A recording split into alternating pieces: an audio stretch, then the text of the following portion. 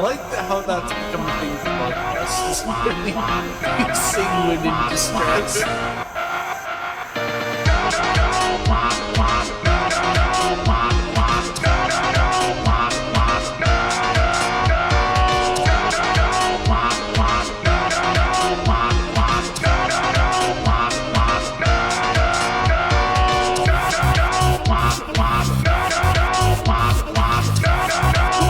You. I'm trying to help. All right, let's see if we can get a plunging attack. All right. On the count of 3. 1, 2, 3.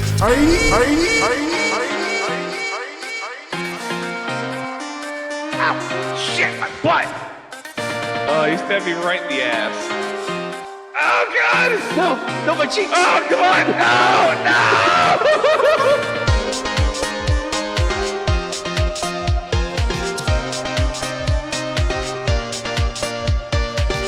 Wary of front and short deck.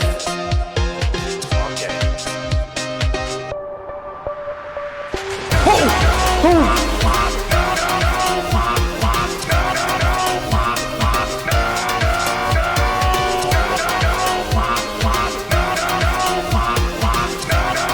Try to Mamada!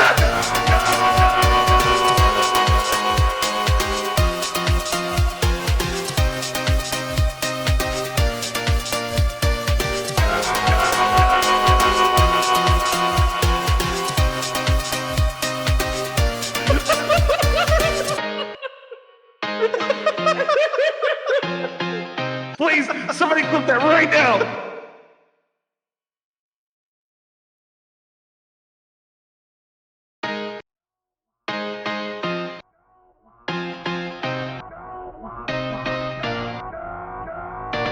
I like how that's become a thing for podcasts. Is literally you sing when in distress.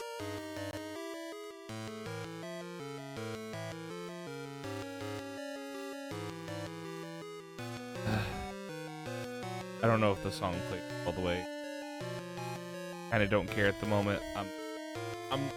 I'll be honest, I'm really salty right now because of goddamn Twitter.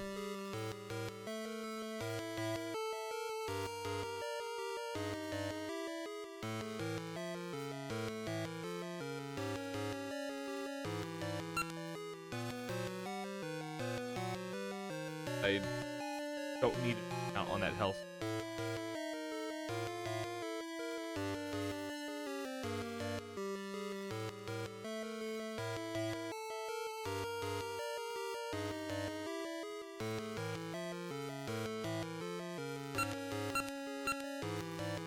The middle.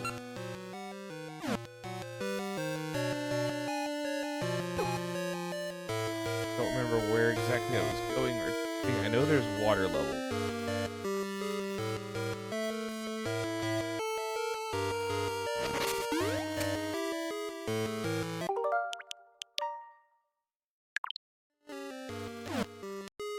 I was facing that way, so that implies I was this way.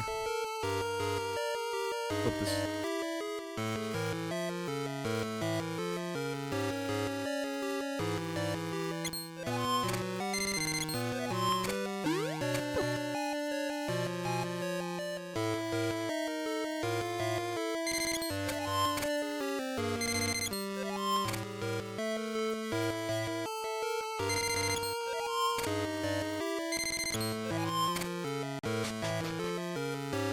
Not joking, whatever interior server I missed.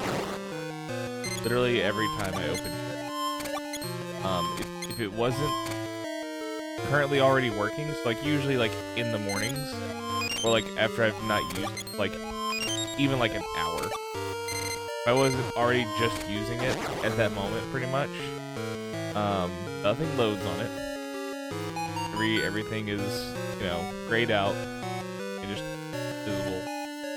And yeah, I have to sit there and wait for it to randomly decide that it wants to work.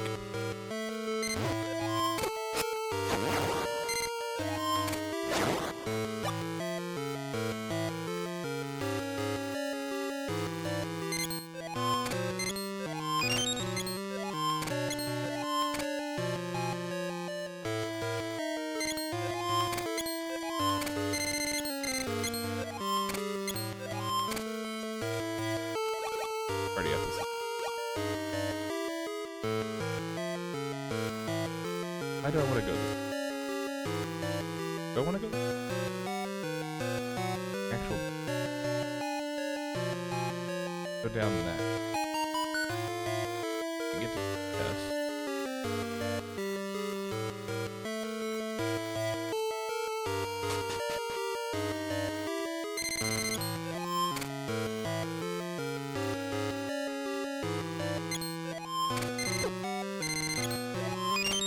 Every day, I miss those iframes on the hook.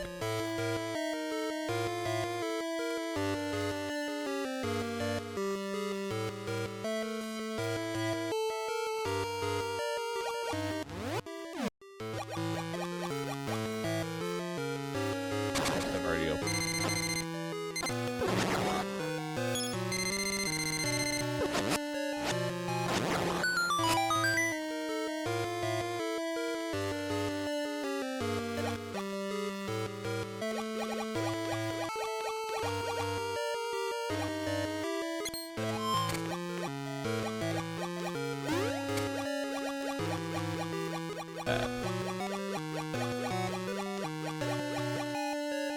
That is like the key distance.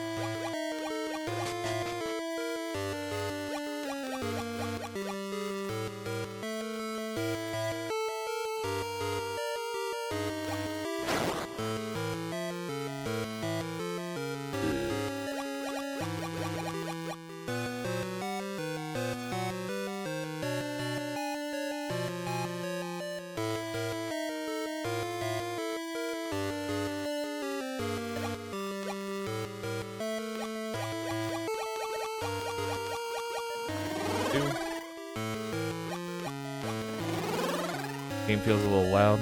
Okay. Can bump it down a little bit.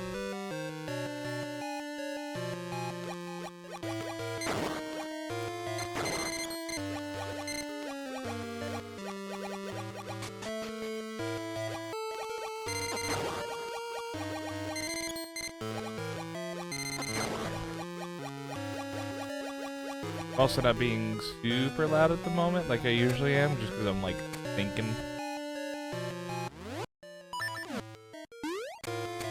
Doing the big THK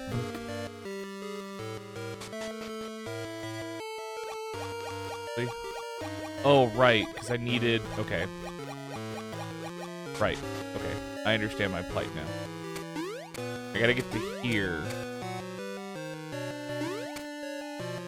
With the water level down 1.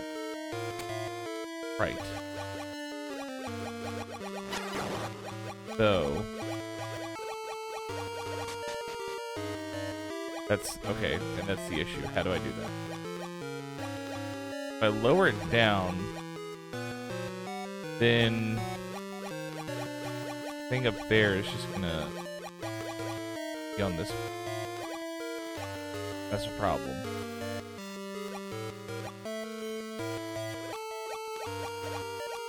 Can't just...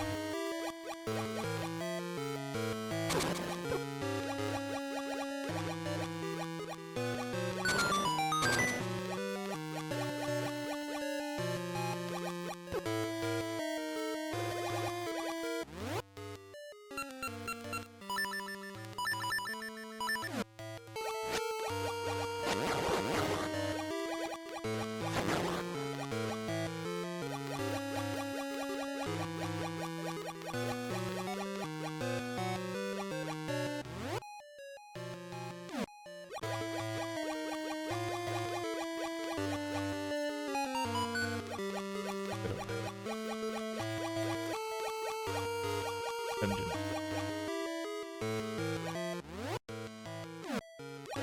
Condition. I doubt it's anything that's gonna happen. But I've been known to be wrong before.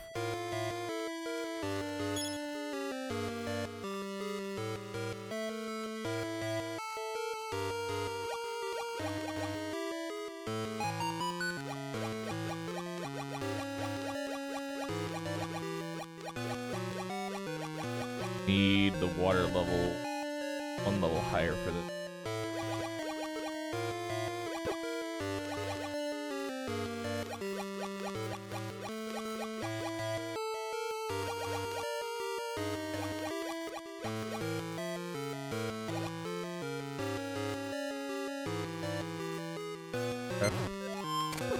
Yeah, I can see that.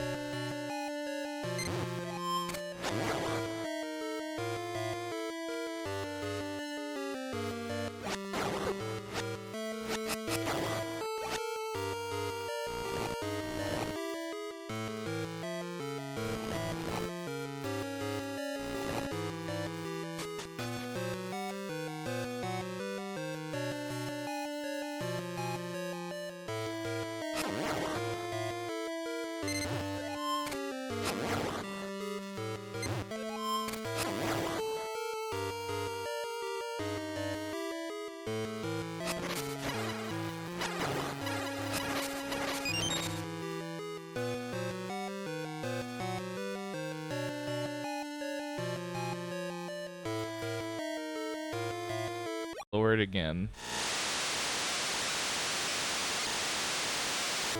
Water going in.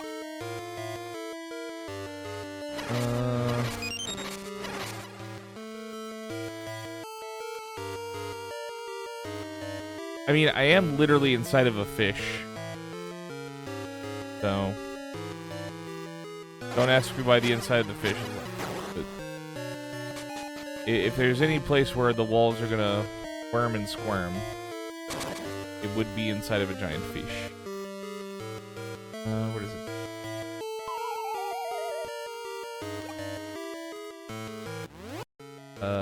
Actually, I kind of wanted to... Shit! God damn it. Oh, wait, no, I did get that chest. Okay, that's...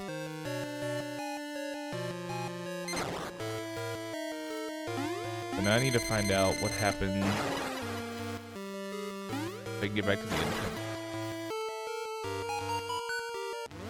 Very close. That's good.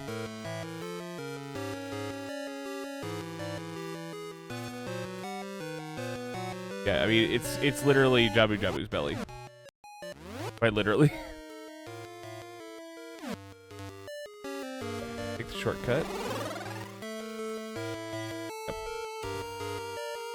That's what I expected.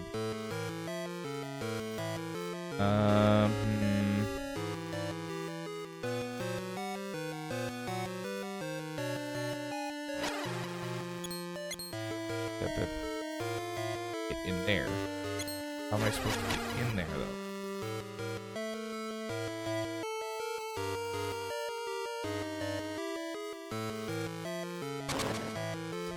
That's a good question. One that I don't have the answer to.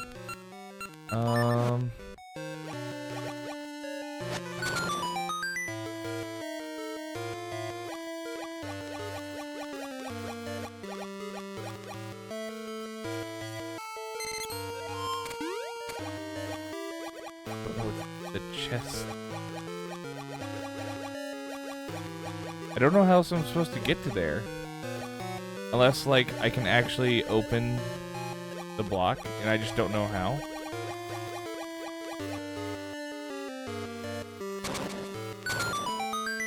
It feels like the only thing I can do right now.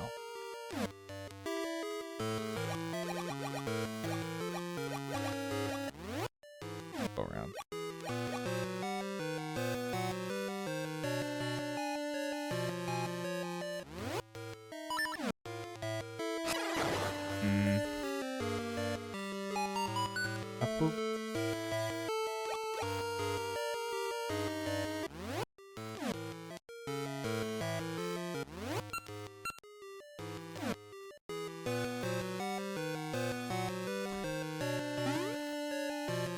Many a conundrum here.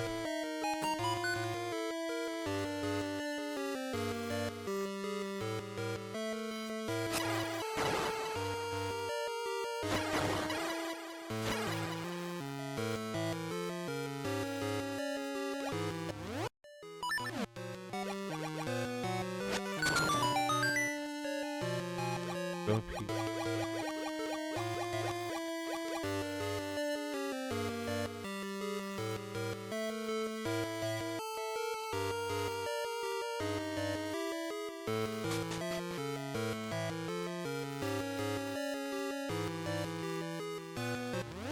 Doesn't feel like I am, at least. Like, yeah, I don't have the dungeon item, but like literally the dungeon item is just this item, but it goes further.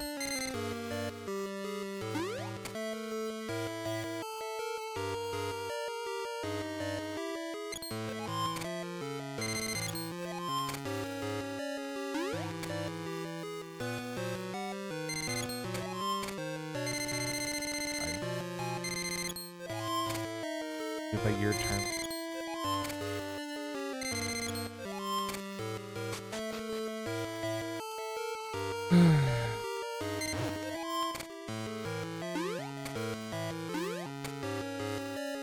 See, like, those right there, I can't get them from this side until I get the upgrade. No way.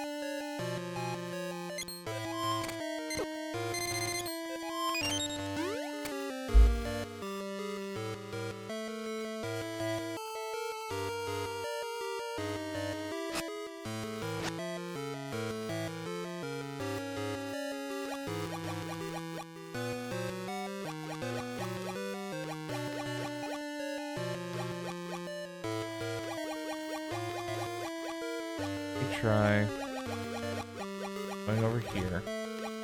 I will try one more time. See about opening that block.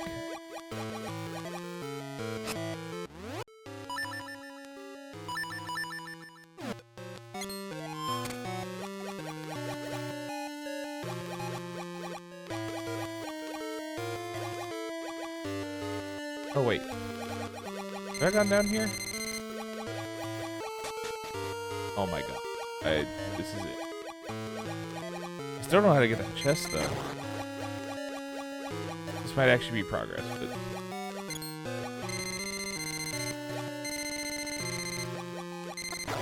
Oh yeah, this is definitely progress.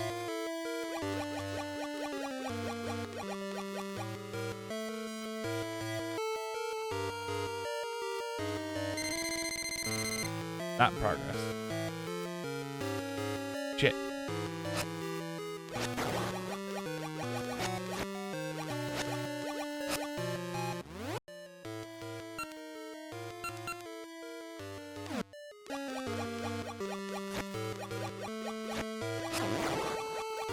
So this is where I need to go after I get the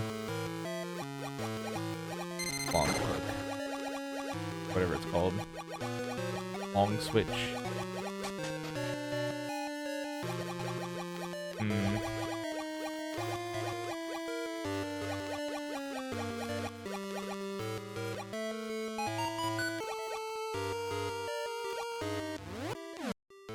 Thought I was doing a galaxy brain. Turns out just regular brain.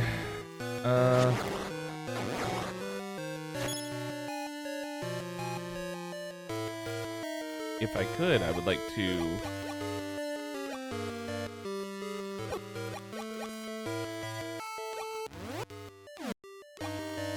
really like to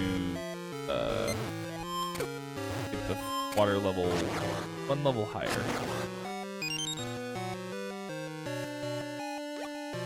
Can't I do this?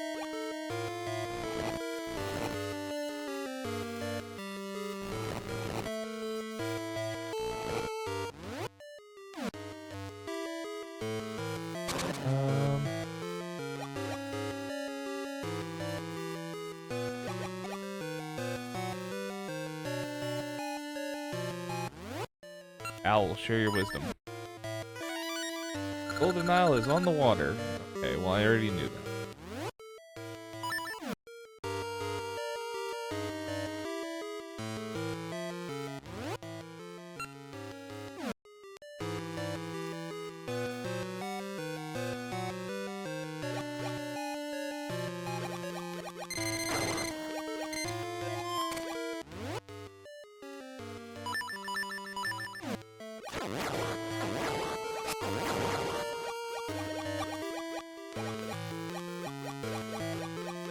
do I...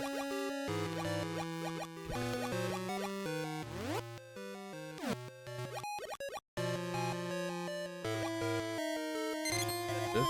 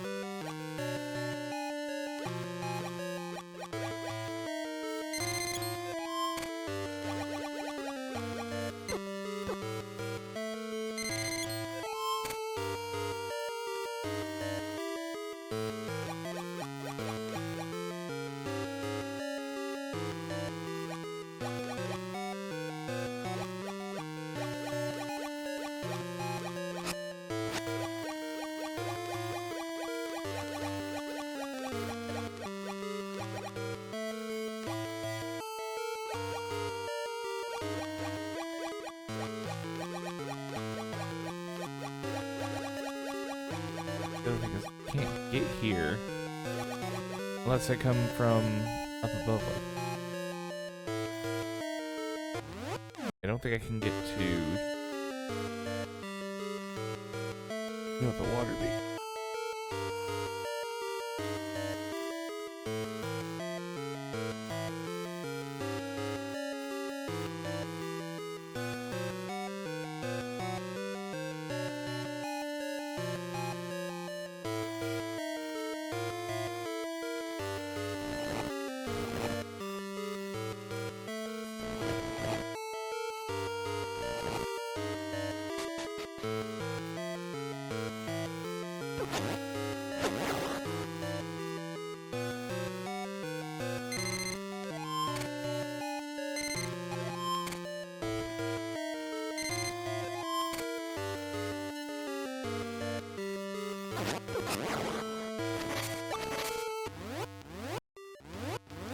That boulder.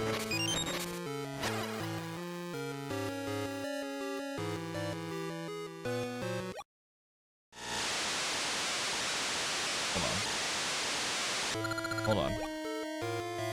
Might be the galaxy brain.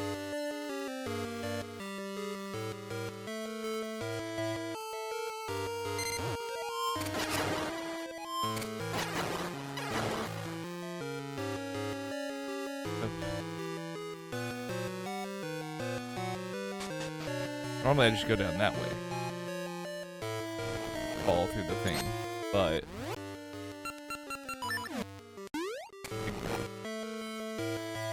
go back this way. Fuck you. Then we're gonna go down.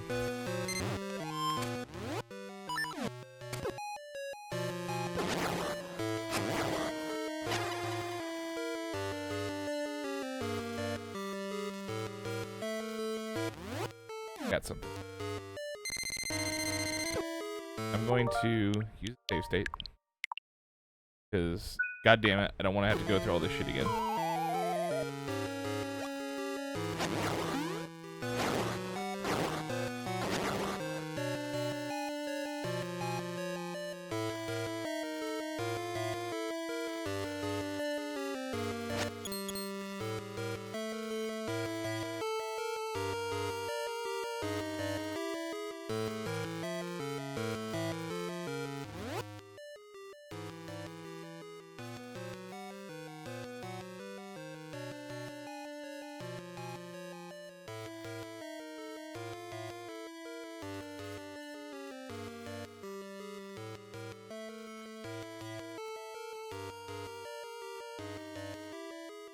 Alright, I kept hearing a sound in the background. Cat was licking the plastic bag in the floor of my room. Just does that for some god.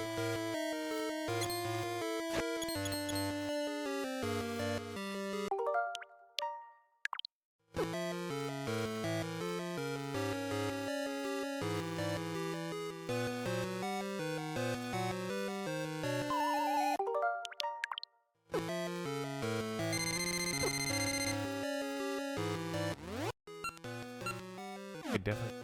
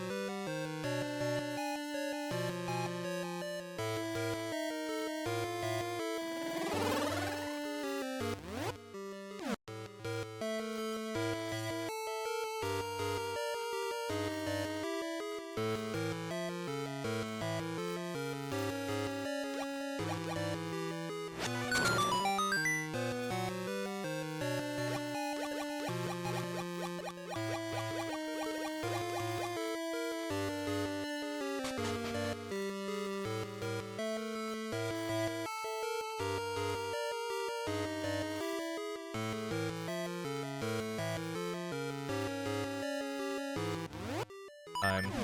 Okay. I don't think you can unlock it while you're stupid. I don't know why you can't. It's a weird thing to not be able to do.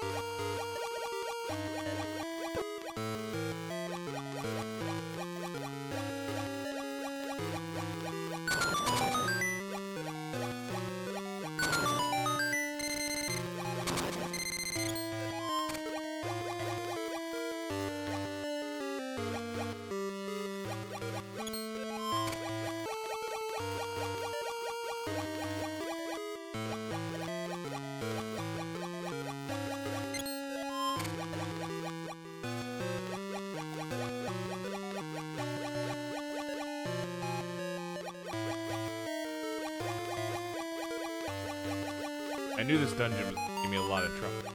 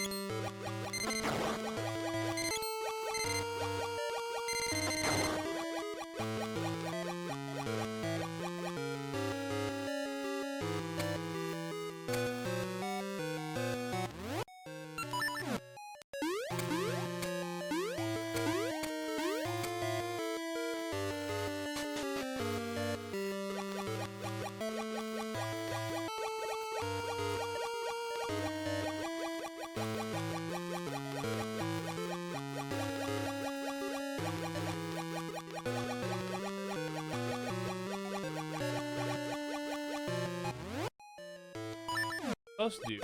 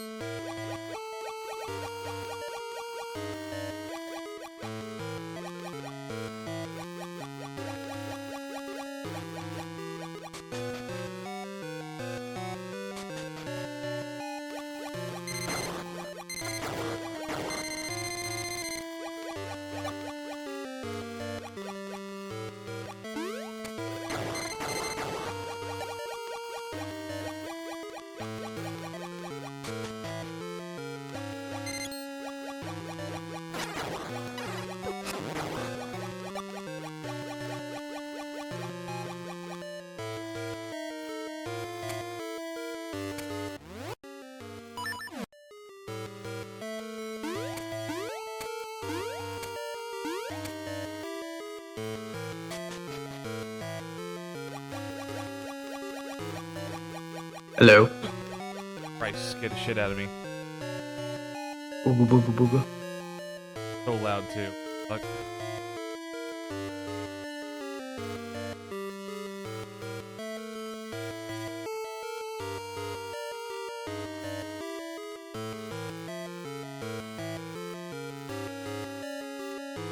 I know what I sound now. I'm fine. Fucking dungeon. Being the bane of my existence right now. Just because of the obtuseness, I was eating SpaghettiOs. I feel like I haven't heard you dying that much. Yeah, it's just getting around been the problem. There's a block that I need to unlock, I think. I don't know what's in it. I don't know what's past it besides the chest. But I don't know what's in the chest. But like, apparently I can't open blocks while I'm swimming. So like, okay, the solution clearly is just to lower the water level and then, you know, get to the block. But I don't know how to do that because the entrance, you gotta take a staircase and like a little underground section to get to said block. And the only way to do that, and the only way to get to that staircase is when there's water. If I lower the water level to like the ground floor, then there's a thing that covers up this spot, and I can't get to the staircase. That's also the same water level where the block is accessible. Do you already have the dungeon item? No. But the dungeon item's not going to help with it. Because literally the dungeon item is just the switch hook, but long.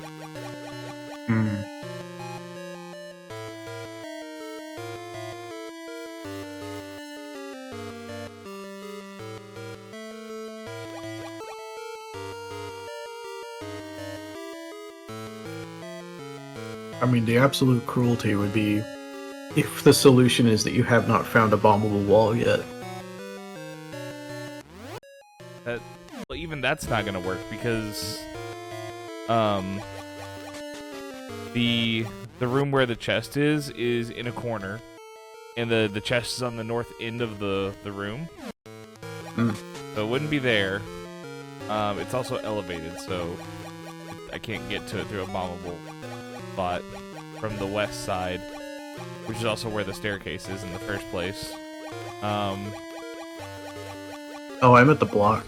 Like, you need to get access to the block through another path. That's what I'm saying, is there's no way for there to be another path.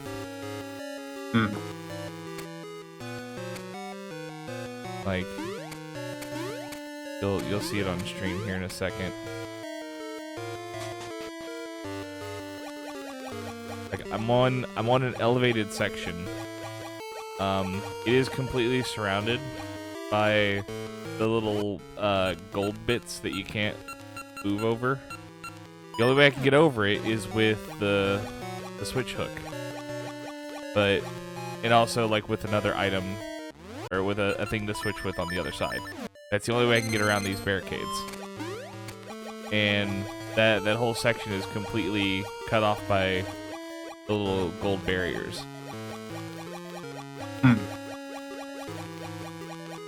So even if there can't be a bombable wall in any direction. The only way is to that staircase. And the staircase that I enter from is also surrounded by blocks. The regular like blocks that you can sometimes move, and I've tried moving all of them. They don't move. So yeah, I don't know. I don't know what to do for that chest. And then there's just like the issue of like making any kind of general progress in this place. All I have is a key right now. And there are some rooms that I haven't explored yet, but I don't know how to get to them.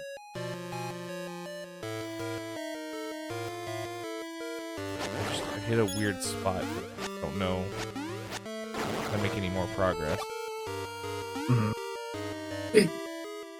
Do you know if this is one of these dungeons that has 2 entrances? It's Jabu Jabu's belly, so...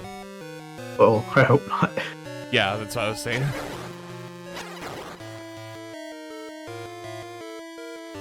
I'm running the gambit. I have beaten this game. I've beaten this game like several times, but I did so when I was but a wee child. Right, me too, that's the thing. Yeah, on a Game Boy, where I had to do the Game Boy lean, because there wasn't a backlight. There's this... Can't... Take the water level easy. If I lower the water level, get across that gap. What is that? Doesn't seem to be that work. Guess I can get to fall down to.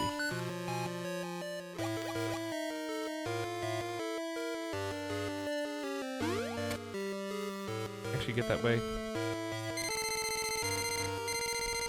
Damn.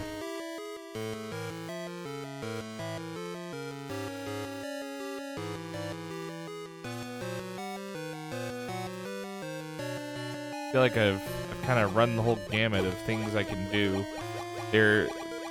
Another wrinkle is there is a room that I can only access by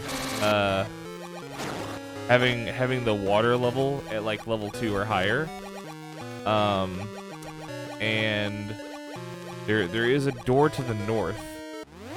I don't know how to get the door open. I kill everything in the room. There's literally nothing else in the room at all. There's just enemies. Like I kill everything, does nothing. I've hit the wall with all kinds of stuff, nothing. It's in a corner, so there's no bombable walls. Check. Walls.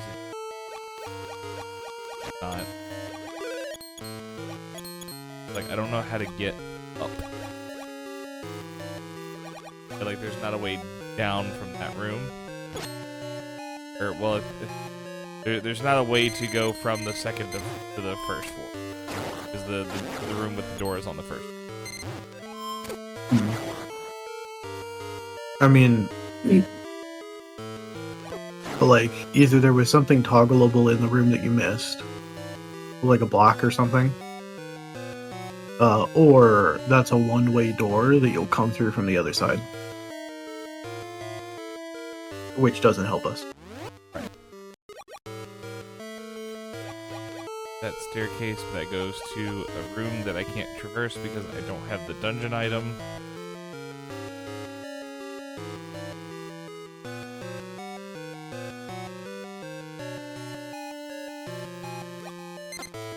Let me finish my last 2 cookies, and then I'll pull up a walkthrough. See if we can untangle this Gordian skein.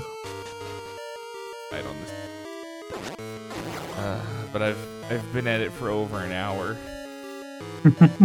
Like between this session and last session, probably like closer to like an hour and a half, give or take. I don't remember exactly how long I was in it last time.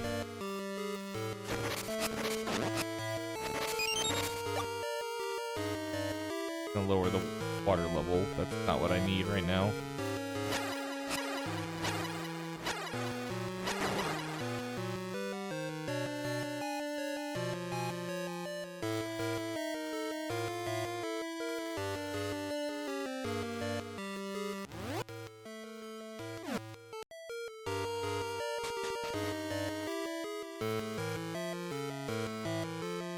Or if I could just open that goddamn block while underwater. That's the thing that's like irritating me the most. Like I have an obvious place to use this key, but I can't.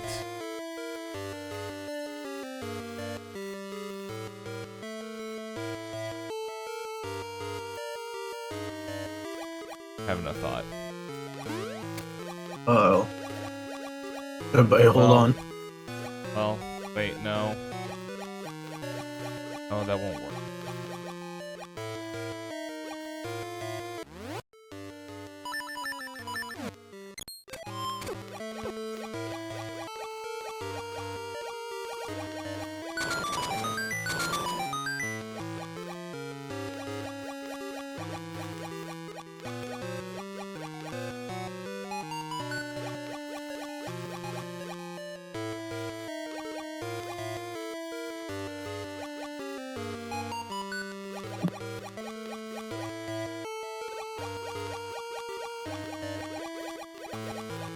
The last bit of progress I did was killing a mini-boss, by the way. Which is how I got into this key and block conundrum. The staircase that leads to this block and chest has the mini-boss arena in it. It has the shortcut.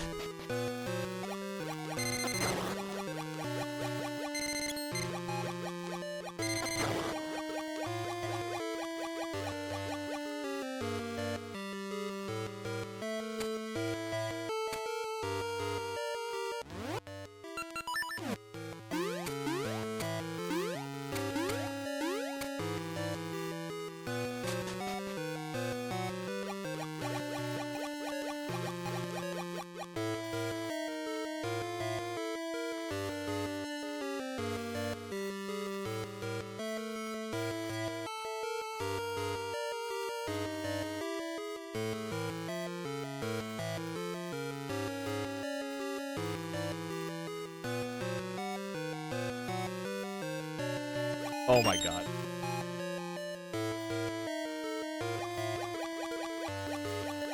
I did it. You know what I did wrong? I didn't hold left enough. That was it. Because the way that you open up the key blocks is pressing and holding in the direction. But in the mermaid suit, because like in the mermaid suit, you rapidly tap in the direction you want to go. But I figured it was because you're nudging into the thing, not just holding the button to activate. Okay, that's stupid. Alright, well at least that problem is solved now. Also, god damn, this thing is faster.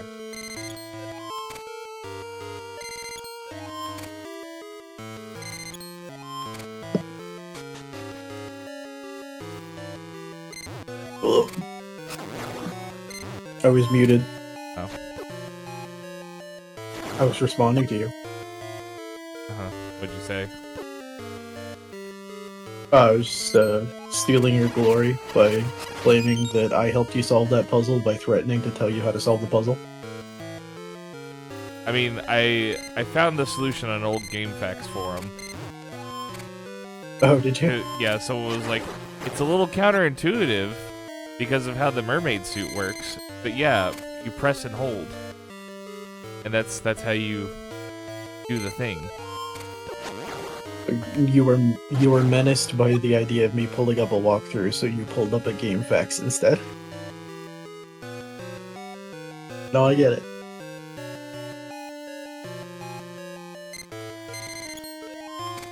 Yeah, this thing fast. Woo! Lion. I mean, it's probably just because it has a bigger distance to travel, but it needs to do so in the same number of frames, so they just doubled the speed. Probably. Are you invincible while it's extended? Nope. Oh, You only have iframes while it's latched onto something, oh, I see. which is not how the other hook items have worked in the past. I've bemoaned this many a time. I am sad because of it. EDF, I am sad sound. I'm very sad. Let's see.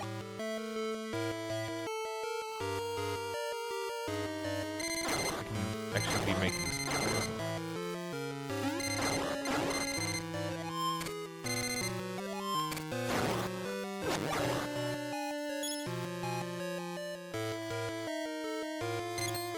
I can go.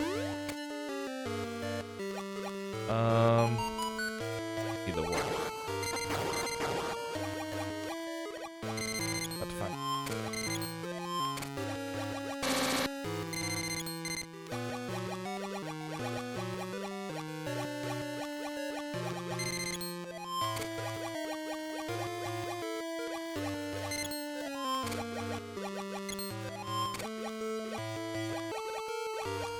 Yes, Mario, please work underwater. Fuck. God damn it.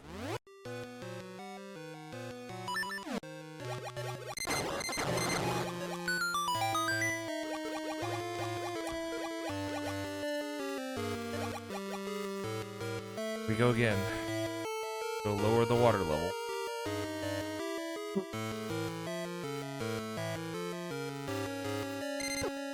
Fuck.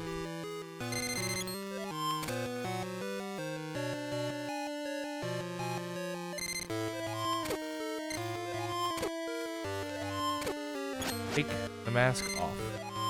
Stop.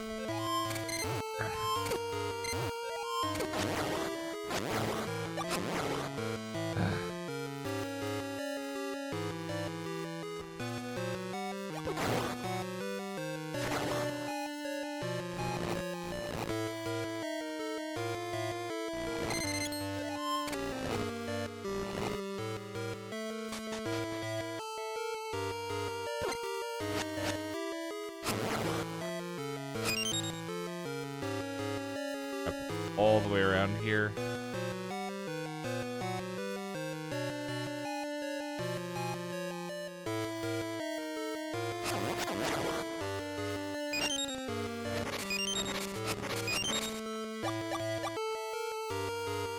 For the water level. I do wish I had I do miss the magic mirror from Link to the Past. How you can just use it to go straight back to the beginning of the dungeon. Yeah, or the way that Farore's Wind operates. It's always nice to just... like, players already do the, like, save and quit thing, which is... If a player is regularly using an unintuitive solution to an unexpected problem, and it just becomes part of their core gameplay loop, then that is an avenue of your game design that needs to be corrected.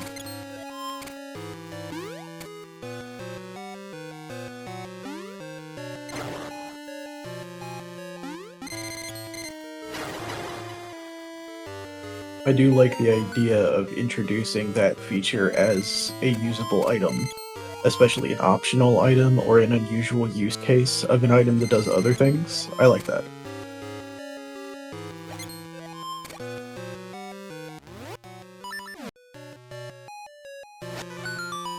Perfect. I go all the way back and raise the water level again. Raise the roof.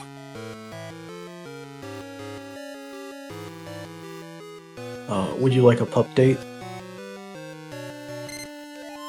Well, first of all, he's still camping in my room. He is sleeping really hard. He's doing the heavy breathing. So the fam took this wonderful boy to the vet. He just sat there politely and got all of his shots. We think that he is like a boxer mix, and that he's about 3 or a little older than 3. So he's actually the oldest dog in the house. Wow. He's just tiny and malnourished. So yeah, he's not gonna get any bigger than this. He's gonna get healthier. Obviously, he's already getting healthier. Also, the fam has gone from, we gotta get him, like, sorted out, and then send him to the kennel without getting attached. By Monday. We're not sending him to the kennel, but now we're torn between getting him rehomed, like over Facebook, or just keeping him. So, you know. Also, he has a name now, it's very unoriginal. Yeah, Buddy. I guess. I object. Yeah. Duck dude. Yeah, my mom took a picture for her mom, and I had her send me that. So I posted that in the general for our friendo server. She told me it's not a very good picture. I can't tell if it's a good picture.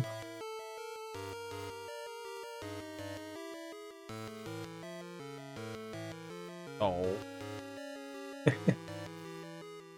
Yeah, I was told he's all sprawled out because she couldn't get a good picture. Yeah. He He like looks so comfy.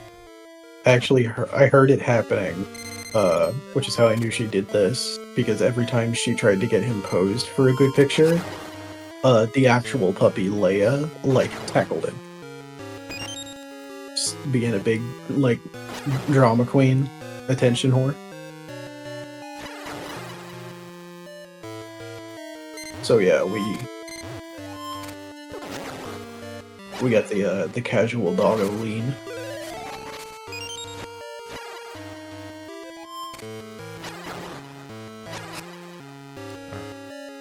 So Oh. I am east.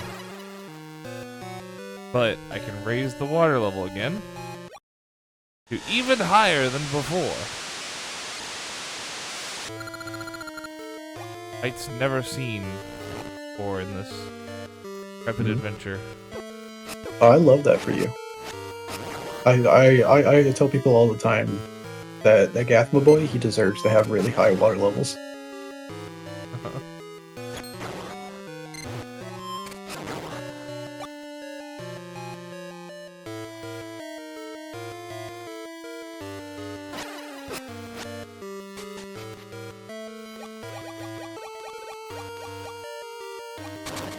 But all does that?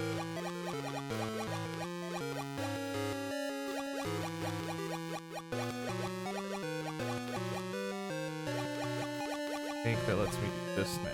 Yes. Just a small key. I should survey the rest of this room because rust issue.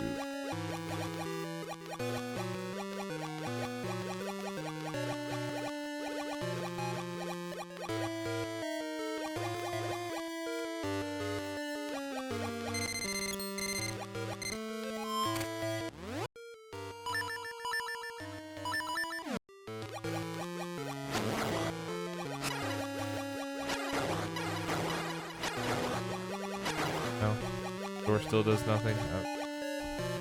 Well, I guess I can't be too. What about this? Oh, God, fuck. Well, so much that did.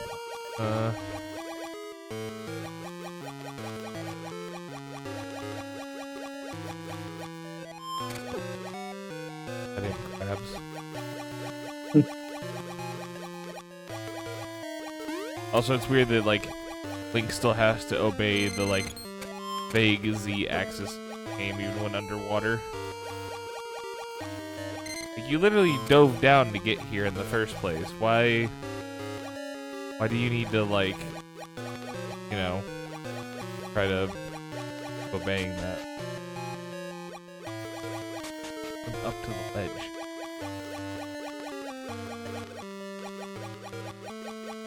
I don't know, man. Like, I know the actual answer, you know. But just like Yeah. a little bit of pseudo-narrative disco biscuit, you know? So, this gets me to boss room.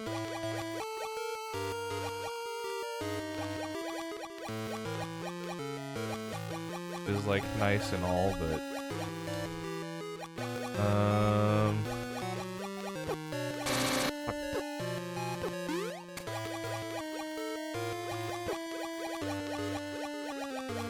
fucking annoying when I can't jump over them with Rock's Feather.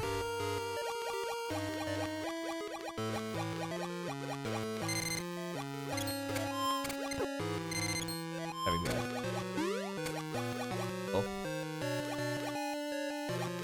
Oh. I also still get hurt by floor spikes. Lovely.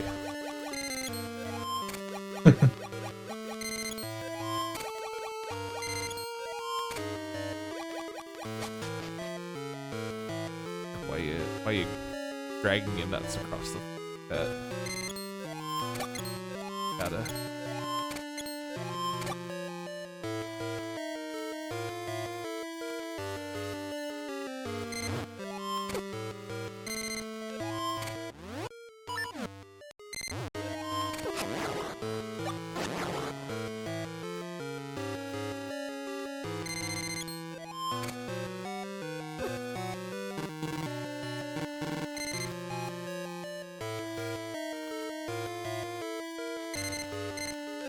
Let me other key. It's just in that chest. It'd be so fucking. Really, this isn't just another key. Gosh, I see. So, only one other chest in this dungeon.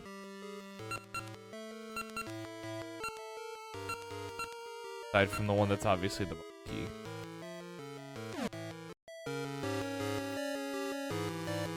Kidding. How are your rings?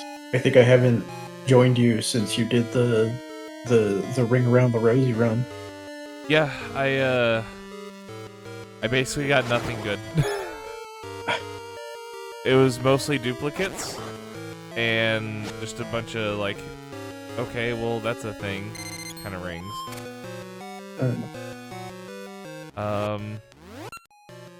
The only one of note is the protection ring. It basically makes it that every, like, all damage I take is 1 heart. Which, like, in general usage, pretty dog shit, because most enemies do less than that. But for boss battle, phenomenal.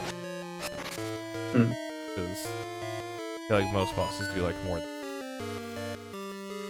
Yeah, if we ever got a remake of these games, it would be really nice to see, like, multiple rings interacting with each other. Yeah. Like Paper Mario badges. Because it feels like it has all of the spirit of Paper Mario badges, but you're limited by only being able to equip one at a time. Yeah. Being able to equip, like, even would be a huge upgrade to the system.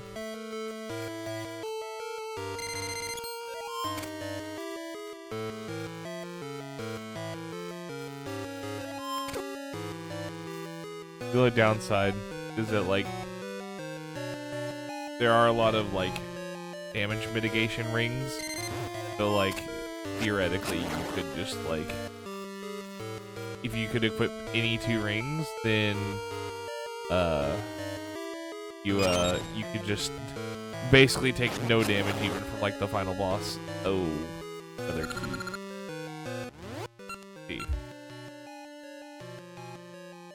That's left.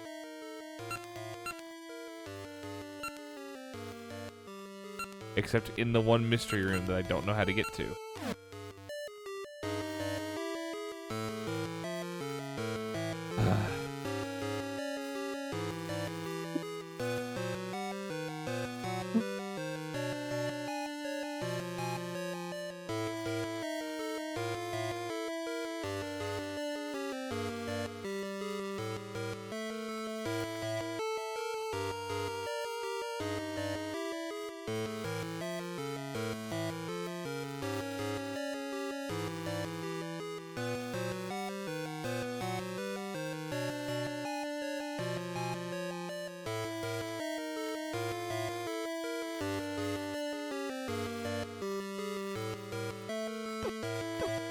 God damn it.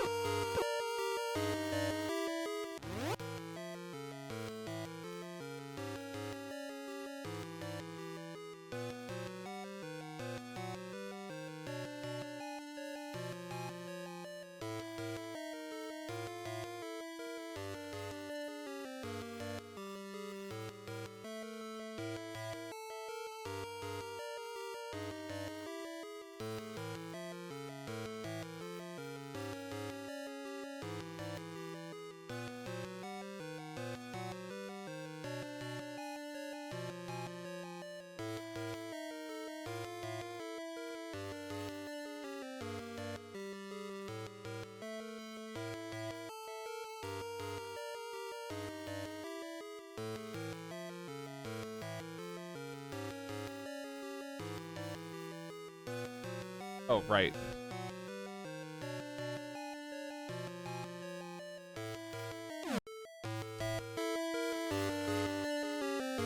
You're just still in that negative stress loop where you're just assuming that there was a problem.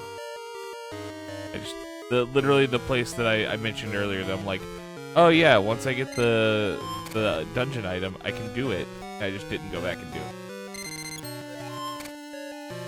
Like a fool. Classic. Oh, I just covered up the staircase. Okay, whatever. Ugh. Alright.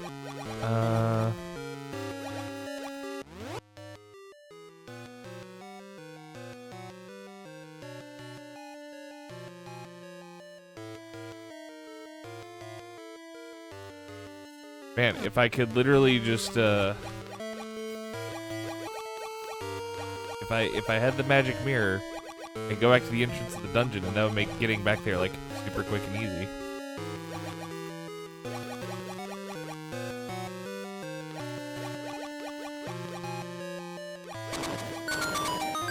Oh.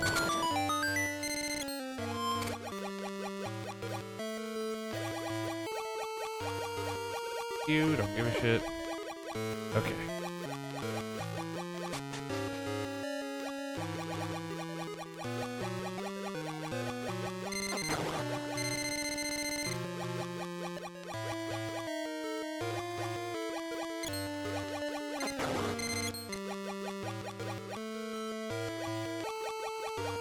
So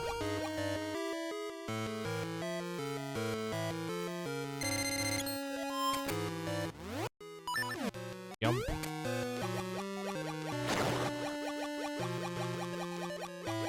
So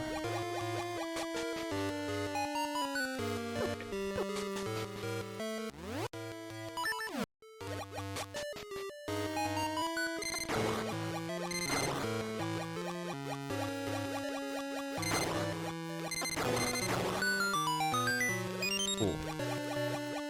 And there's the last key.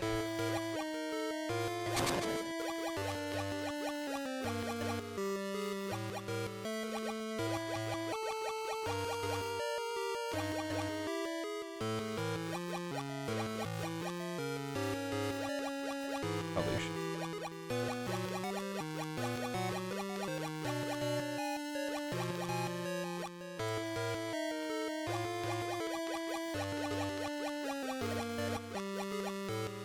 Up.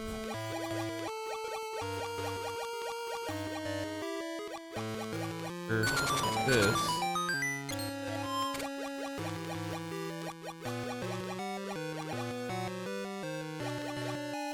up. Fuck.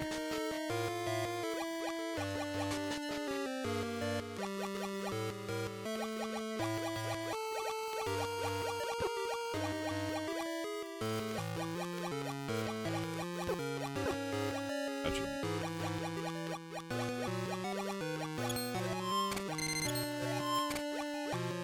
Conceptually, I like the mermaid suit, but this is like probably the singular item that would benefit the most from a remaster. Just because like the movement is weird, like it doesn't need to be, right? And also, it does take up one of your 2 very precious item slots whenever you're underwater, and a remaster would eliminate that need.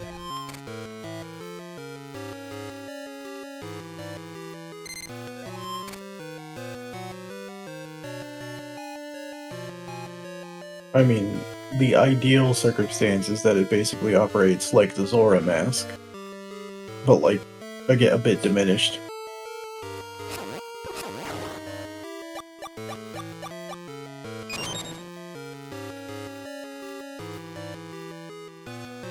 Found the boss key, finally.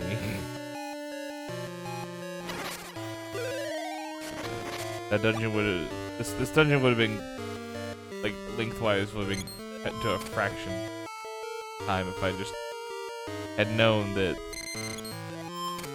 nudging my face into the block wasn't the solution. I just had to hold the button.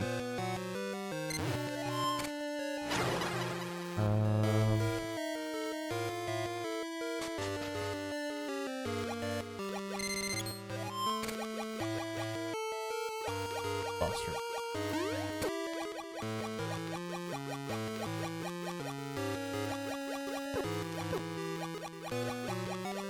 Don't remember.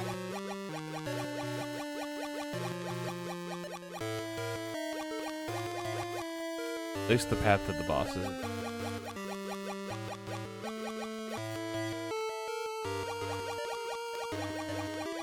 So even if I, for some reason, die.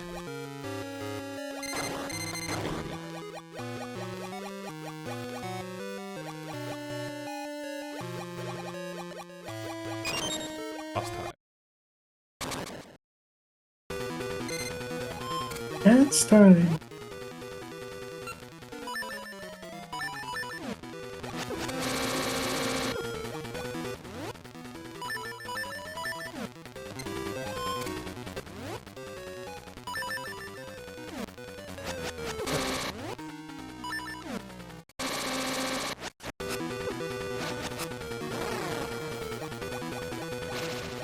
Oh. Okay, it's one of these boxes.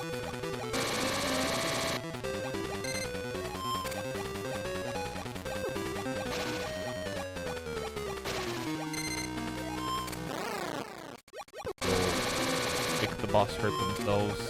Gimmick.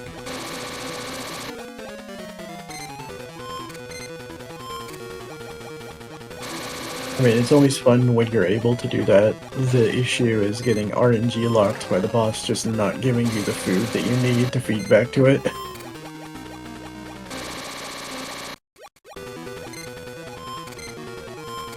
You always get the, like, someone trying to beat Link to the Past, like, quickly, and then they go into, like, an Aghanim fight, and he's just standing there, not shooting the bounce back projectiles at all.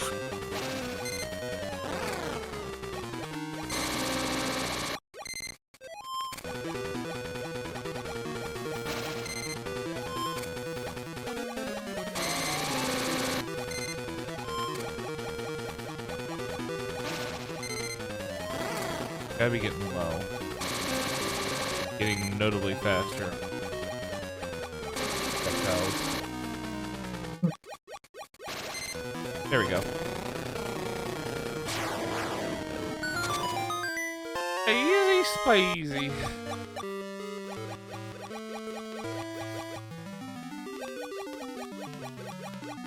Out of here. Got the rolling sea, an essence of time. Mystical song of the sea roars into a crashing wave that grows out into it. I don't know what that has to do with time, but sure.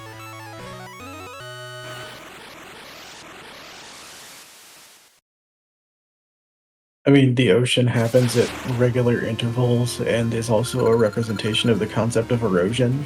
Like, ocean waves are a pretty good conceptualization of time-based, aspect. You're too late, Link. The Black Tower has already reached the heavens.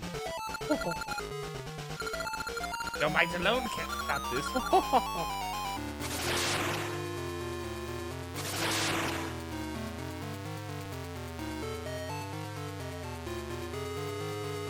We love good sprite work.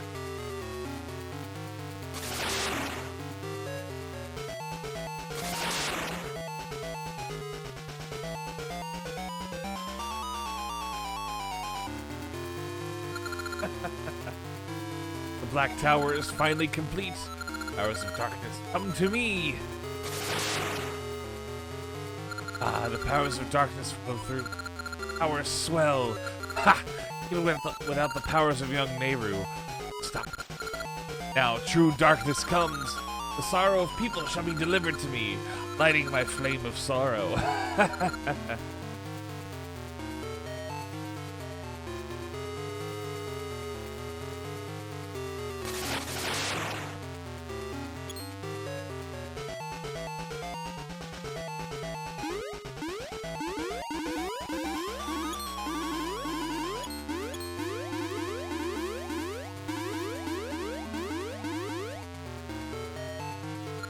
I'm there and now. Only wait for the flame of sorrow to light. What of you? All humanity can feel the sorrow. That's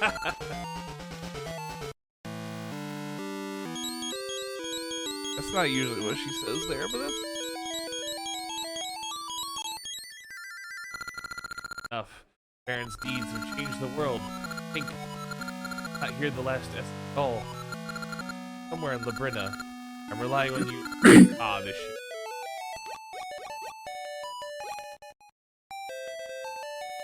Much for us. All's well. I offer you our symbol of heroism, Zora Scale. Got the Zora Scale. Does a charm?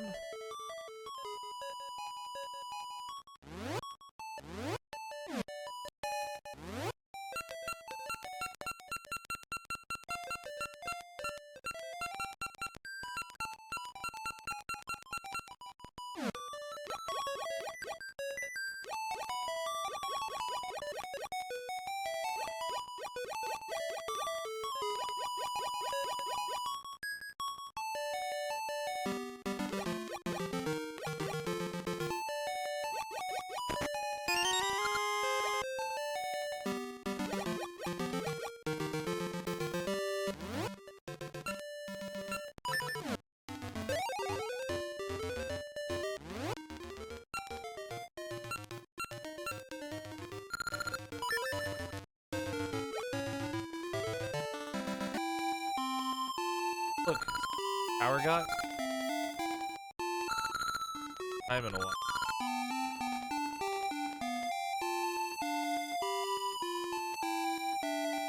Good in peace. Tower is surely bigger, and the town is all run amok. My body's not feeling right neither. I guess bad things do come in spades. But more importantly, rings. Phase. Call this the like ring. Become a like.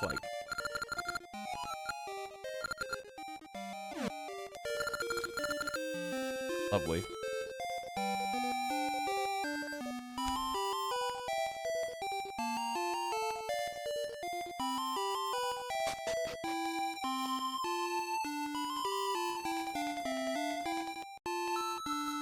Fine.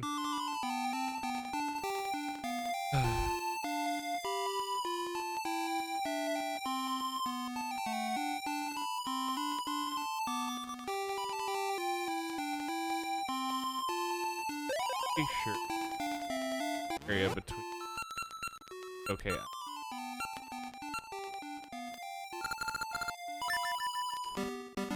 Main issue is it's riddled with whirlpool. I don't know what I'm supposed to.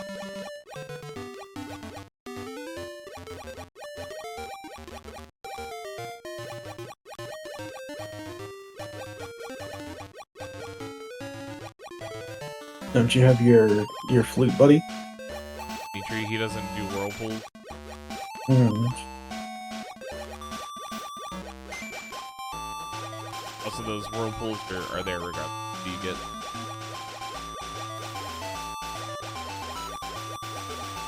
Not that you would know if this was your first time playing it and you managed to get to me, you know. Point still.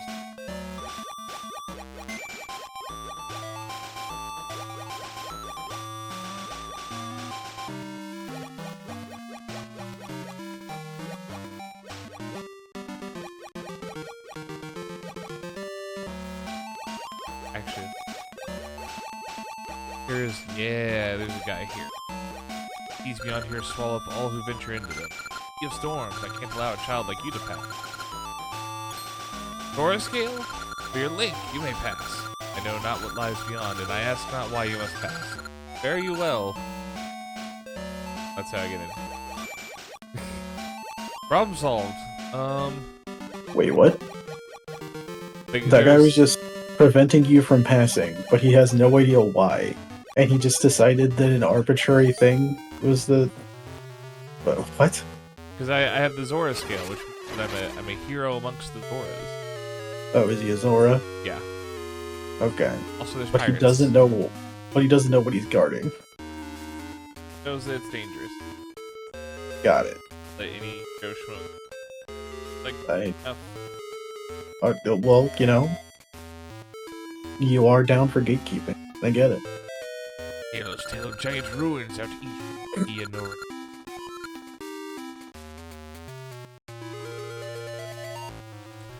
If you go to the ruins out east, you can never return.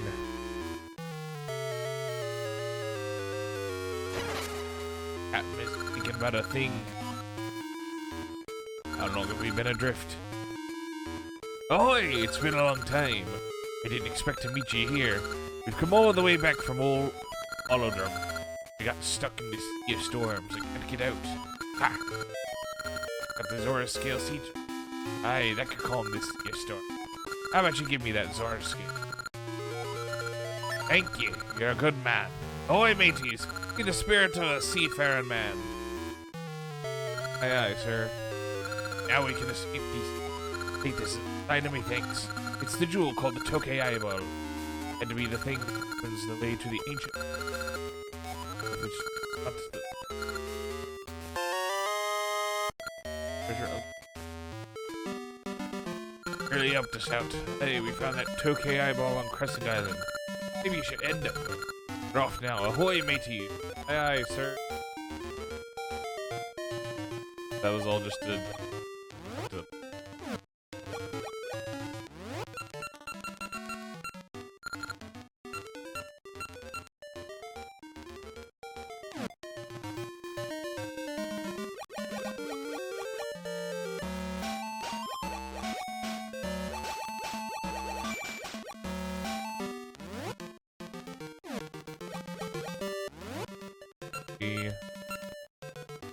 Three over 3.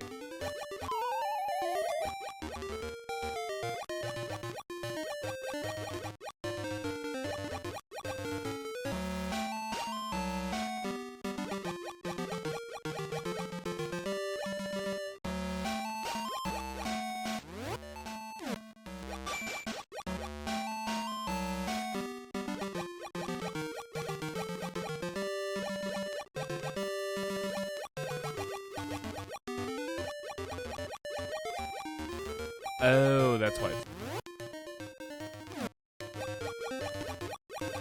Never mind.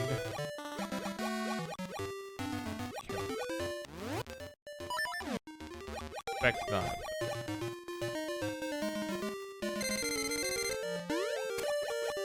Worth checking.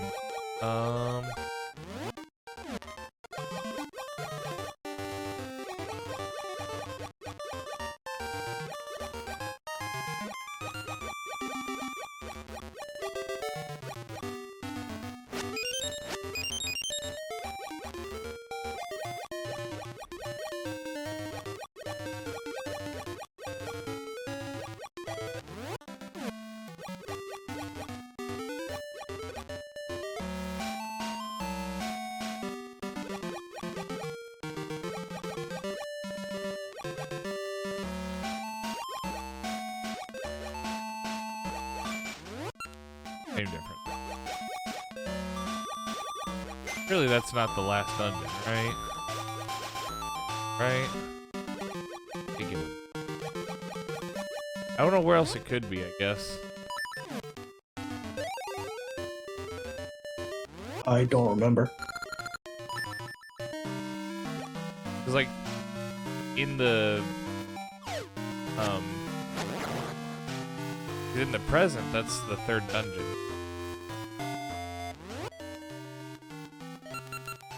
Like, why would it be a different dungeon in the past? That would be a cool idea.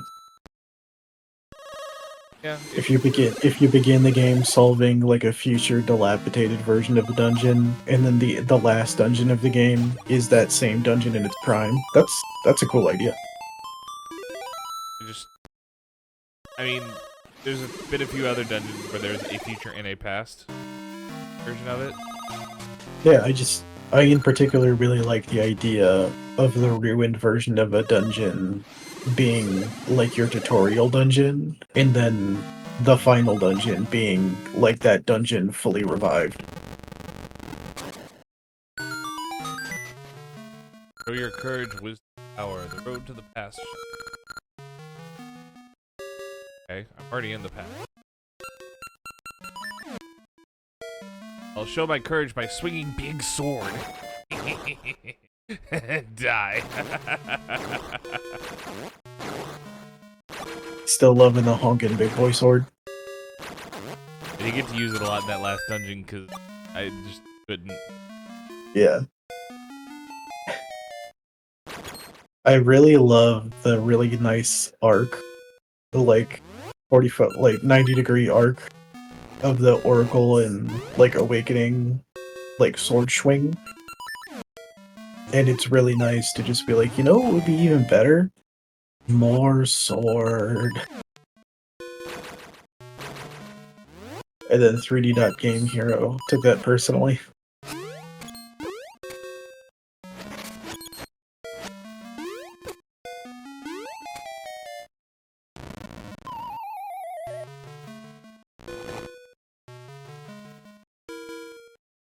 Game Hero is a game that I would absolutely. I wish there was a way to play it. What do you mean? Like, not very accessible. I own it. Yeah, you own it, but I don't.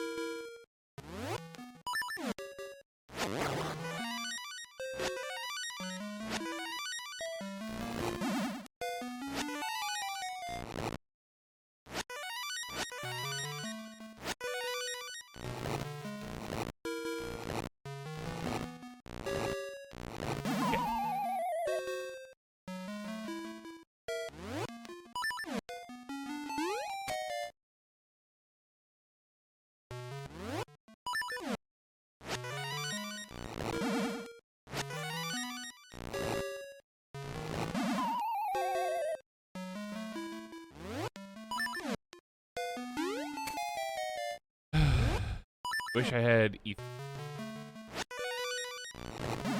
That and then the floor.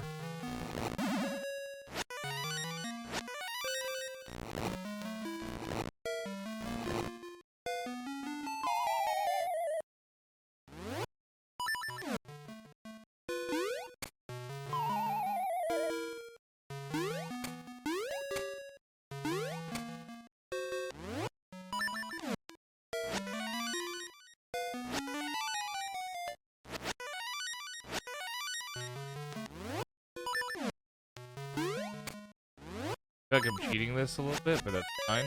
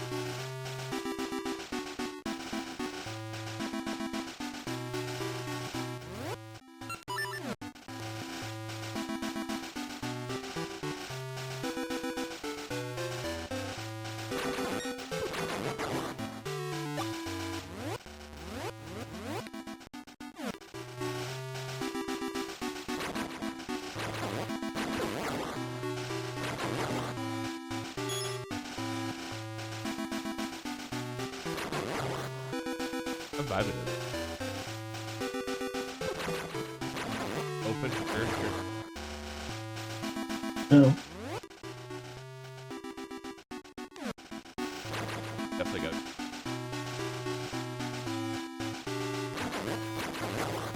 I feel like it's kind of like a ridiculous power play to like build a massive complex and then have your tomb be outside of it. Like I built this and it wasn't even so I could use it.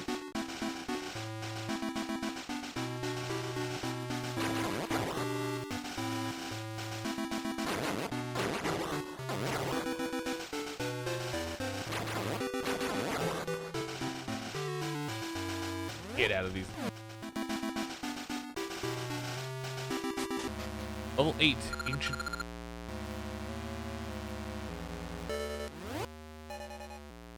Where I actually start on this. Fast? I go to the present.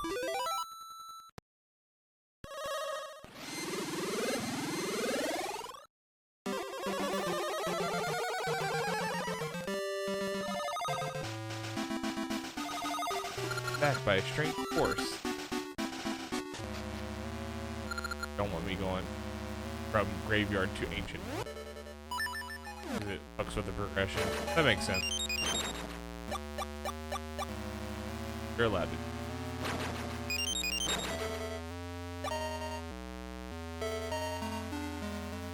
Darkens.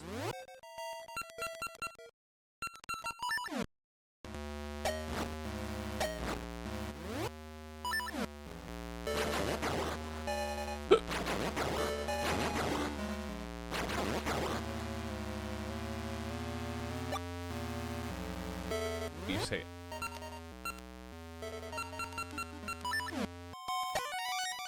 Ears to the sound of a sword against the wall.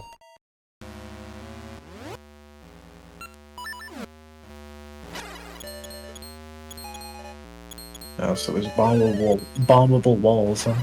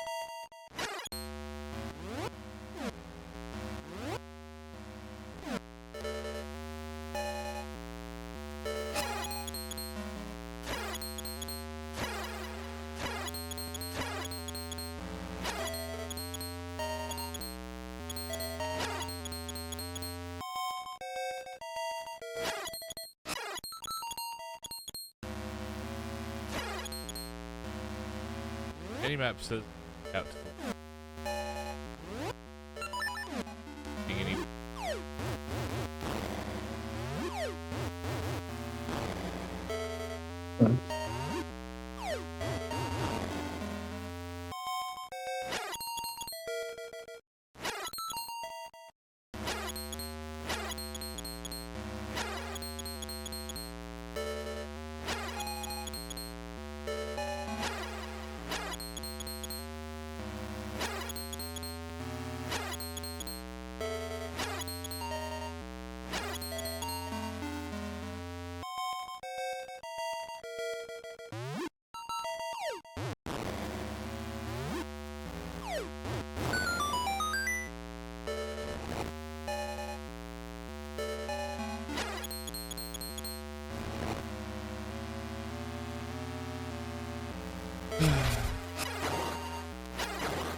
Sure.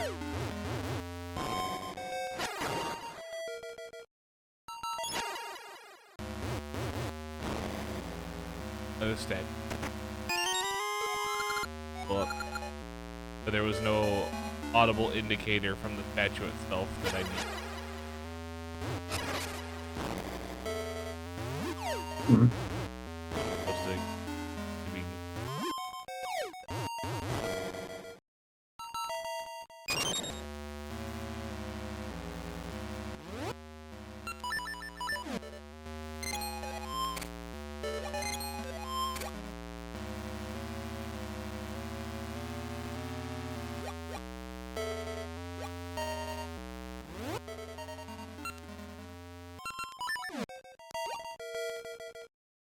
That there. Speed shoot. This button. Yoink. Ah. That's a fun one.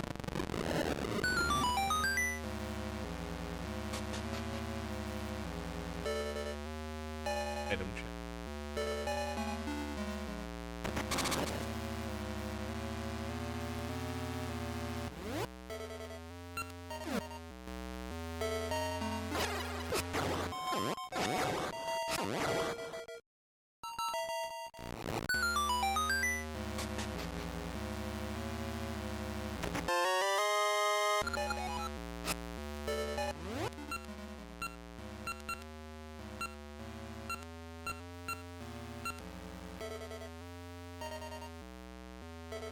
Okay.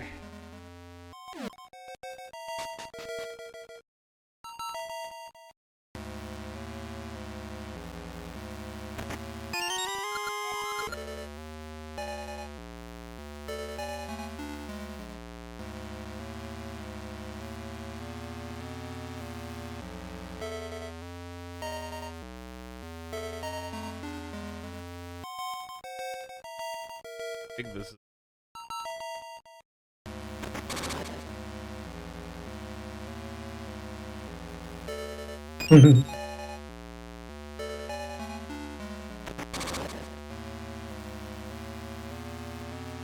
Good old nested turnstiles.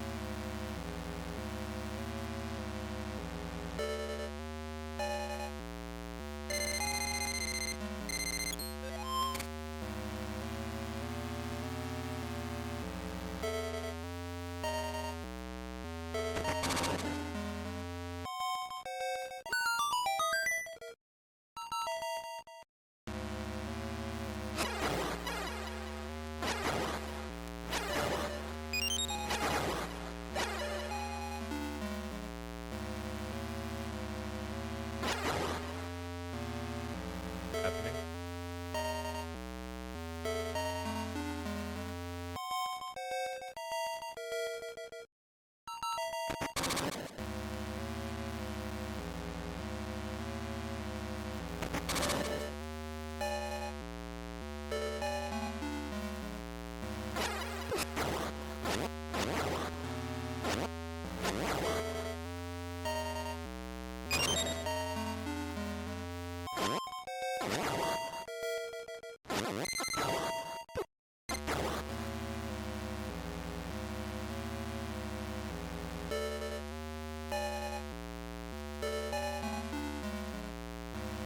I didn't get booped.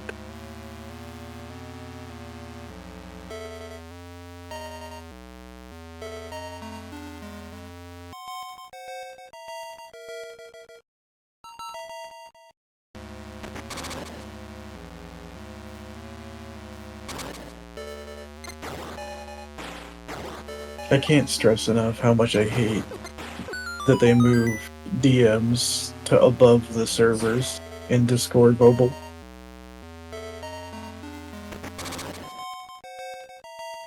Yeah, having them relegated to their own like tab at the bottom of the screen. Nice thing.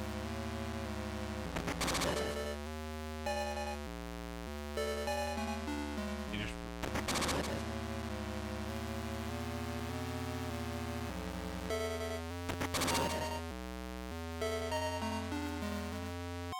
Yeah, no. Now instead I have home notifications, which I literally never open, and in my profile. Those are the three things that I need hotkeyed at all times, available at the drop of a hat. But no, I need to do like 3 swipes and like a prayer to to the divines to get access to my individual messages.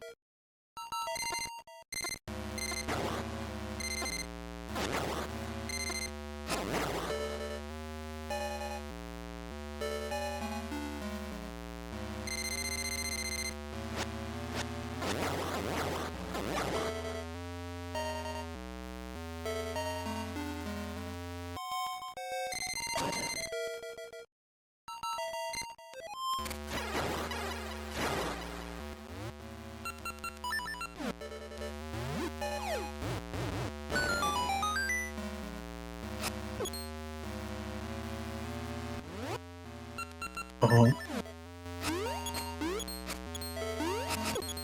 Or-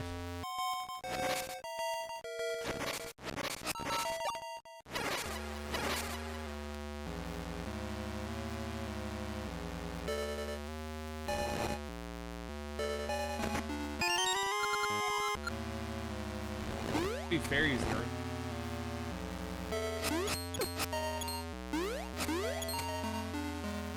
I don't know, man.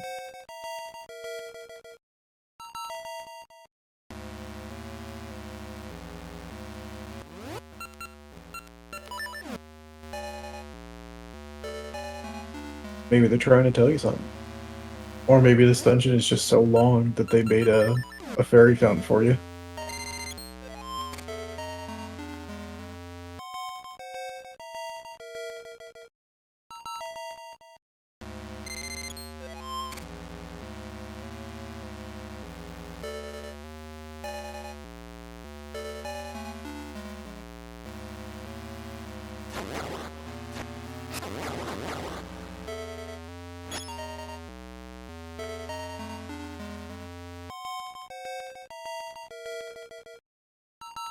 Good to know.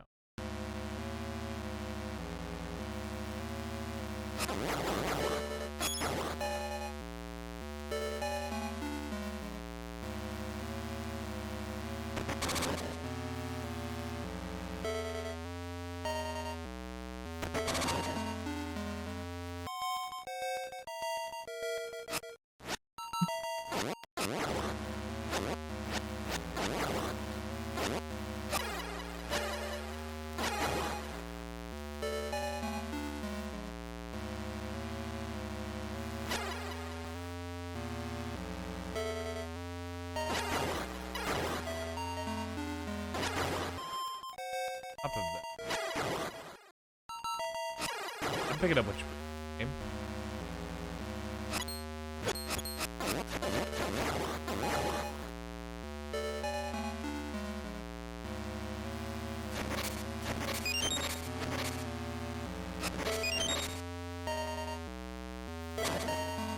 Packet.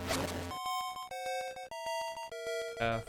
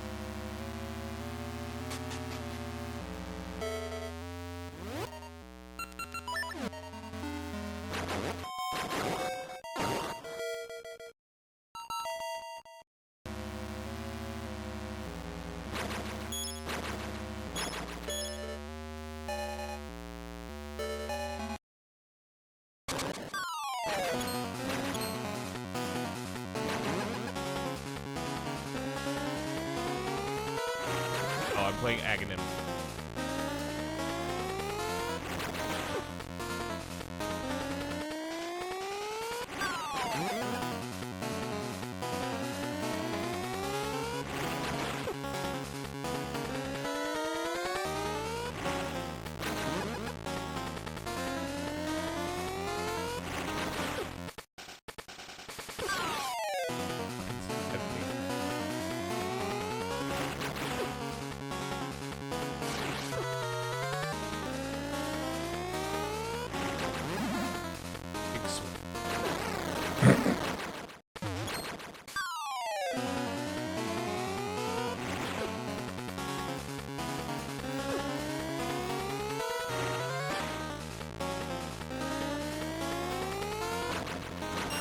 Oh, what?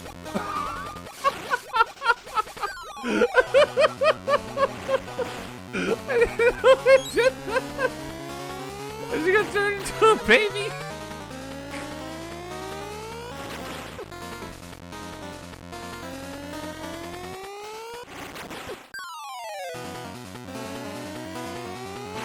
Oh, God damn it. Oh, God.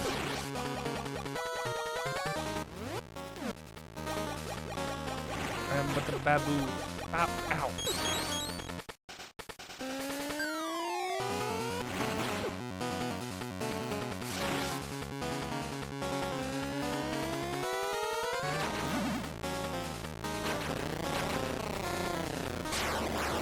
Never seen that sprite before. Turning into a baby.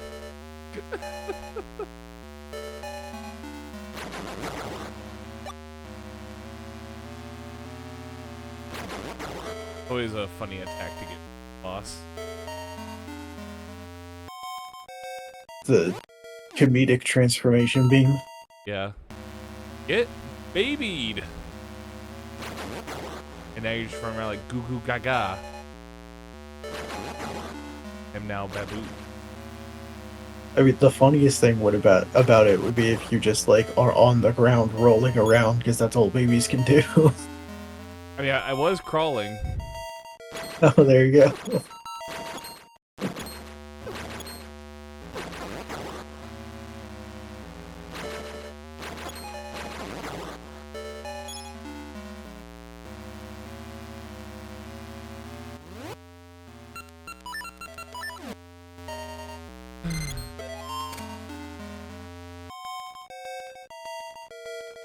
What?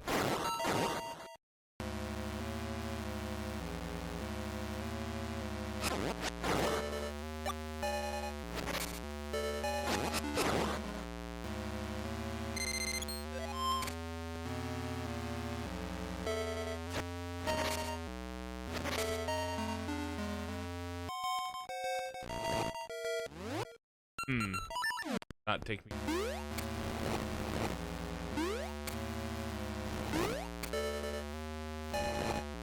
Please be the done. Probably a key though. Yep.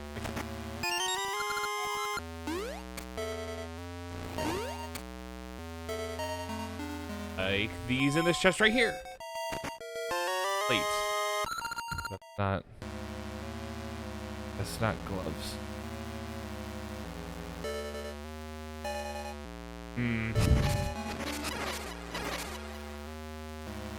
Wasn't exactly what I was looking for, but because I probably need.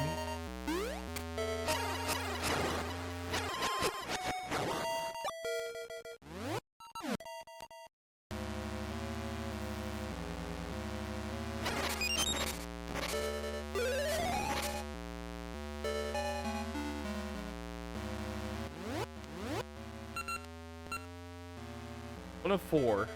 Oh, well, there. No? Tells me no, I guess.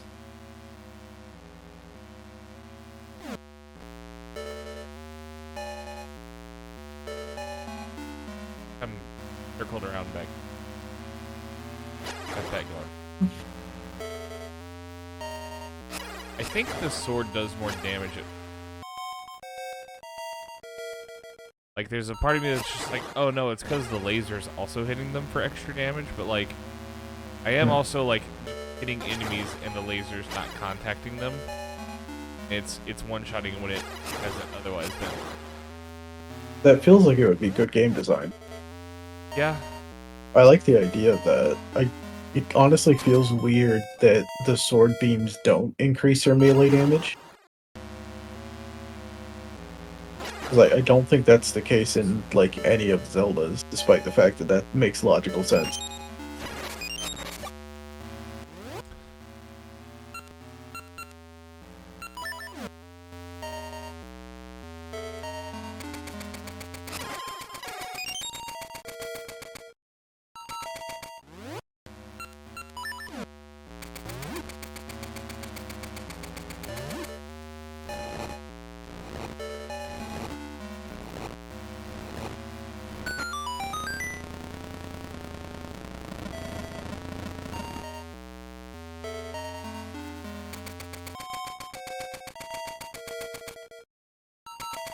Hey. Birds are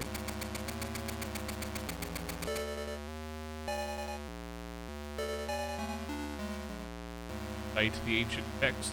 Ahem. He's nuts.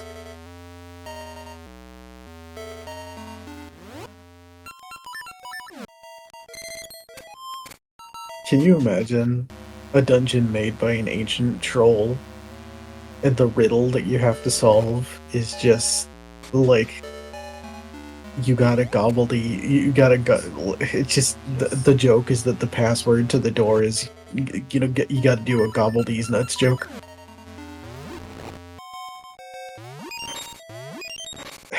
Oh, I always kind of like the idea of just like the paint peeling off of your like reverence for something the further and further into it you go. I just imagine this is the legendary dungeon that was built to defend the laboratory of an ancient sage. Was pivotal in forming modern society and giving us our understanding of magic, ancient myth. It's just a bunch of fucking these nuts jokes that get just worse and worse.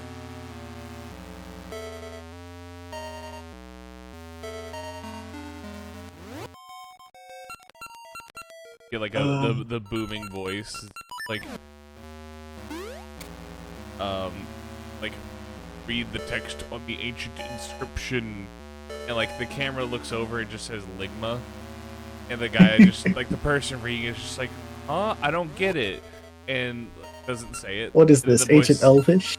Yeah, and then the voice is just Ligma balls. Come on, say it.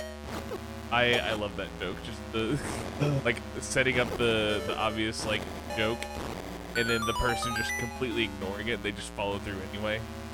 Oh no, you have to set it up in like a series of incrementally more and more disappointing dad jokes. So like everybody's gathered around for like this big expedition, like trying to figure out how to access this ancient complex.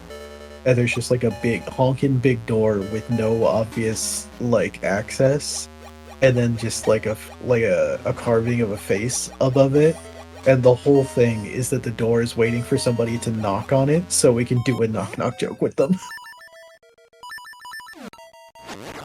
And if the knock knock joke is good enough, it'll let you in the dungeon. Just really set the tone early in, and then just continue to hammer in the tone.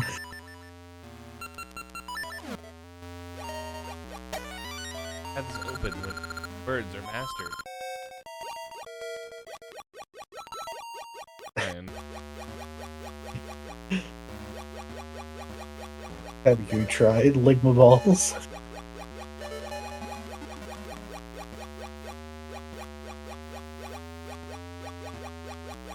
in words of the Gandhi's people, Shut up.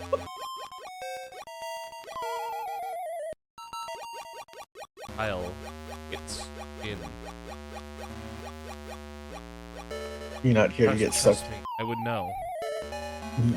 Yeah.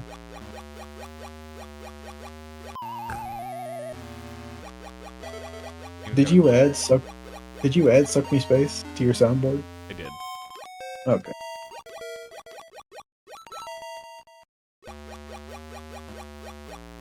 Look. We have all kinds of good stupid ideas, but that doesn't mean that we go through the effort of following through with them.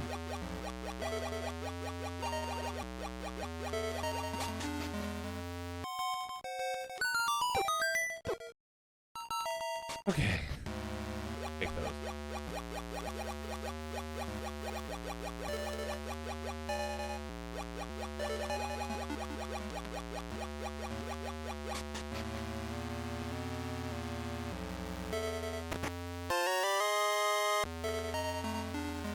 Again, I would really appreciate soup. Having to rapidly tap the direction you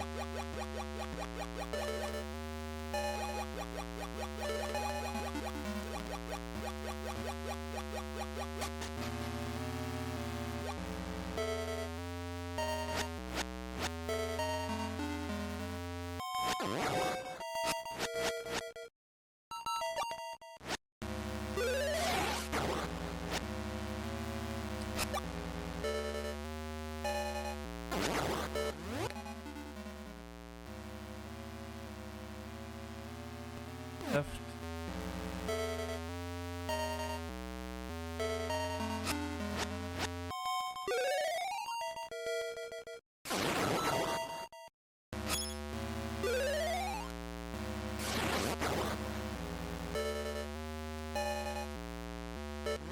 Down again.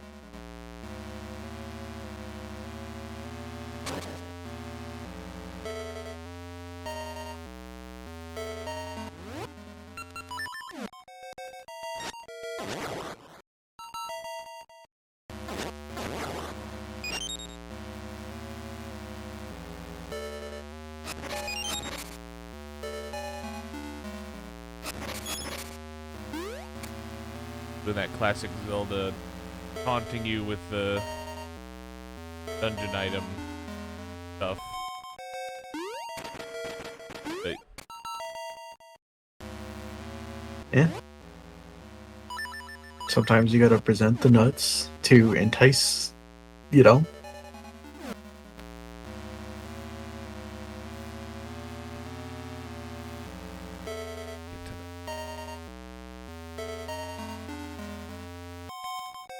Have you tried Sweet Talk?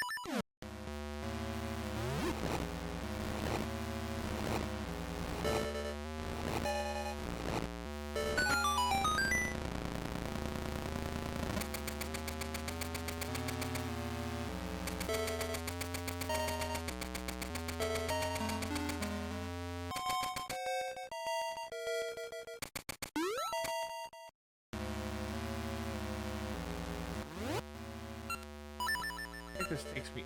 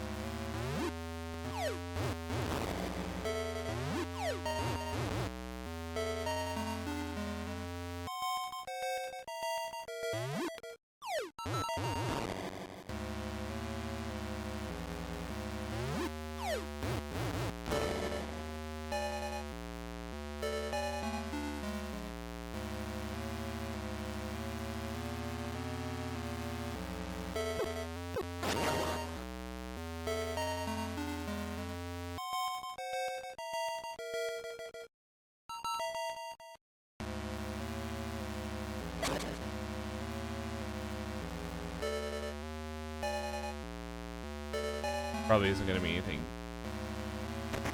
Compass.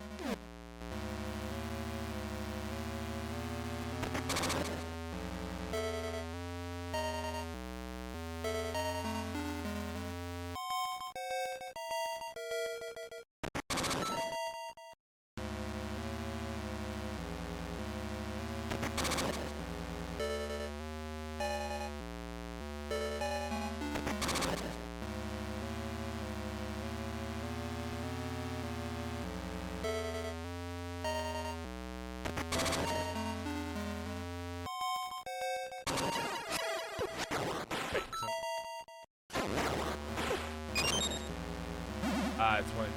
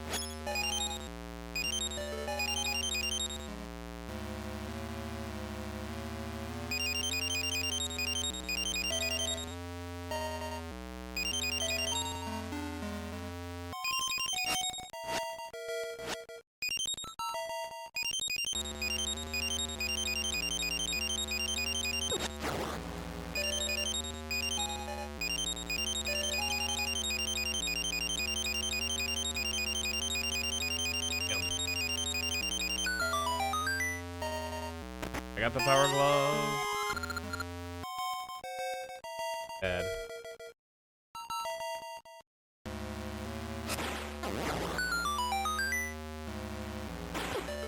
But it's a necessary peripheral. Don't you understand? I mean, I was just quoting the movie.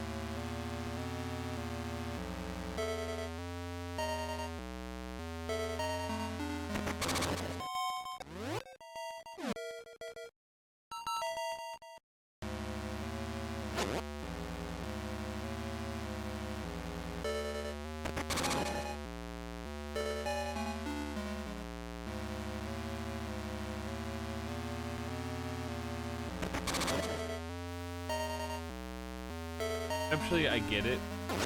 I get why it's a good puzzle. Understanding. It's facial awareness. Navigating it. I feel like that's get that. Like certain point, like it turns like interesting navigational puzzle. Like there's a line in there. I mean, this is basically just an extension of the same argument that I make about the ammunition system in Zelda games and like exploration games being fundamentally flawed. What you're complaining about is that the failure state to this puzzle, and even kind of the like success state of this puzzle, punishes the player by forcing them to like pay a lot of attention, get everything right, or start completely over from scratch. And like, so the execution takes too long. You have to be on point for too long of a period of time while also doing other things and not accidentally making a trivial decision that that disentangles part of the puzzle. And then the only way to correct a mistake is to completely restart. And that's like the thing that you mentioned with the magic mirror, like there isn't a clean way to reset, so it just puts you in a punishment state that is like very tedious and very taxing. My whole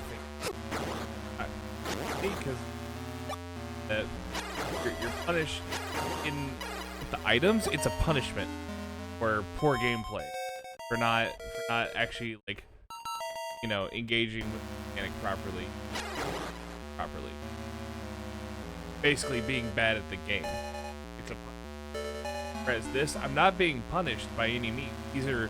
This is like 100% necessary navigation that I'm having to do, but I'm having to retread through a thing that I've already solved. And it's just very time consuming. So puzzling.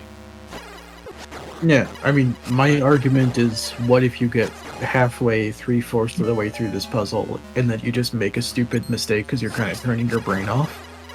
Then you're just gonna have to do all of this again. I mean, sure, but like this still doesn't erase the actual theme of doing it anyway. It compounds on the existing issue. Whereas items, this is now the issue.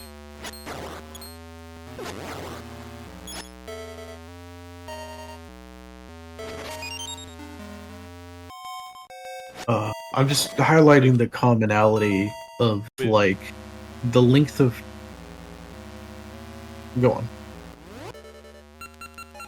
I was just highlighting the commonality of the length of time for the punishment or the failure state being completely like out of proportion for the actual execution of what put you into that situation.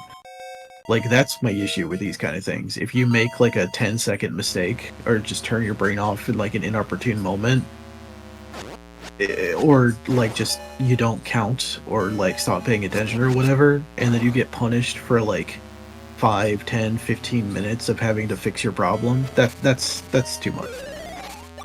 Sure, but like repeatedly making mistakes, and you know, which I've been doing a lot in this, you know? Yeah. Like when the game punishes me, right? Well, you have the item to puzzle it. You know, you need to select it. You know, like, hey, that's fair. You know, I'm the one that made the mistake here. Fair that I get punished. I've made the mistake. This is all going also on a baseline of something. I did get punished a lot for, you know, not knowing that I had to. That was pretty ridiculous. But that's more the exception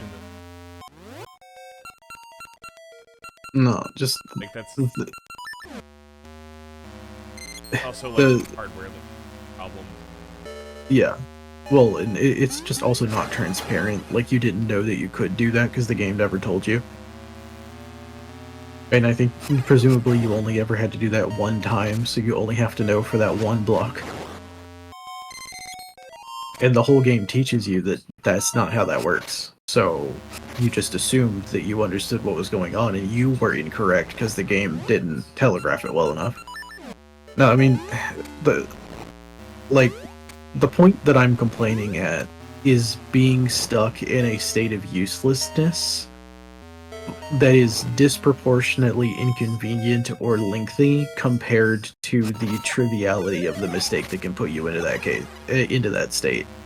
Like, that's my issue. That feels like bad game design to me.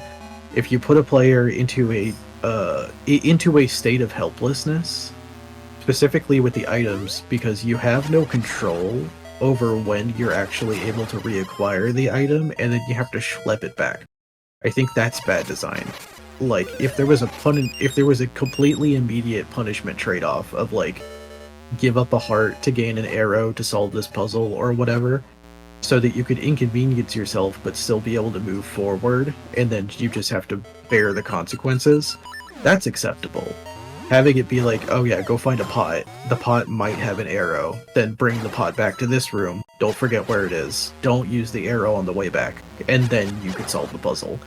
That's the problem for me. And like, this kind of thing with the nested turnstiles and stuff, I feel like it's the same problem, because if you misinterpret what you're supposed to be doing with the puzzle and you end up like setting like turnstile 2 into position 3, and it was supposed to be in position 2 to actually solve the puzzle, you just gotta start the whole thing over. You haven't learned anything. You've just learned that you can fuck it up.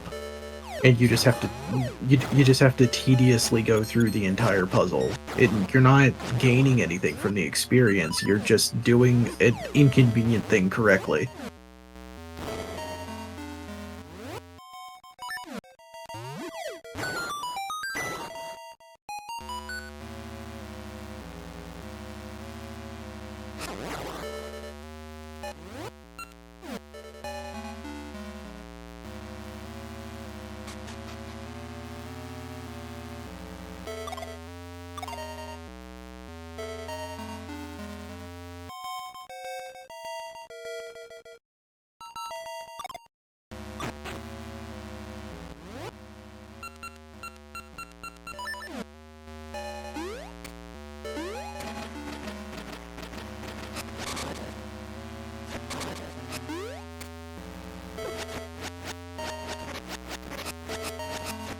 The fake punishment items are have to make several in order to get like have to like kind of angle. Nah.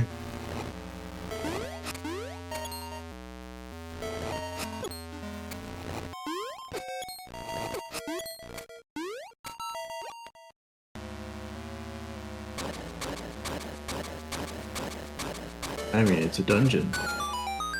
And you didn't say lick the balls when it asked you to, so...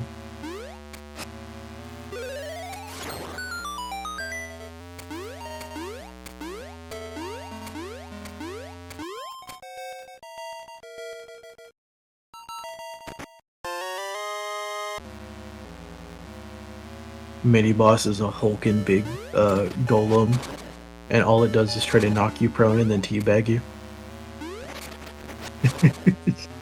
It's actively not even trying to kill you, it's just inconveniencing you.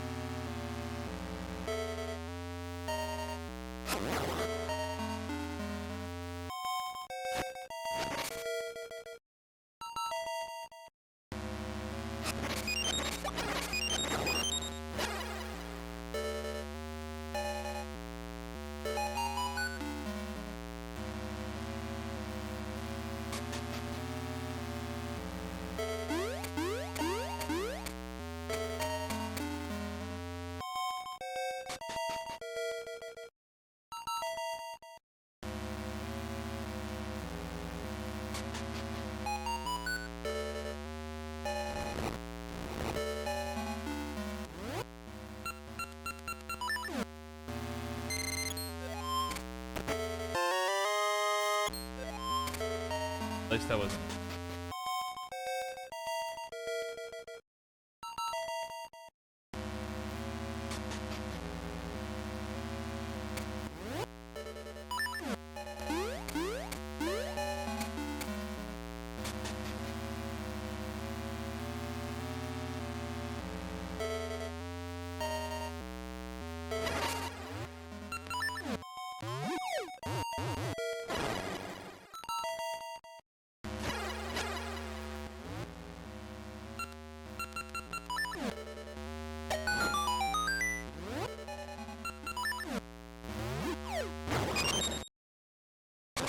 Really golem. Oh, here it comes.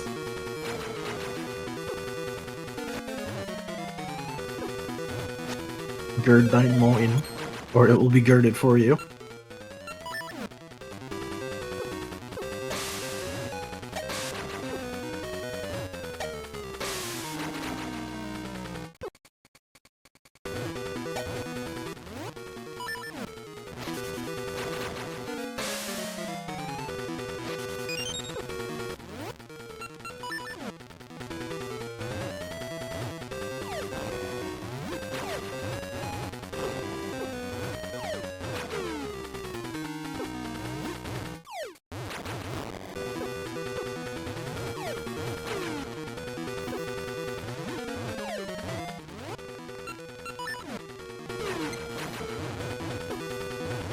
You just keep coming at me.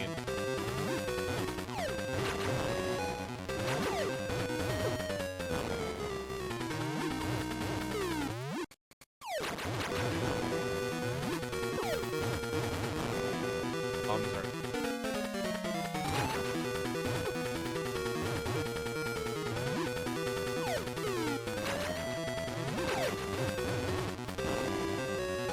Boss.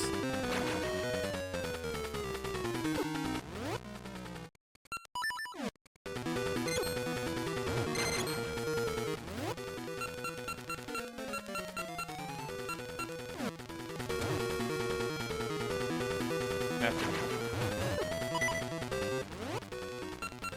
God, why? Like that.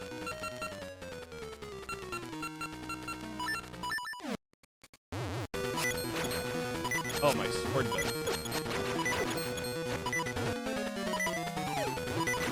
What about a big sword?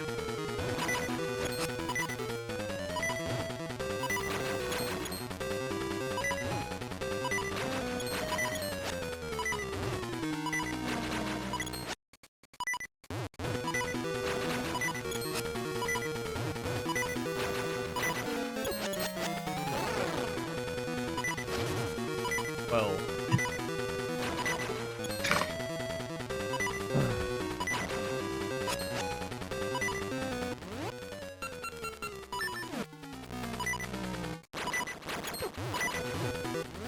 Hmm.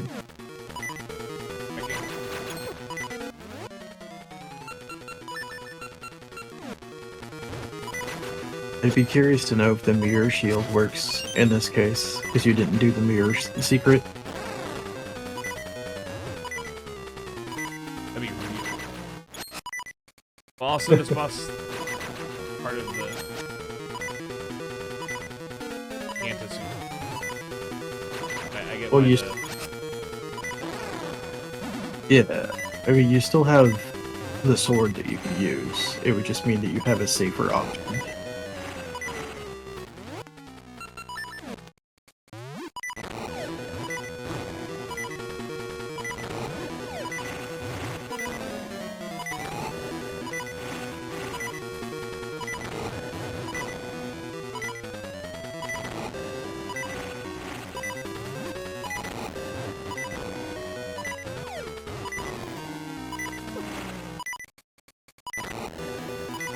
Stop hugging front of the room.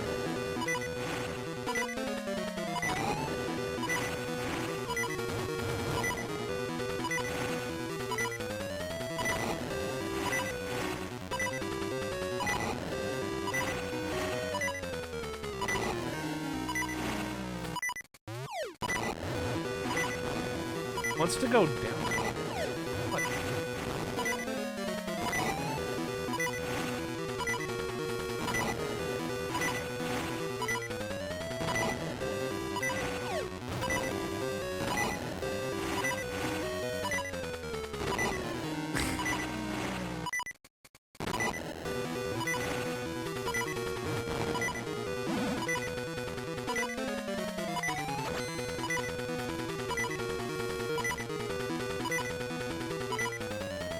Minus again? Oh my god.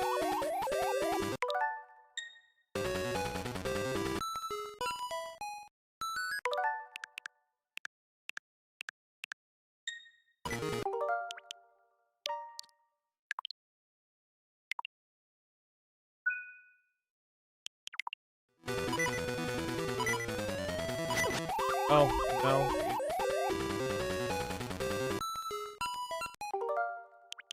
What am I supposed to do about that?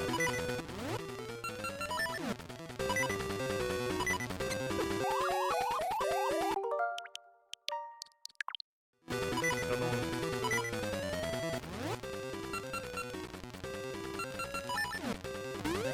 You got me midair? What? That's rude.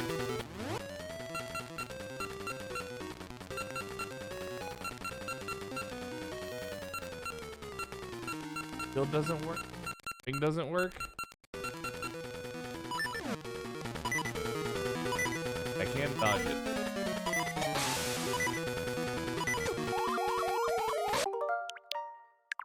I know what I need to do to her.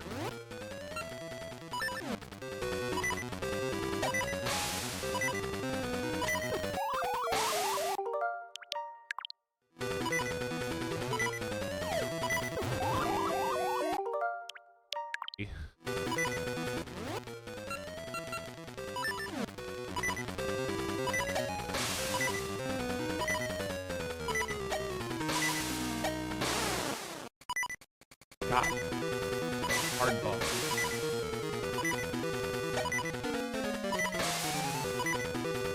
I can do it.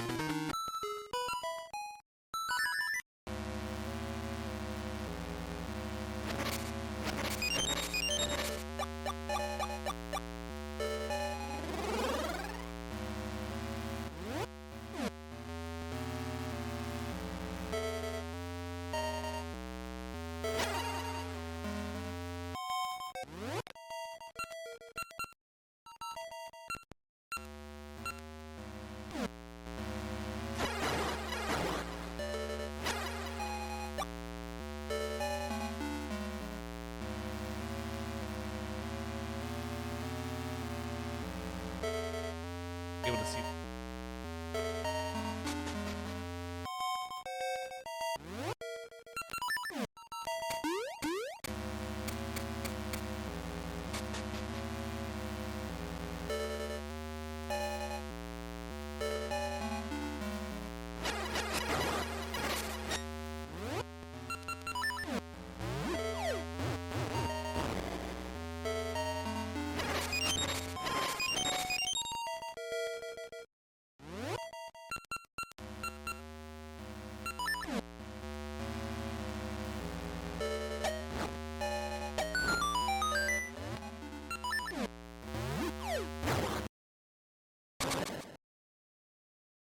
Actually do.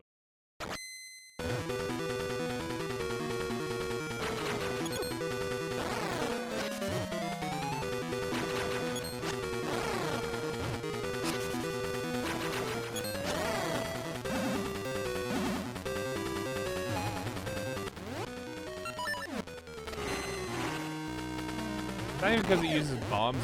It's hard to... Really wants to go to the bottom of this. Can't easily bomb it.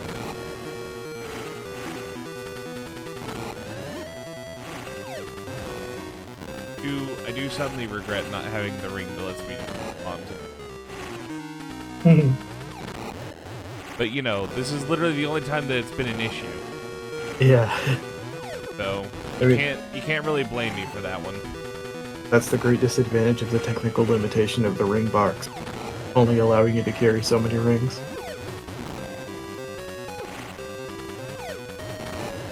At least let the side shot count.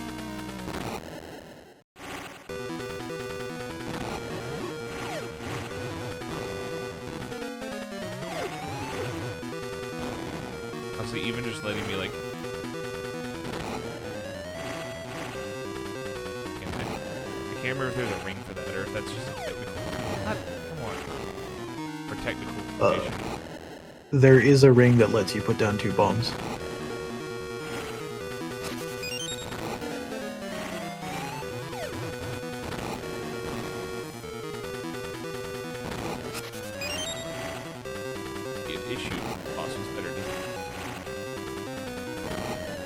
Is there bushes?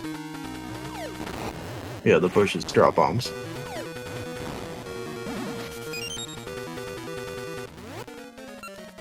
But you know, Caleb, It's not. it's Shut up. three- It's literally not because of the limited bomb quantity. It's because this boss is very badly implemented. I've scrolled through the guide for the like the wiki page for this guy to see if I can get any tips for you. I've got him now.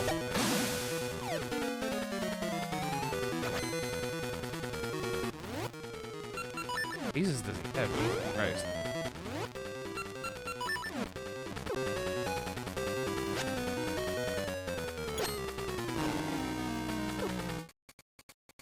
Are you struggling with the phase where he tries to command knit you? Or is there another phase after that? Well, right now he's got giant fucking little balls that he's trying to shoot me with. I don't know. Oh yeah, there are 3 phases. This is the 4th phase. Oh, there's 4? I'm reading about the 3rd now. Boss is insane. Yeah, the 3rd phase. I would love to tell you, but a fucking ad just like teleported into the middle of the screen, and I can't figure out how to make it go away.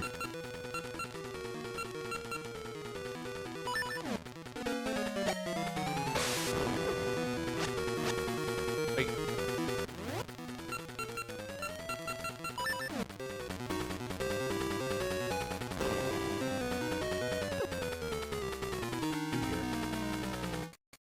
Let's see. The logical thing is like, because there's other boss fights where I use these like them up and like bosses like it won't let me pick. Okay, let's try bombs. Bombs don't have the magnet for it. Yeah, so phase 1 is the homie hands. Phase 2 is he tries to Freddy Fazbear you, and you have to drop a bomb between his grippy hands. Yeah. Phase 3 is the shields. Yeah. Is that where you're at? No, I'm at phase after that. Alright, I'm working. This guide is very long.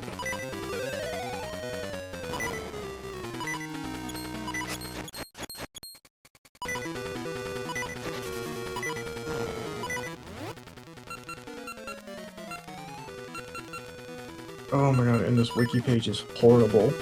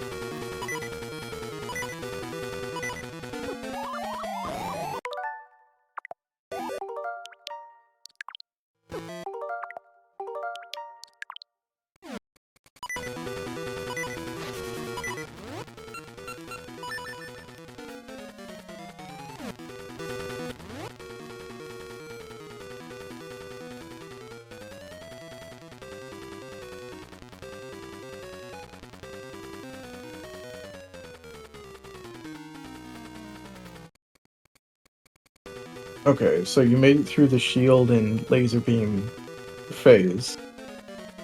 It says you're supposed to ricochet seeds into his butthole. Let's see. It said you used Yeah, I'm finally getting to the final phase. I had to reload the page. Let's see.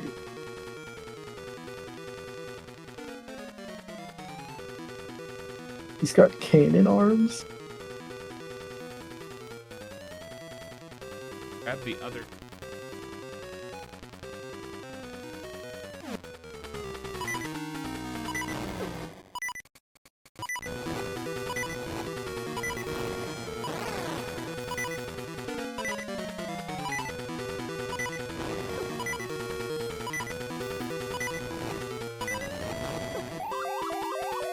Oh.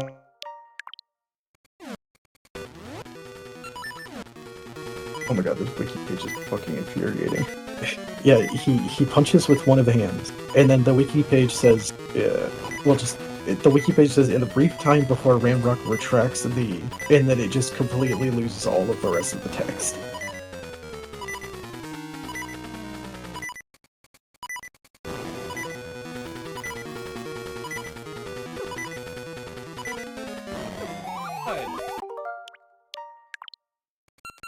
Out of me. Listen, think about it.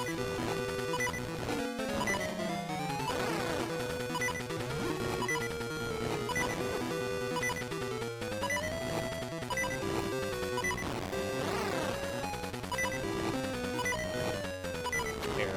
Jesus Christ. Dead. You got him? Not a good one. Meanwhile, I'm still losing the boss fight with this wiki page that has frozen my phone. Got the fallen star falling. Eternal light of this acts as a guide to the. It says as the last one. What does falling star have to do with time?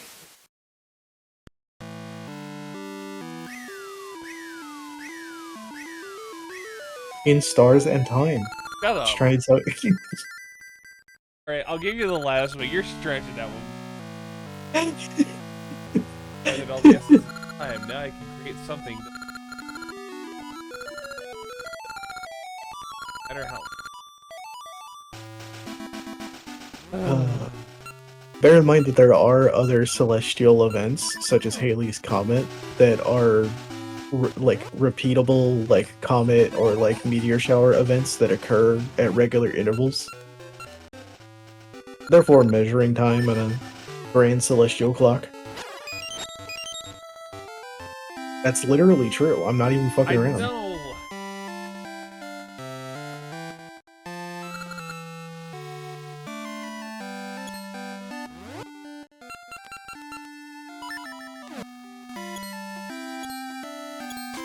Okay.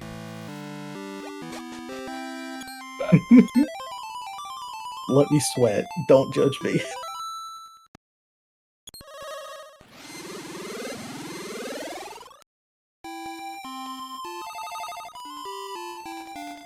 Good luck.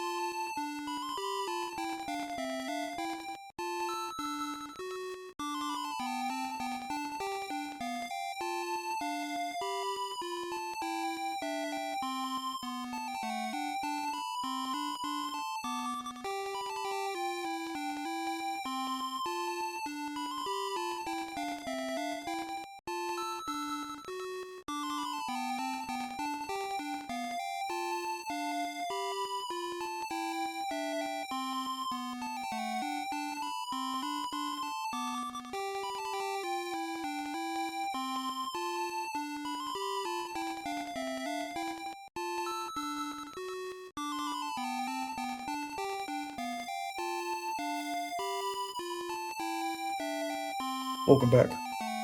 What's your foob? Eh. Power. Time float. Time float. I'd forgotten. Guardian of Nature. Aku's.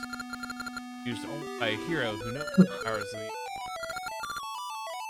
the hero knows the essence of time season across time and space. Do this. Baron, take this. Got a huge Aku's. This should penetrate evil force. Gave me her speed. Penetrates evil.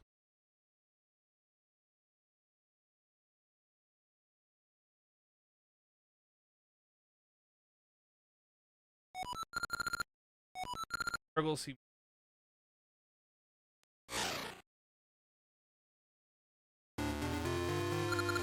Oh, this. Fights with insect. Classes are mere bugs. Bugs are fire. Oh.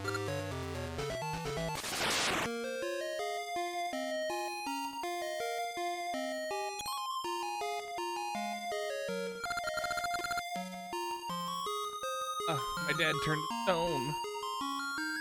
Yeah, I forgot Zelda.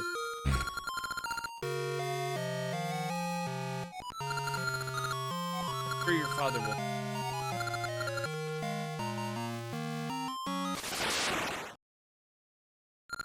Remember, our name is Aro, name of Twin Rova. Oh, Evil King's revival begins. Oh.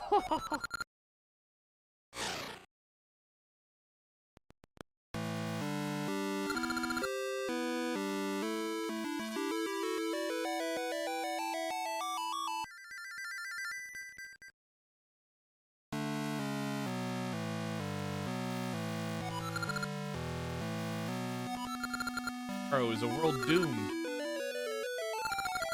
Why wouldn't you say that? What's wrong with that?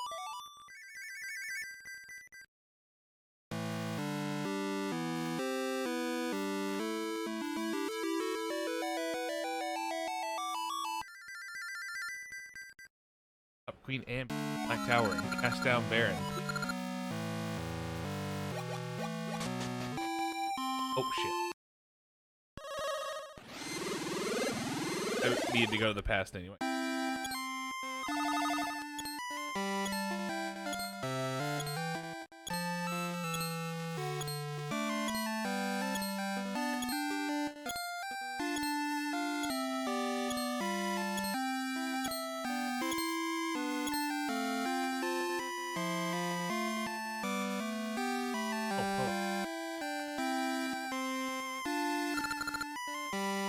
Has no energy. Right, can't.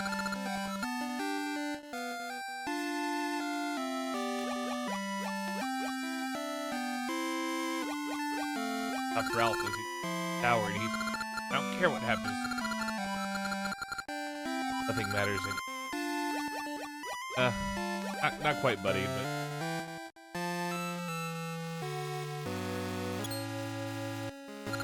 Oh, Link, you finally made it. I came to destroy Baron. Baron is taken. Queen Amby, right? Baron, I must defeat Queen Amby. Oh, Queen Amby. Baron, I'll destroy the both of you. Then the people of this age and of our age will have peace. But what happened to me? I mean, think of you, friend. Okay, I'm going. Ralph can do it. Goodbye, Link.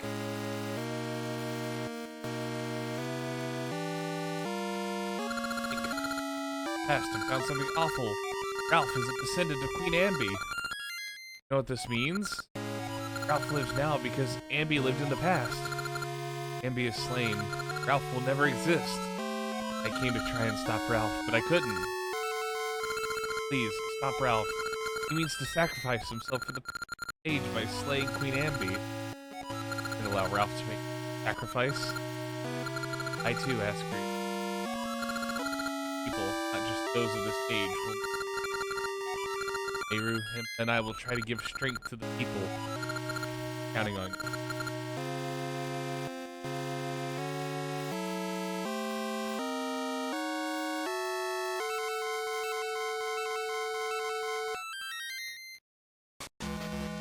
Nakatawa. Play that.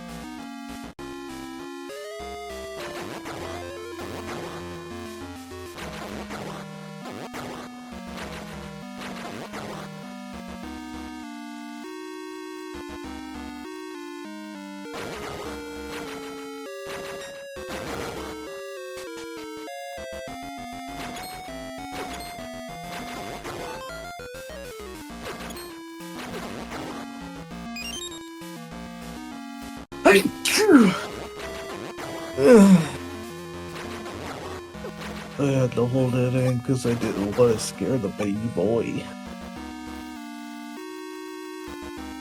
Like the fact that he, as you said, Yeah, but he's Precious.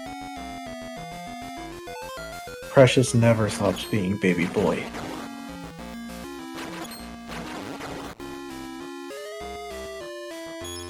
But yes, it is very funny that he is the tiniest, scraggliest of the dogs, and he is the oldest. He's a wizened warrior. present my nut. Oh. So you did learn.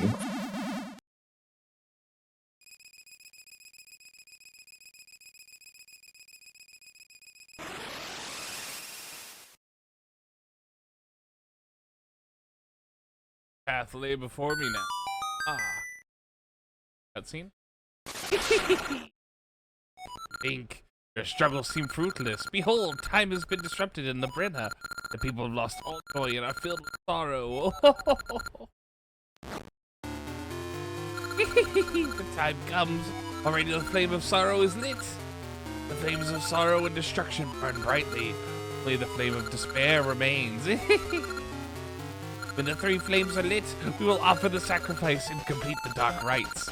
Then the evil king shall return. I see. Black Tower turret.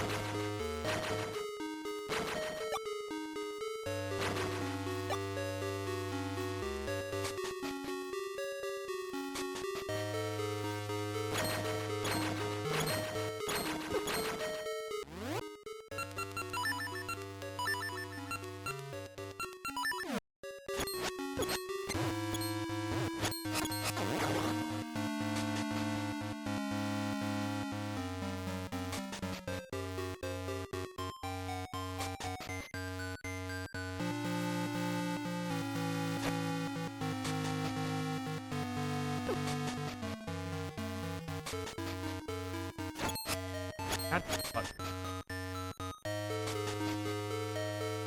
Oh, game? God, who designed it?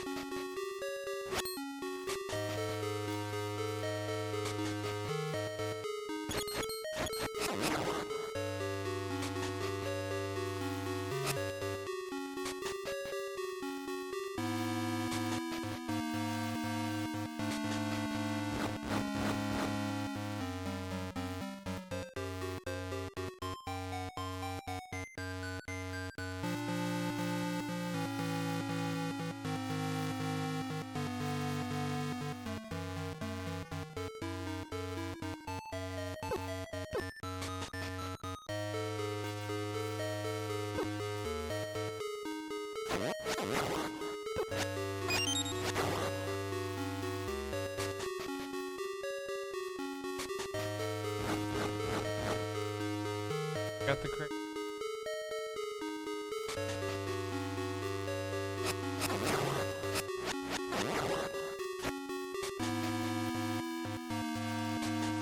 Owl, and depart unto thine will.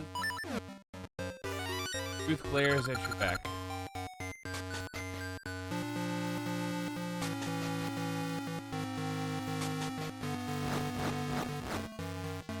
All this.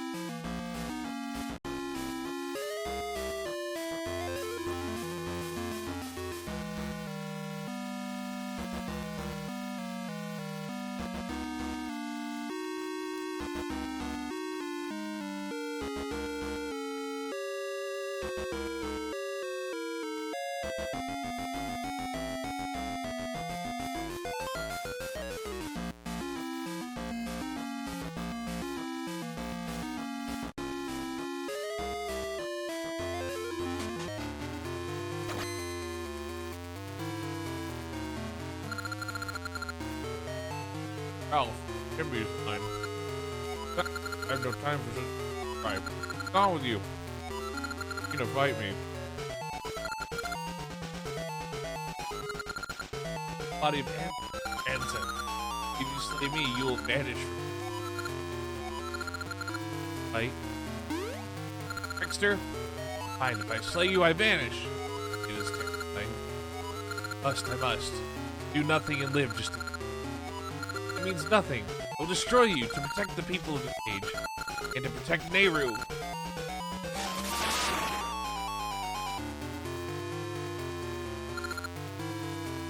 Oh, Link. My kindness, Ralph still lives. Attack me. Ambi's body, Ralph will vanish. You can't end your dear friend's life by your own hand.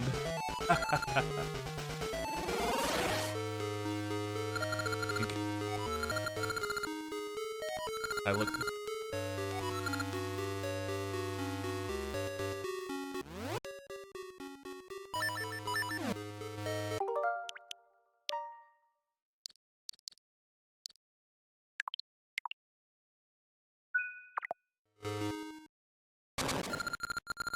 Fight my warning. 80. Nothing could stop this man.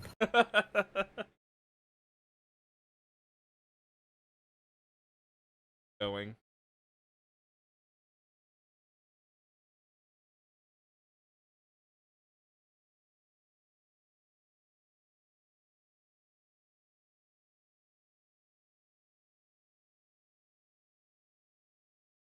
You're a fool.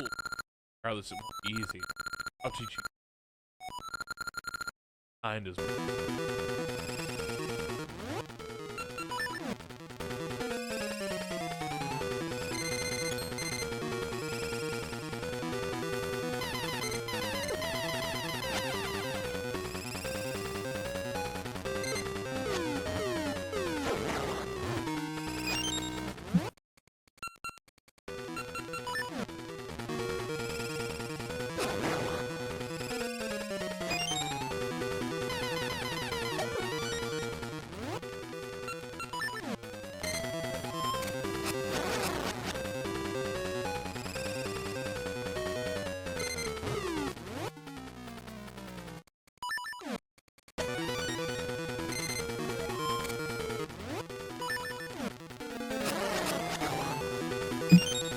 I will be right back.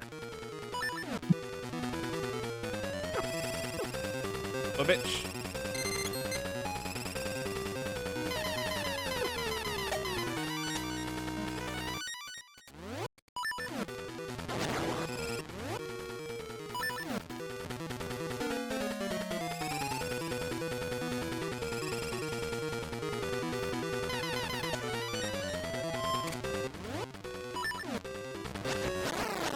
Never expected to be beaten by this boy. Happened. I've been caught in a bad dream, as if pure evil had inhabited my body. What? Give it one. Burying your eye. I was told. Done. I thought I might possess you this time. Perhaps you have a different flavor from that fool Ralph. I got a flavor, but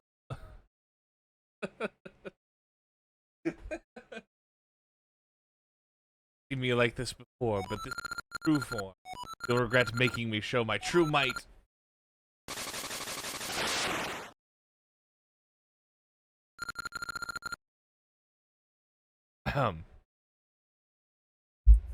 Wood. Reasons to fear Baron, Sorceress of Shadows.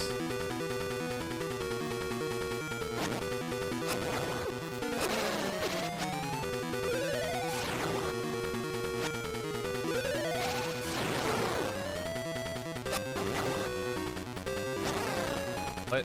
But she's weak to sword?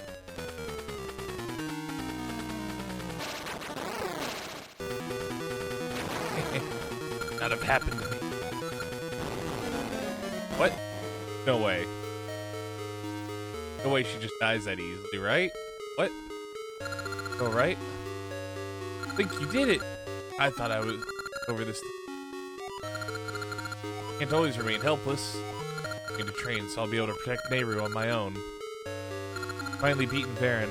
Now the chaotic flows of time should return to normal. Can we go back to the village? I'm back. Wait, that was the boss? Died that easily? Huh? Don't get away so easily.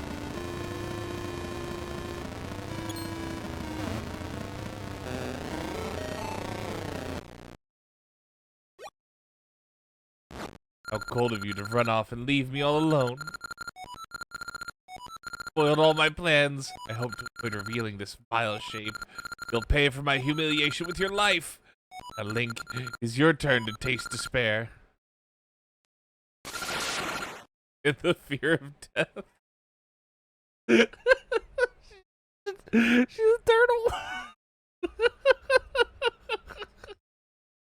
She's literally just a turtle.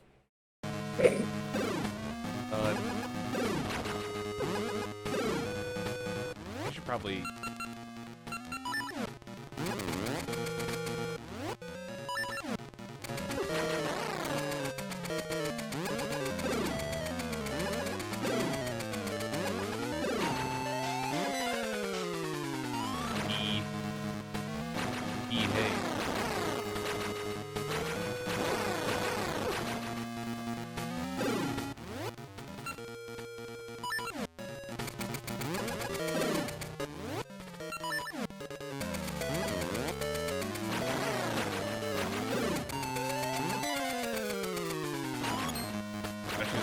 lady? Okay.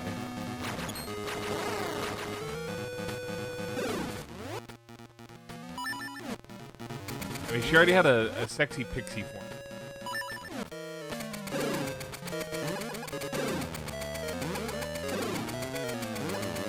I'd like to reiterate. Oh, they withered. Too late. Up the currents of time. Blood, humanity, and sorrow. The despair. Pass through power. And on to Twin Rova. Flame of sorrow. And the evil cannon. Darkness. I mentioned before, this is the one that I played a lot as I'm not saying Varen did a lot of damage to me. I'm not saying she didn't either. Mhm.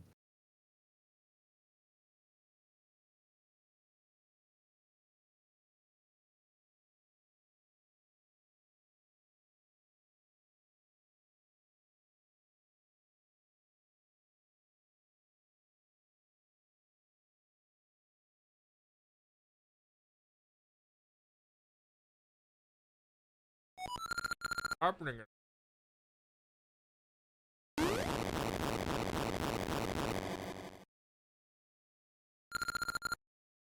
Safe.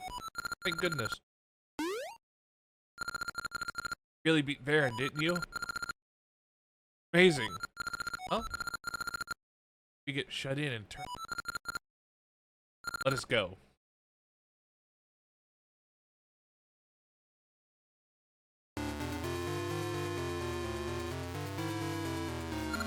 What? Take on Ralph?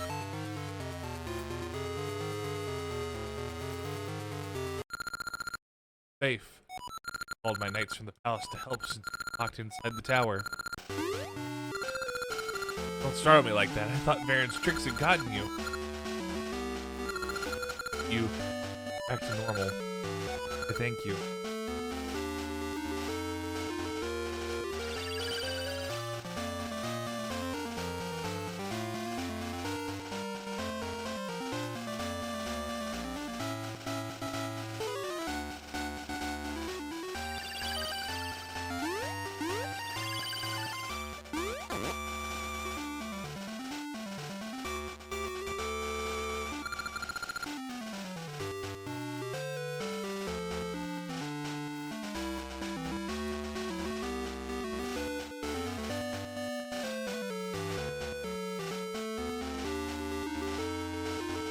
Respect for you.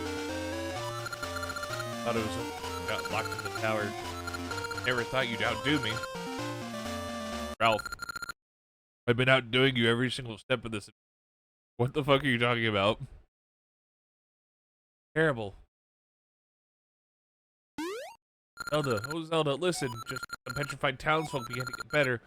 Zelda and I cheered up and boy, he was crying, suddenly lightning.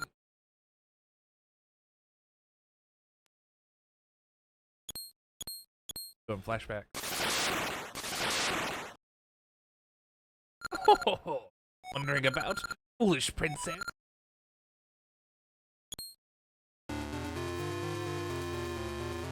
We found you, Princess Zelda. Hope for the people, snuff it out, and you shall light the flame of despair.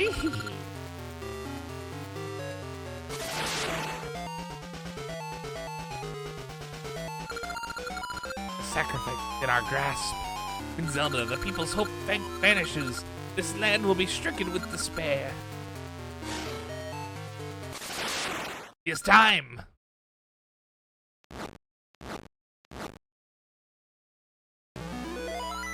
It looks like a modified version of the passed out Link right from the, which is kind of cute. To use that for passed out Zelda.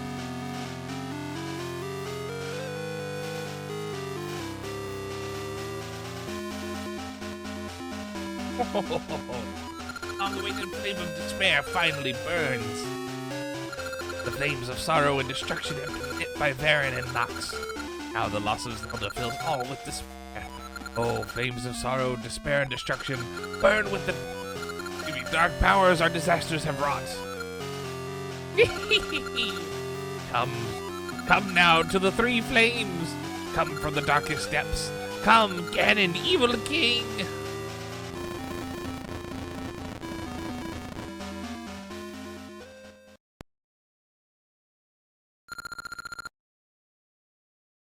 Hero, you have overcome many trials in time and nature. You can defeat Twinrova. Power fills your body. Oh, I got my health back. To your aid. Again. I'm nature, hero of the essence. I am deep, Oracle of Season. Hurry, Link. Beaten Baron, but Twinrova's plans are not yet thwarted. Dark powers of the evil king are growing. Powers of the oracles will guide you to the Princess Zelda. What? They didn't say that. They didn't say the Princess Zelda. My brain like auto-corrected just for it to be like the princess. Cast down Twinrova and stop the evil King Ganon's revival. Link, surely you can do it. We're counting on you.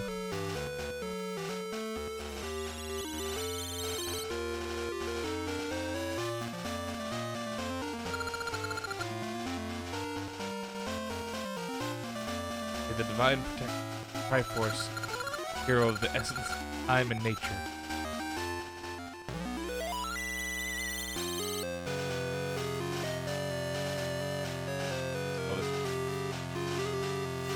Room of Rights.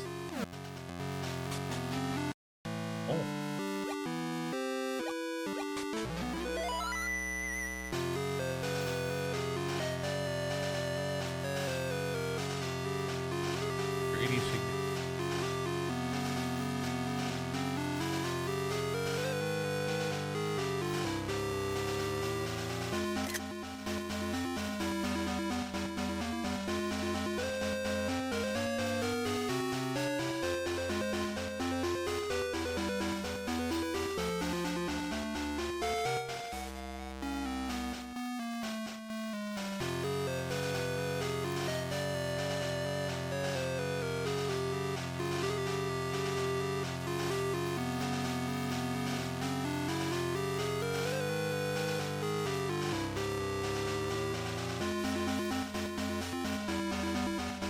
I don't know how to...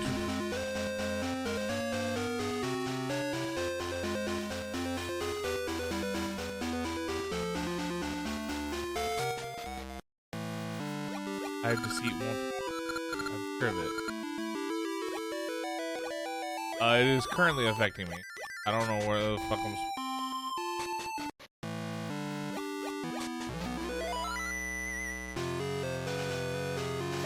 Do I got?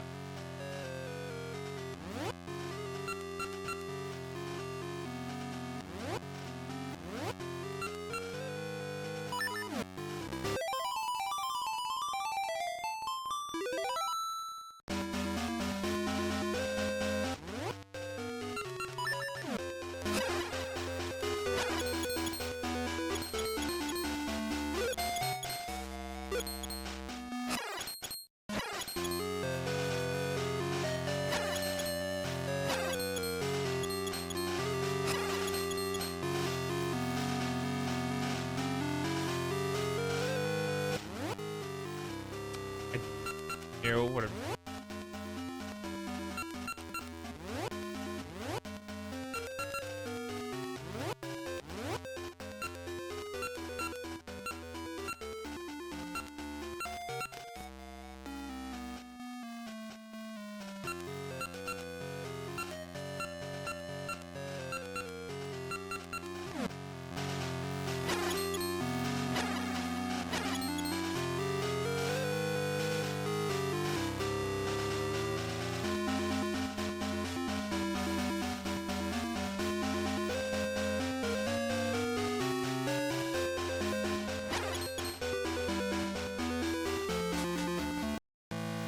Go in Nehru.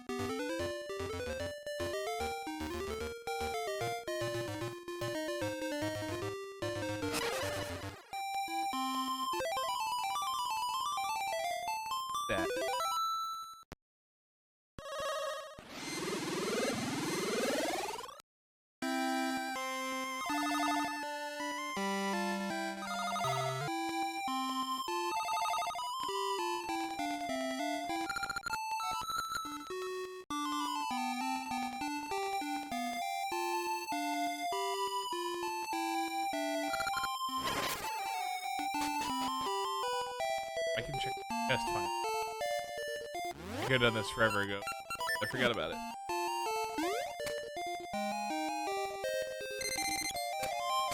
You got a ring.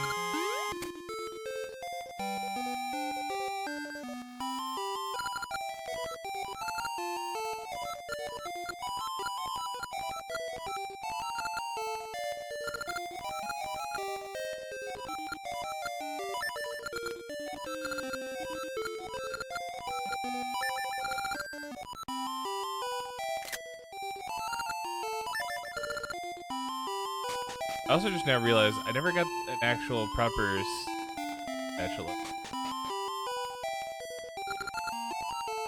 I got one from the secret. I think it's like the look.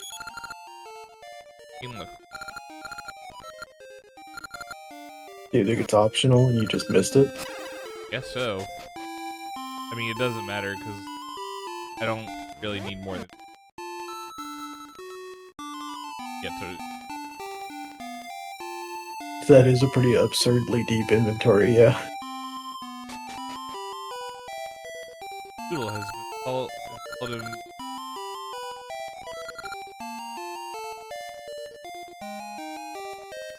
Ask me.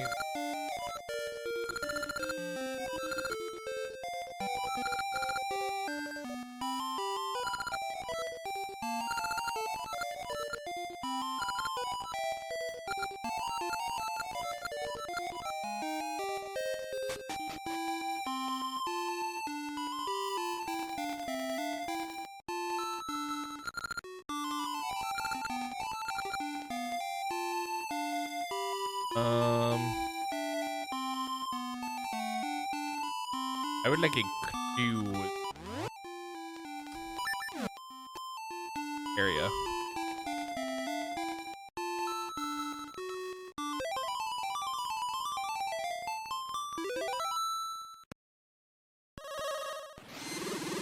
If winner, how to. You're doing the tried and true talk to everybody tactic?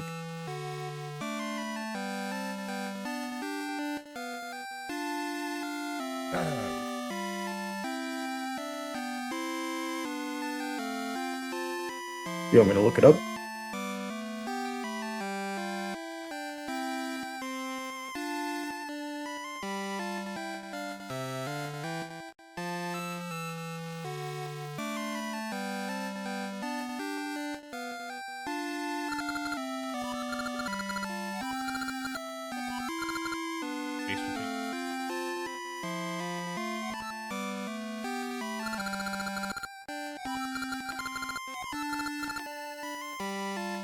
I don't like there's a door that's locked.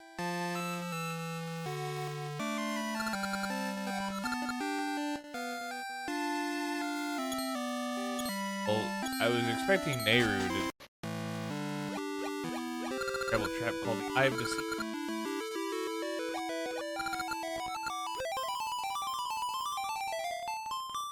Try talking to Furor?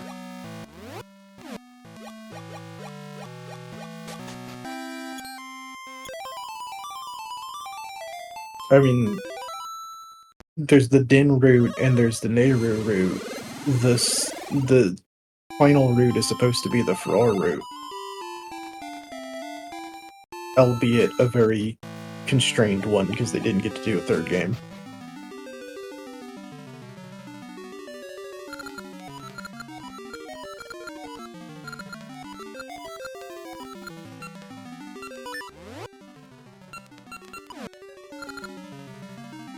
Yeah, well, I tried.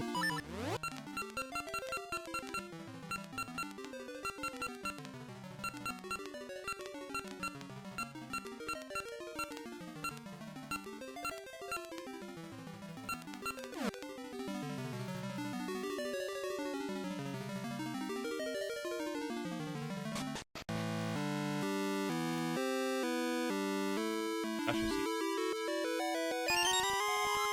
Oh, Caleb. The little guy has squeaky snore nose. Got the whistle snores.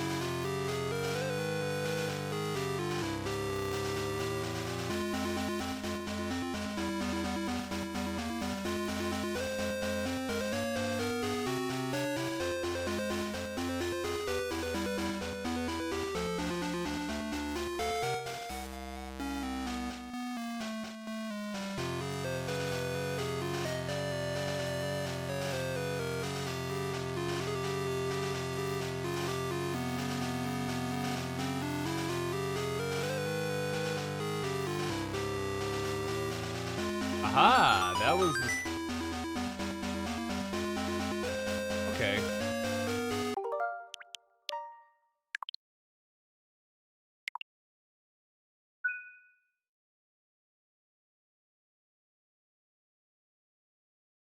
Yeah.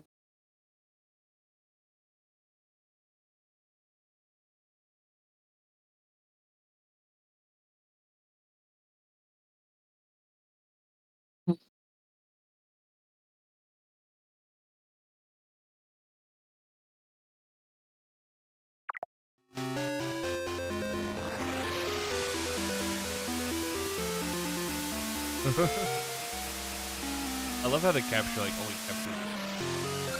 Oh, do you think you finally reached the altar? Father, we can't have you scampering about up here. Drag you in here.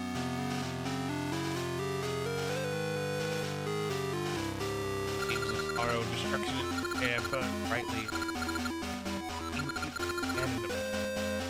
And all that remains. Take all Ganon's spirit into the vessel. None can stop us. Prepare to meet your doom.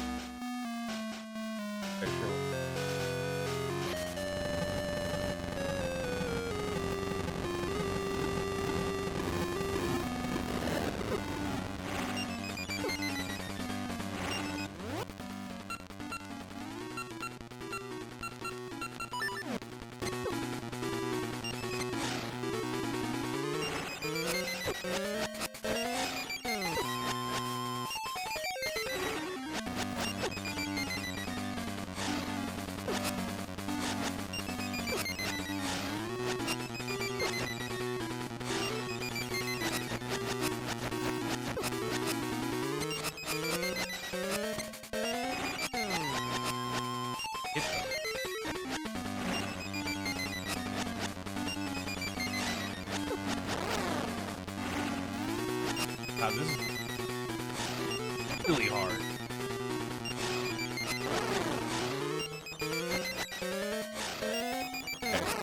Okay. Oh, I did not. I shall not like Nox and Bear and see my true power.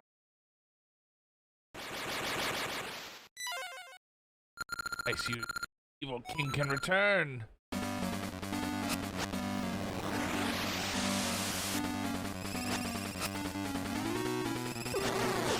Here we go.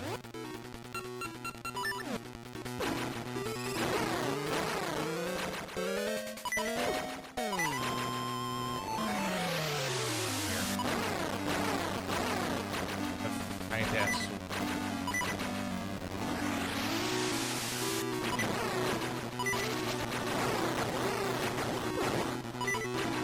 And very low on health.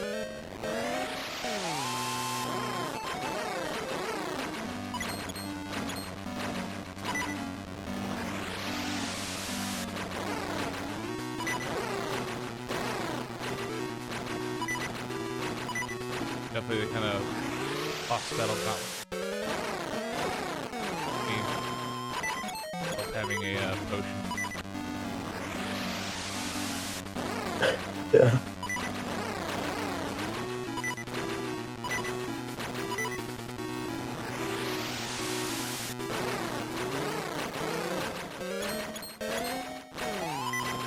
Taking a lot of hits, and I don't know if I'm doing it.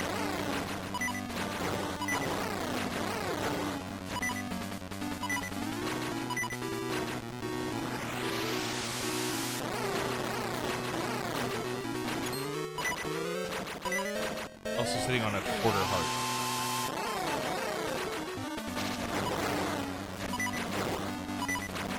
One and a quarter heart.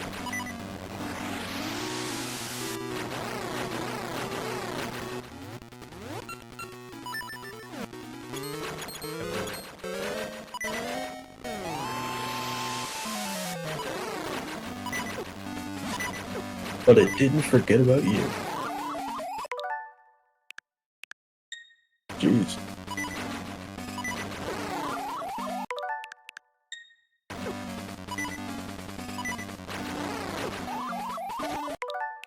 You don't know what.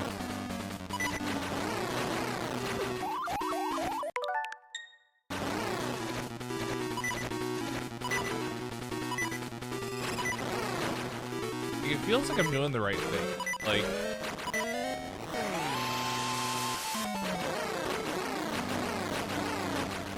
visual indication. I'm just like hitting her. Like she's flashing.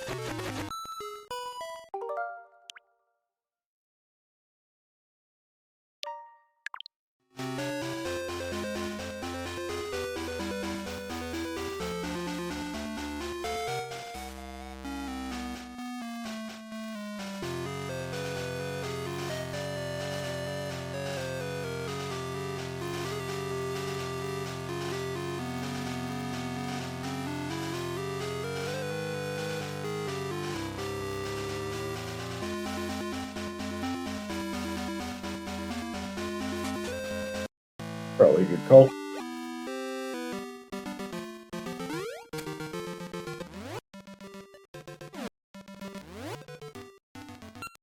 Now you're thinking with potions.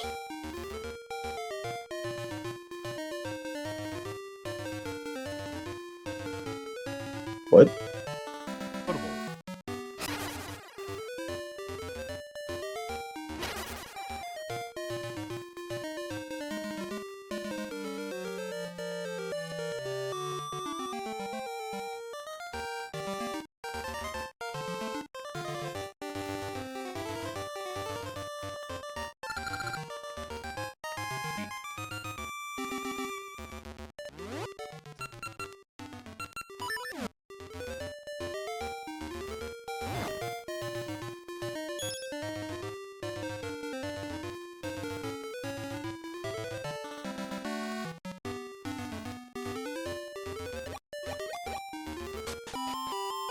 He just strongest.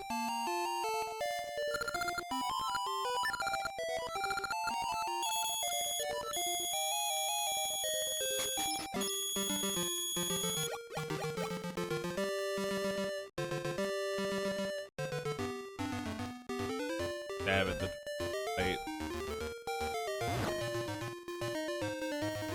Don't know what I was doing wrong. TBH.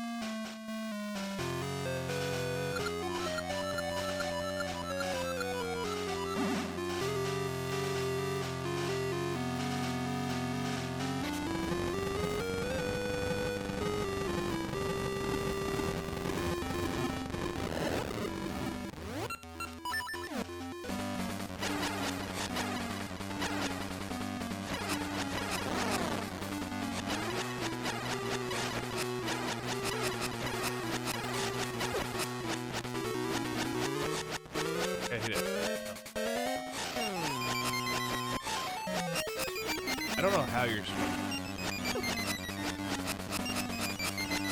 Oh, ramp.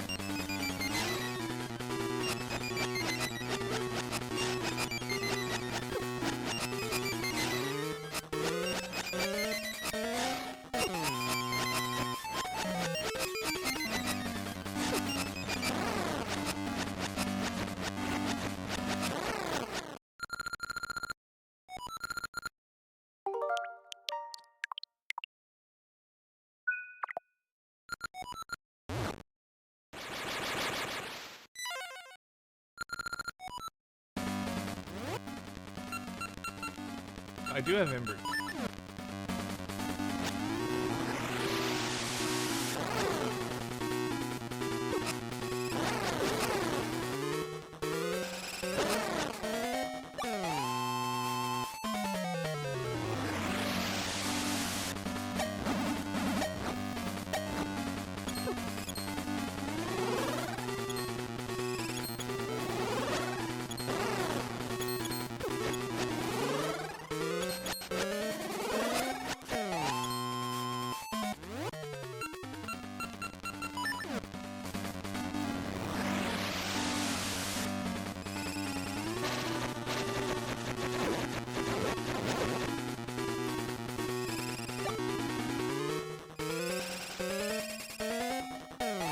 I need to get the mirror shield.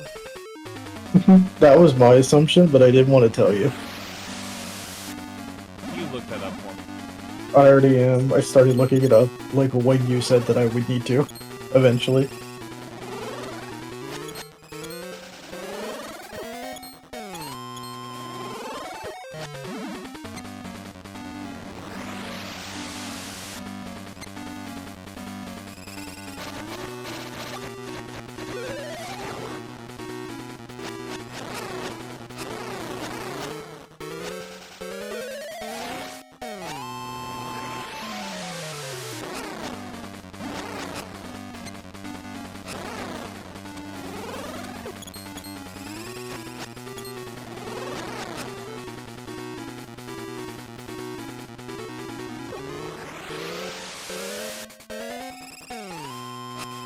Are you on a phase 1 or phase 2? Okay, hang on.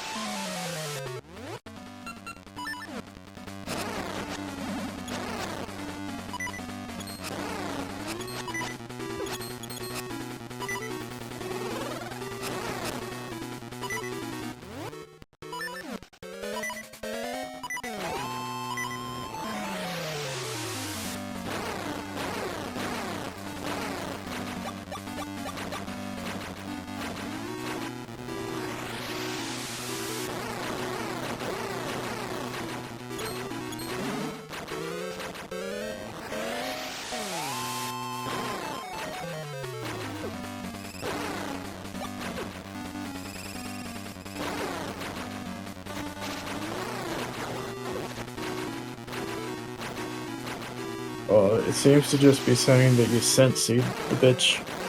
Don't know why that's the move.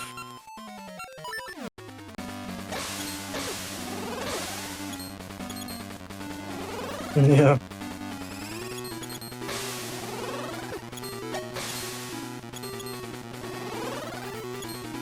Is it mentioning fine? Yeah.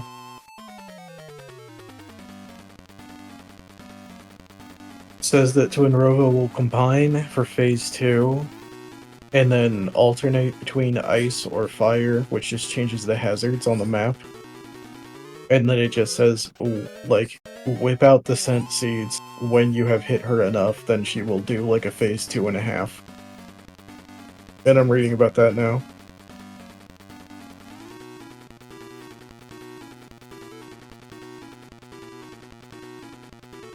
Or hang on. Okay, so it says to use the sense, and then it describes the area hazards for a really long time, and then it says after he attacks her enough, She will face Link, revealing both of her fire and ice side at once. And then it says to use Slingshot. This is the worst structuring for a guide that I've ever seen. So I think you just gotta thwap her with a sword and then stink the lady when she starts showing you all her business. Mystery seeds also work. But presumably only when they go Scent Seed.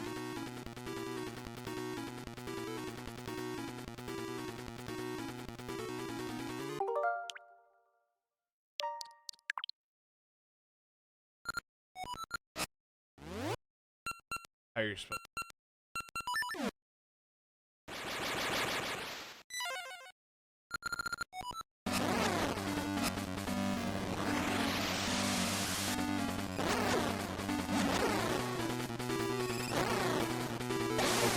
I get it. I get it. Mm-hmm. So like there's right. And that's when you fire the scent. Oh. So you just have to time it for when she's vulnerable? The guide implies that you're supposed to fight her with the Scent Seed the whole time, and then says that you're supposed to hit her to make her vulnerable to the Scent Seeds. It could be saying that after she has done several attacks, then she becomes vulnerable. It's phrased so badly.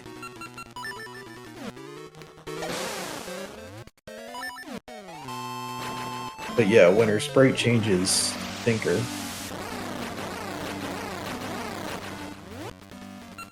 Do it. I mean, I could see them pluralizing and going they, you know? Or we.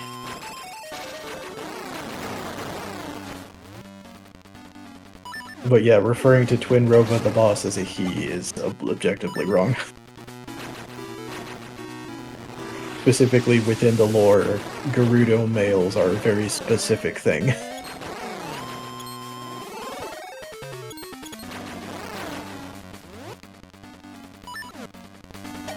If only you had some sort of ring shaped like a snowshoe.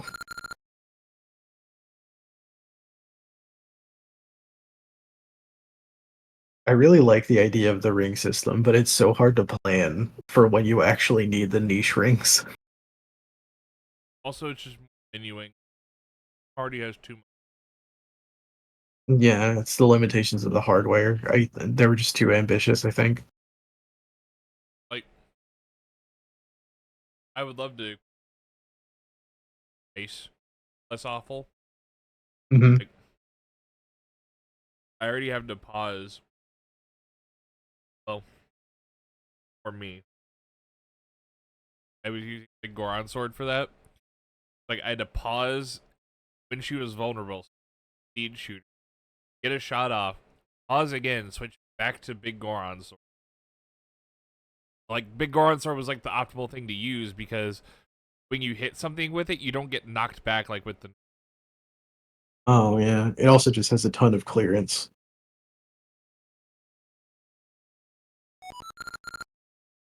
Not over. Our rights have. By sacrificing this body, Ganon will return.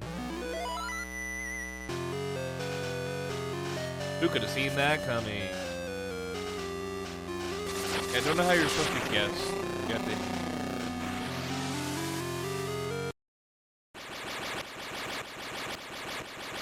I mean, from what I can understand, the game kind of codifies that Scent Seeds are their weakness to like all magic using enemies because it damages their concentration. And like you wouldn't use Ember Seeds on her. And like in a pinch, you just be like, I don't know, maybe like hit her with the Mystery Seed, and then there's just a percentage chance that it works, and you narrow it down from there. By all ill all.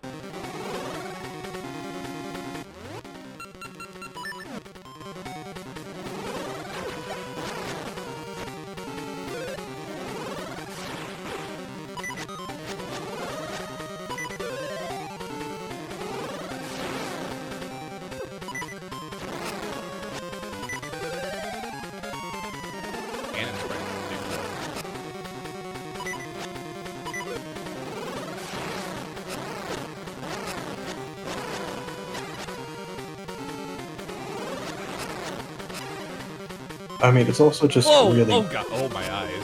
Oh! Oh my! Oh my controls are backwards! Oh my controls are backwards!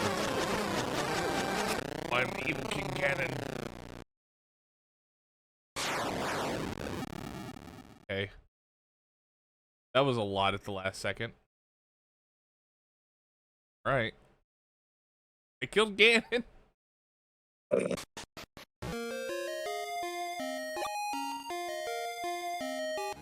That was very adorable timing. I climbed the stairs, and as soon as Link turned to face Zelda, I got a heart. My ring.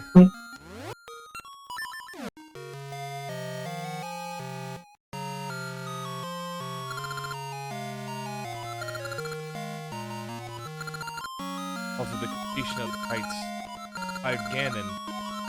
Not really, he came back, I just kicked his ass. Did not sacrifice me in the final right. Powers of darkness, I have only a mindless raging Ganon. Power, wisdom, and courage were able to prevent Twinrova's planned resurrection of Ganon. Now hope and peace return to the hearts of the people. You're a true hero. Let us return to the others. No! Castle's crumbling now that the powers of Shadow wane. Get out of here. Like we're gonna have to jump.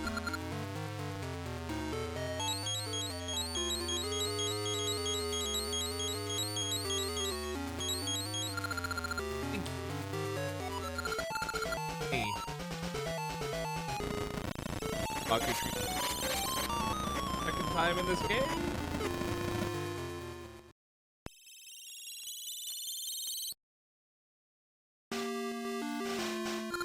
Back Link. Now the world is back. This tree wants to fuck me so badly. So bad.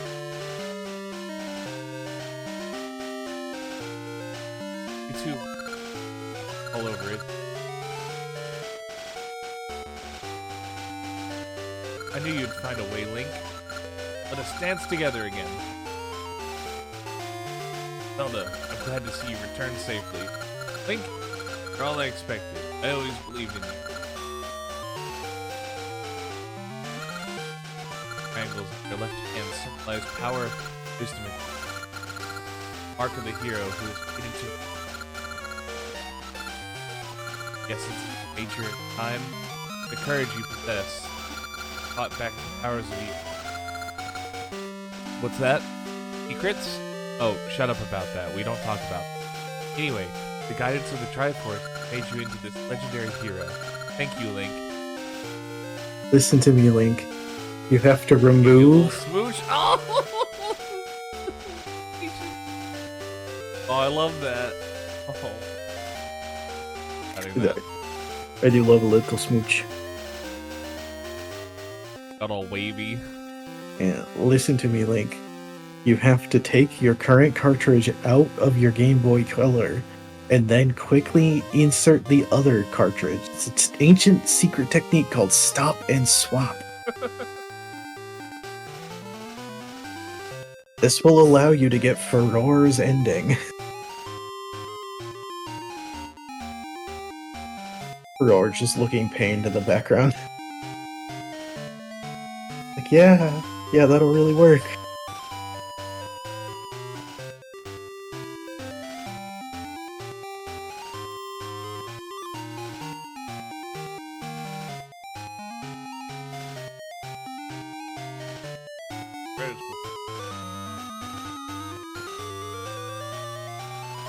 How do you feel? Have you vindicated your baby self?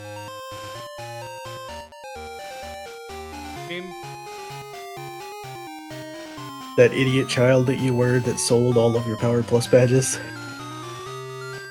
Talk about that. Like, I'm glad that I did it, and like, glad that I got to replay both these because they're both really good.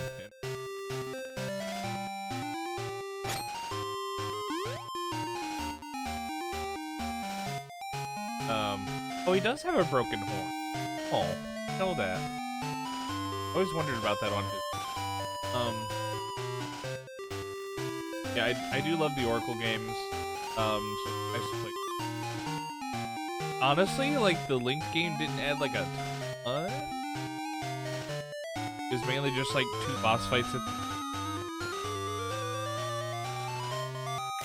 I really like the secrets, even though they're kind of tedious. But you're correct that the epilogue ending is not very. It's not much of a bow. I will give them credit. They integrated it pretty smoothly into the pre-existing pages. I feel like every time it was at a time where like it kind of made sense. A good like reminder that like, hey, doing shit. Mhm. I think, despite the lack of content, I think it was handled fairly well.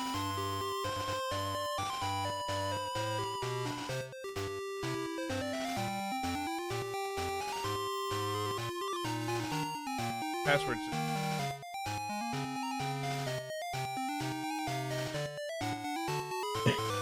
It's a very cool idea, but the implementation is not very smooth or easy to understand. Well, honestly, I can't give the game too much because I guarantee you, with like 100% certainty, that's one of those things that if I had a physical copy of the game, you know, manual included, I guarantee you somewhere in that manual, it'll mention that, hey, there are NPCs in the game that like will give you secrets and you need other game. By the way, you Yeah, can buy the other game. I don't remember if it tells you that for the game books, like the manuals that come inside the box. But I did have a guide for this game, and the guide did tell me how to do the secrets.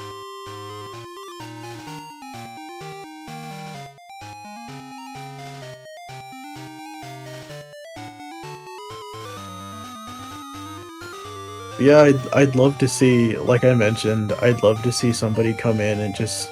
I'm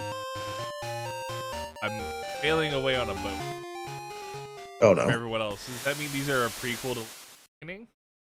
Is that the implication? Is that the takeaway? From what I understand. From what I understand, timeline-wise, Link's Awakening happens, and then as you're sailing away from that, you end up here, and then you sail from here back to the mainland.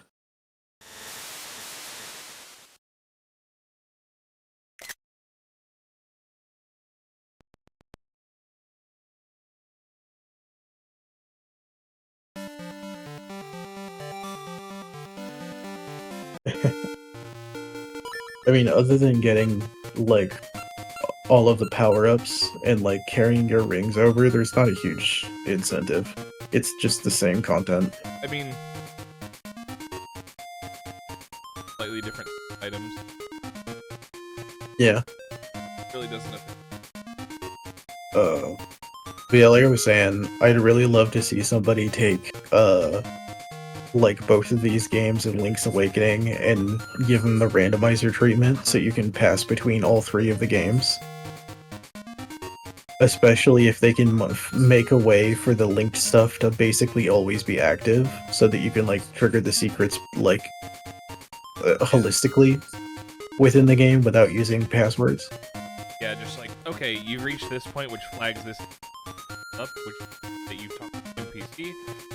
Now, the reward is now active.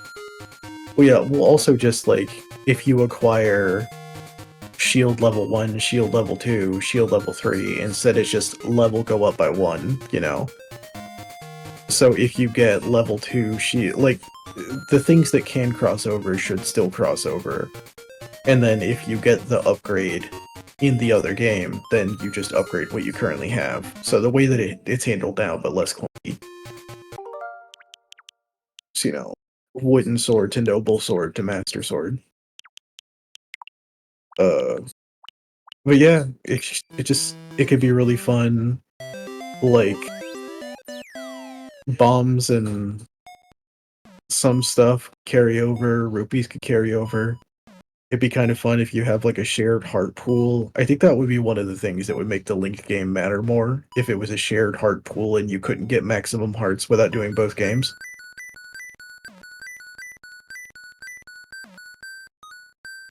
Uh, no, yeah. It just this game just kind of needs to exist again, but on better hardware. Like It if needs like a if Jinx second pass, less hardware yeah, limitations. That would let. like even if this was just a Game Boy Advance game that took advantage of the wireless reader that the Game Boy Advance had, so that like the Pokemon games used for Mystery Gift and stuff like that, and they just had that instead of the password system. But the reason why the password system works in this setting is that a single player with a single Game Boy can do both games and get all of the benefits. If they recontextualized it to function like mystery gifting and stuff like that in Pokemon, then you would require two Game Boys to do the linked content, and is a that's a big ask for a kid.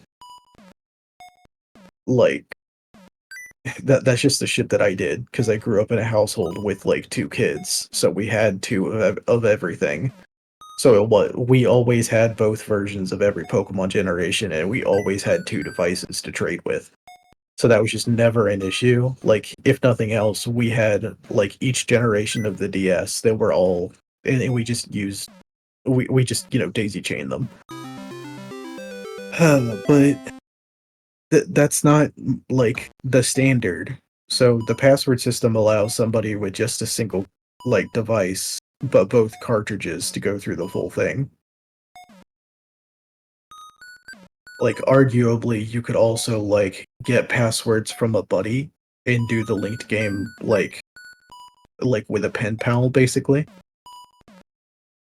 So like yeah, that I makes get like the sense. best of both. Yeah, Like, and that works for that era. It's just a very clunky system. And the passwords are weirdly obtuse. now we Like have wireless fidelity. yeah. Uh, but yeah, I would love to see a remaster of this. That just honestly, I'd love to see a remaster where both of the games are on the same file, and you just select which one you want to do in which order. And Yeah. when you clear certain flags in game one, then it opens things up in game two. So You like can like play give them in give us tandem with each. yeah, give us the option to get all three of the flutes, but you have to do it by going through the linked games. So you get one companion in one game, one companion in the other game, and then once you trigger the link, you get the third. So you're just choosing which order that you unlock them in rather than locking you into just one. So then you can play around with all three of the companions. Well, that's the thing. Like the companion you get like determines the layout of like basic like area of the map. So like, sure, it would work with two. Like that would be fine because like you would just have like the area in Holodrum, the area in range. For like those two pets. Mhm. But like, like let's say you get like Ricky and Dimitri, like the fuck are you gonna do with a move? You know? Well, I mean, Like, I don't know. I'd have to go through it with a fine tooth comb and like really think about it. But if we're already doing a remaster, then it wouldn't be that hard to just be like, yeah, we spread out some of the item locations and then we put we put a few more of them behind companion gated areas. So we made a few more Moosh areas and a few more Ricky areas and stuff to make them feel more valid. at that point you're getting into like on re. I think the game requires that though, because we already have to completely restructure the inventory system so that it isn't so clunky. Like, give you the ability to carry all of your rings and maybe equip like up to two of them at a time, but you have to like build up to that so that you can get a little bit creative. Smoothing out gameplay does not a remake. Sure. Look, I'm just saying these are things that would be interesting to touch on, whether they got cut or not. I just But yeah, like the inventory system needs to be smoothed out. I would just make it more clear, like which friend you're getting. You know, It could. it's a little too obtuse, and like it's easy to like, you know, accidentally your way into getting the one that you don't want, like getting moved. Yeah. I don't. I mean, I I kept getting him. Kid. I mean, I honestly feel like it should be like which one you unlock first, and then maybe be like the mock bike and the acro bike that like at Dungeon 5, Dungeon 6 or something like that, you get the ability to swap flutes. And then you can just play however you want. So you just need you need the buddy that you need to get through the early parts of the game, but then you get to make a choice. And then the game already kind of does that because you just bump into Ricky and Moosh like in the world, and then you do a little mini dungeon with them. The animal buddies system is a cool idea, but I feel like it's poorly implemented. It's one of the things that I think the game could like. It either needs to be pared down so that it isn't as impactful, or it needs to be touched up so that it slots into the rest of the game better. Right now, it's just an extraneous extra thing that you can do that rarely matters, which is a bit of that's wasted potential, in my opinion. But yeah, the ring system needs an update, the link system needs an update, the inventory system needs an update. If you keep everything else about the game, fine. I'll own that. That's fine. But those need to be updated. I think it would be nice to split the total hearts between the two games so that you have to link to get the full hearts, so that the second game you'll always feel more powerful because you'll end up starting with like 7 or 8 hearts.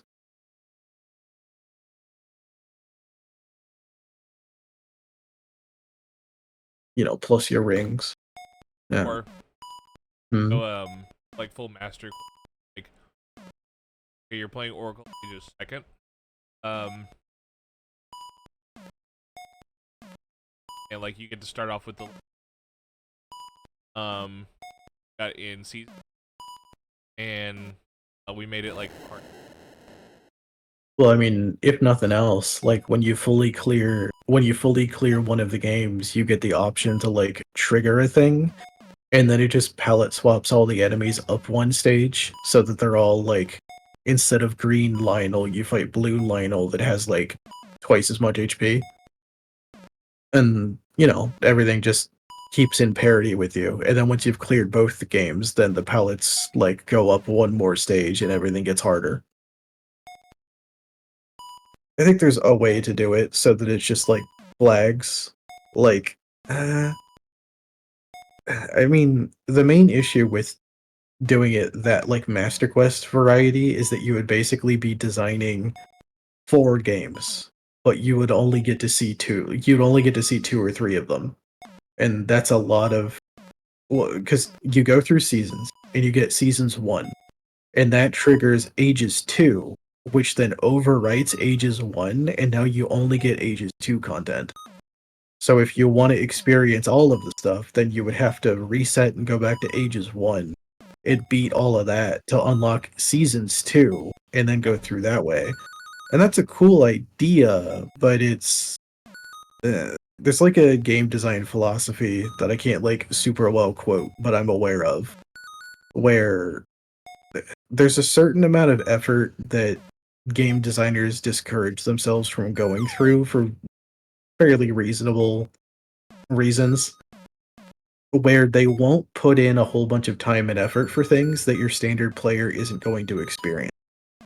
That's why like Pokemon and Zelda games slowly get more linear over time, and they like lose like bonus dungeons and side areas, and like they stop caring so much about encouraging you to revisit earlier parts of the map, because their opinion is that most players aren't going to bother, or they're not going to remember. So this is just a cookie for the gold star students, but most of your player base aren't gold star students.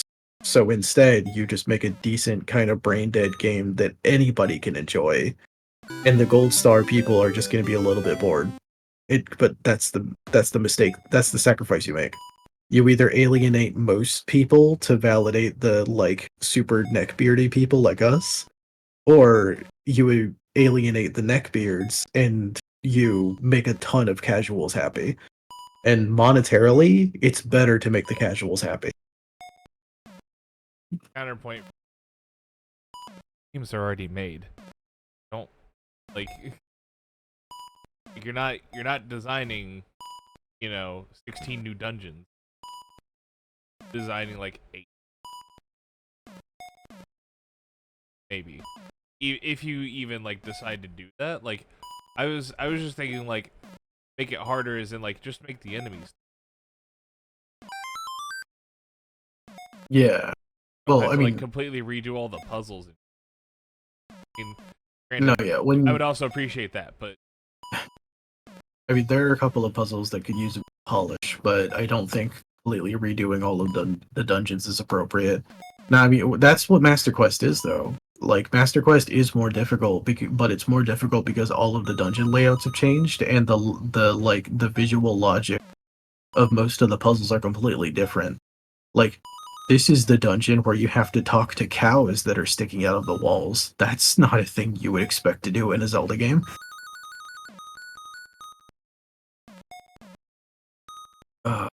And the cows respond in the same way as normal cows, so you can get milk from them.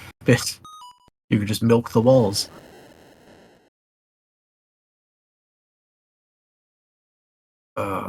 Nah,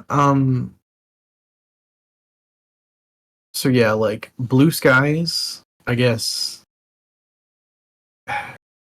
give the players the option to equip at least 2 rings at a time. Give the players the ability to carry all of their rings. Like, work up to them. Use the ring box system, fine.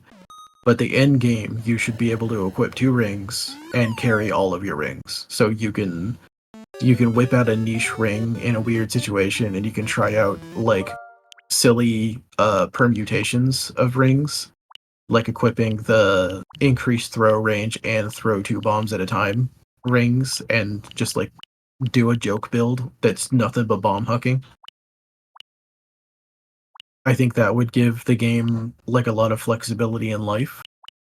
Definitely change up the inventory system so that staple items no longer require inventory slots, like flippers, mermaid suit, all that stuff that shouldn't require an inventory slot, and I think sword and shield shouldn't either. I mean, do it like more modern Zelda game. Lock the B for A for contextual stuff. Put the power bracelet on. And X, Y, and R as like.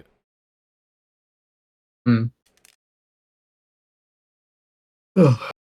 Yeah, like take advantage of having access to more buttons, yeah, to improve the control scheme and like iron out some of the issues with the inventory system. And then yeah, just do a more cohesive job of incorporating the link system so that it operates a little bit more naturally without the weird, fiddly bits. And then also like touch up the link system so that it does a little bit more. I like the idea that if you choose a companion in Route A, then you can get access to that companion in Route B, as well as another companion or something like that. Because like my main argument for that is that the companions are basically the only side quests in this game. I know there's the trading system and like a bunch of other things, but like they're like one of the more notable side questy things, and the like you go on little side adventures. Like you got to get a little spring banana for Moosh. You don't do much because they're very underutilized, but that's like the framework of how I think of the companions. I guess that's my main thing. I feel like they're just handled wrong so I would try to restructure them. But Like the I'm whole I'm point, not. whole point of that is to introduce you to all of them. Like, and you're like stuck in the game. That's fine, but Yeah. it's not clear which one you're getting unless you just know, like, oh, I have to do. Well, also, like you mentioned, it only changes the layout of one area. So, from what I understand, you basically get the ability to be buddies with a cool animal friend, and he solves one mini dungeon for you, and then basically isn't relevant for the rest of the game. Like, the game isn't designed for you to have access to Dimitri for the entire thing, so they didn't build the rest of the map with Dimitri in mind, because how could they? That would be insane. So, like, they're just, for how much it feels like they should impact this game, they have very little impact in this game. They feel very poorly managed. I don't know what I would do to fix them, but I would try to fix them. I'm not Very, willing to I'm not willing to die on the hill of fixing the animal buddies, but I'd like to shoot the shot. at the very least, what I would do.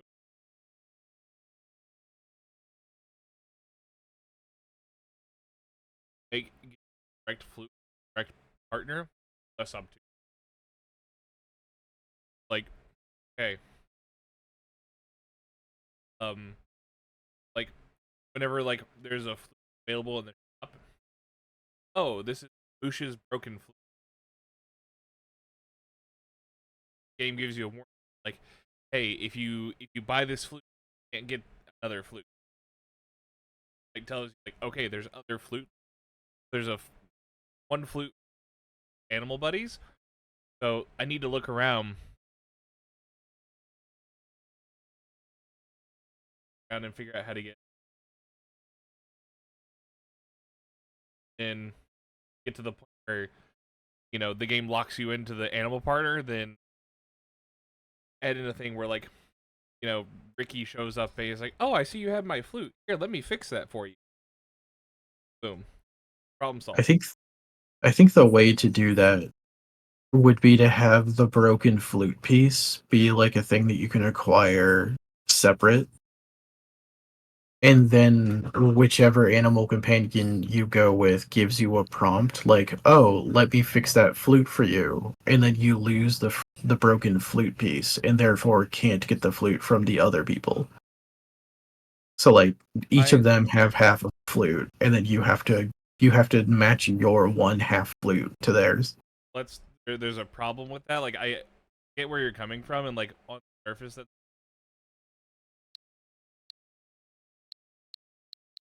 um game like it doesn't like have you like Hmm. they are a little up and like I think you like meet Dimitri and like there's a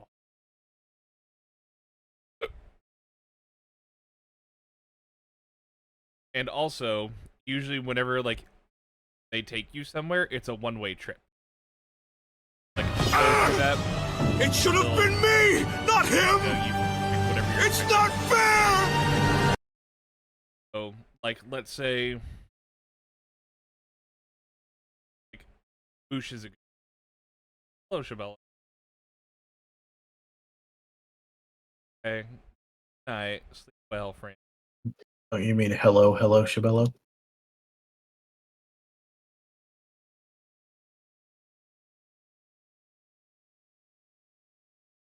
What? No. Trying to think of Veto. Abort. Pull up. No. anyway. Um like in this game, ages, like you literally take Moot in the graveyard, you know, take him 2 screens over to grab a key. Then after you leave that screen, he fucks off. You know, or like Ricky in seasons, literally takes you into like the swamp area. Can't get out of there until after you do, and after that, I think is like meet Dimitri.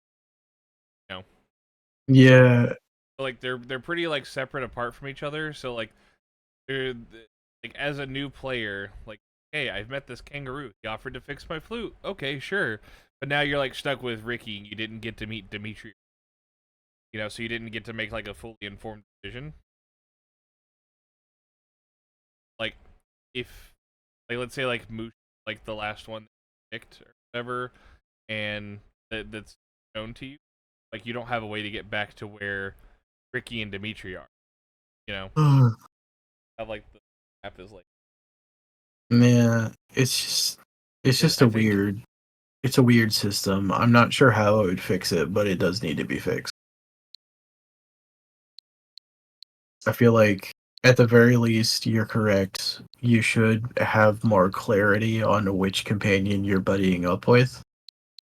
And I would argue that the companion that you buddy up with, and possibly the other companions later, should also just have more impact on the game.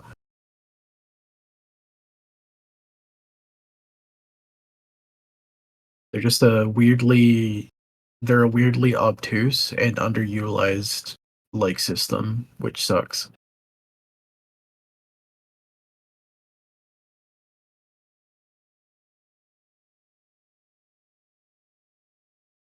aside from the obvious. Oh, hey, we'd have to make 3 versions of yeah. Yeah, like at best they would have made like a 3x3 obstacle, and like it's either a water obstacle, a hopping obstacle, or a gap obstacle, or something like that, and then like the game just reads what flute you has and then teleports in those squares. Like that's the cleanest way that I could imagine doing it, and that sounds like development hell. That sounds like that would be so buggy.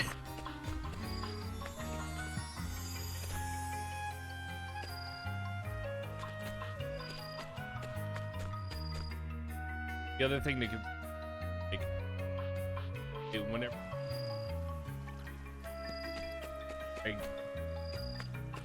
when I was gacha farming, had to see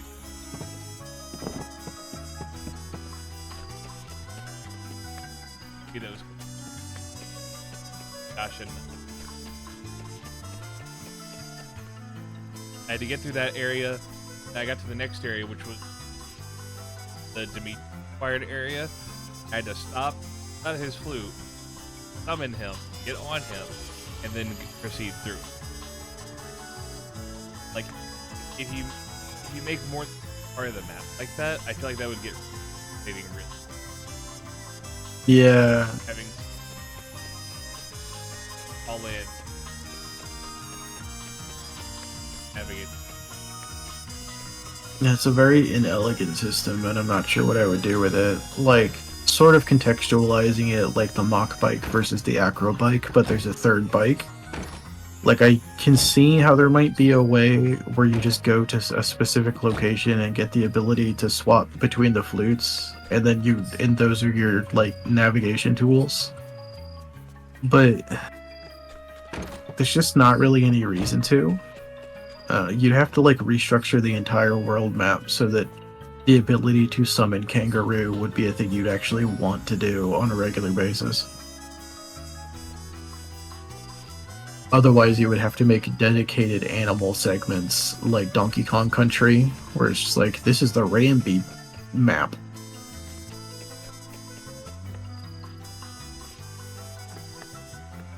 I wouldn't. That's what I mean. Yeah.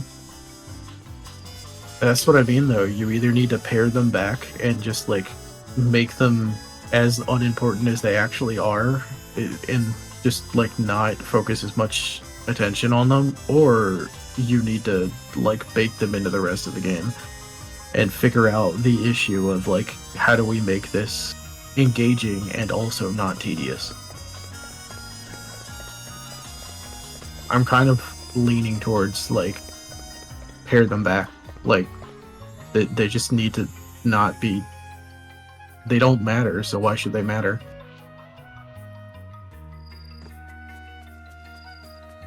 I don't know if I have the heart to cut them entirely, but it feels weird that they're an inventory item that you get and you basically use it for one area. That is one of my constant complaints with Zelda, though. Just like, oh, cool. I got the thing I needed to get to a dungeon or complete a dungeon. It will be useful 2 more times, and one of them is an optional heart piece. I mean, I could have used Dimitri a lot more than him of having to. Yeah. But again, if taking this better, honestly, you could just out and assign it to like all of the harp songs to like a different button on the head, and then the flute.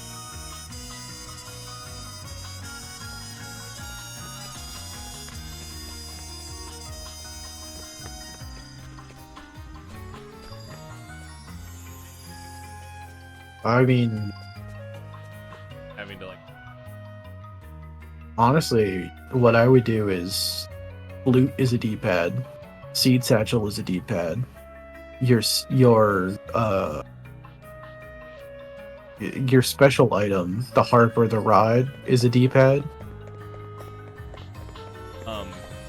Speed satchel. Didn't work for the.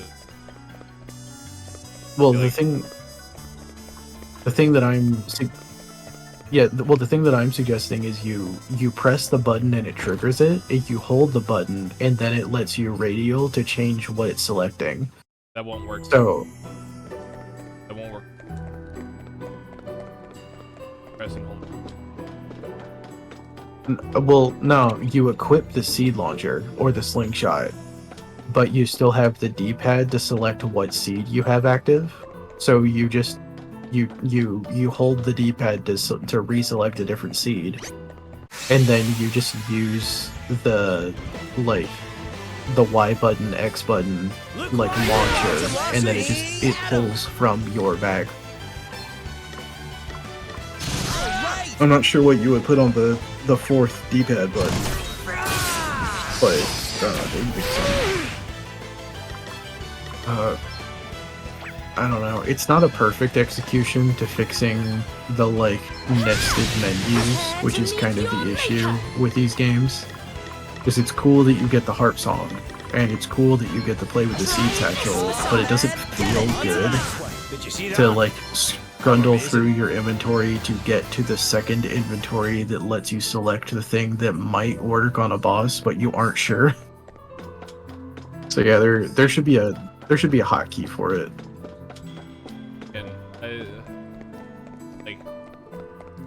having an extra button, I think, and also not having to keep yours equipped, and also the harp by extension.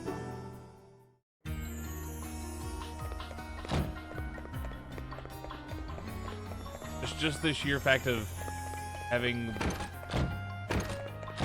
dedicated button and having 3 buttons to get on. There's not a lot of items in.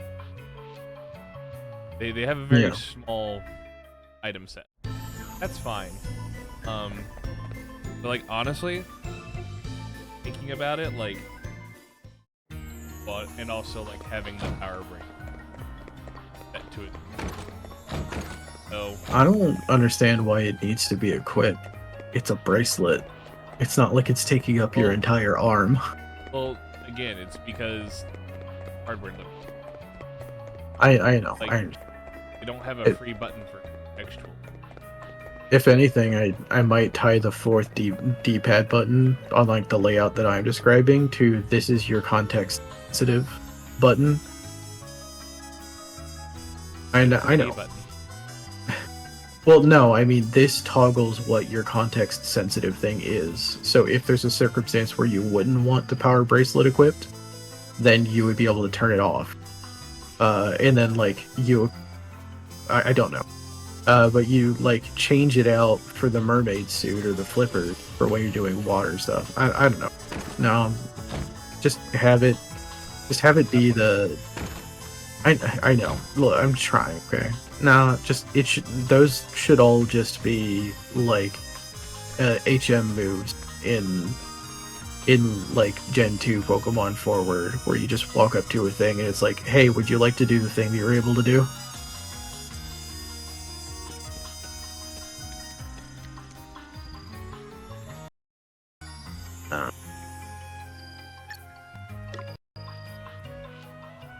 What are you doing? But I'm bravely do.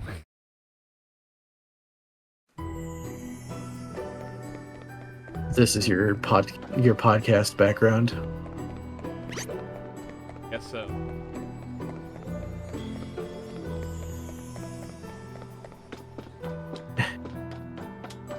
I just want to run around and feel stupid.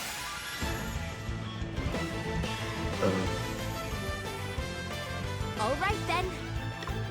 Okay.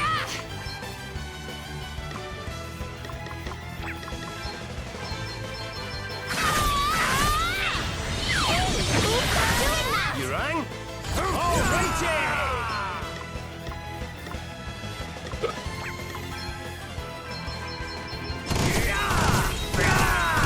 Come and get it! Power Blade is the only one I can think of that you would fix in anyway.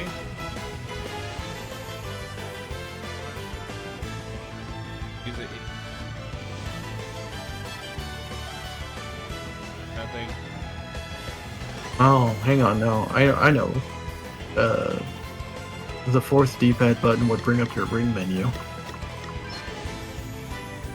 So then you can hot swap the ring without having to go into the menu. That's your dedicated ring button, like the companion button in Paper Mario. Prepare to meet your maker. I think that's the thing that's fine to have in, not like on a hot. How very sweet. I am beginning to feel like a warrior. I mean, at the very least, like imagine you eventually get the ability to put 2 rings at a time, right? So then you eventually get 3 presets of rings, and then you can use the D-pad to toggle between the 3 presets. So like this is my sword fighting set, where I reduce damage coming in and I increase damage going out. And then this is my oh shit set, where it's all about reducing damage and recovering HP. And then this is my utility set, where I do stupid shit.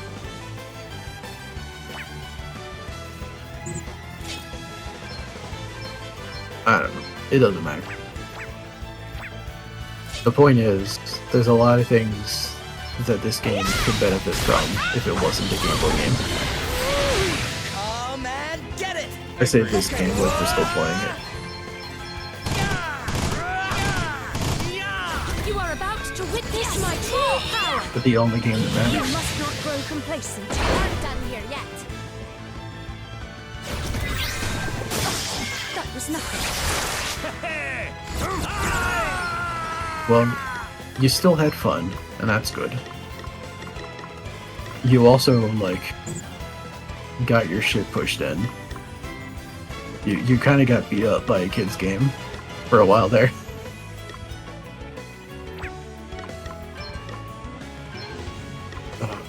I mean, a lot of people's criticisms of Zelda games is that they're just, like, too bugfuck easy. So, having you go through a Zelda game that, like, kind of rocked you around a little bit, you know, that's good. Some of it felt like it was just because the game wasn't good at telegraphing what you were supposed to do, but there were a couple of places that just looked legitimately challenging. That's nice.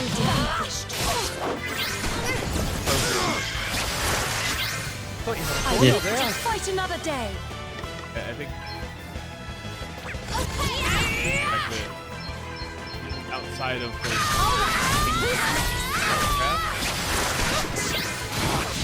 Our quest must go on. usually any issues I had were again for the telegraph things or like rare instances. I felt like. Because the last boss was not the last. The one in the 8th dungeon, Golem, The Golem. particularly frustrating. It's weirdly one of the only enemies in Zelda We have history been that have outflanked. 4 stages. Yeah. Breaking the rule of All right then. Yeah, I don't know what they were. I kind of know what they were trying to do with that boss, but felt weird. Check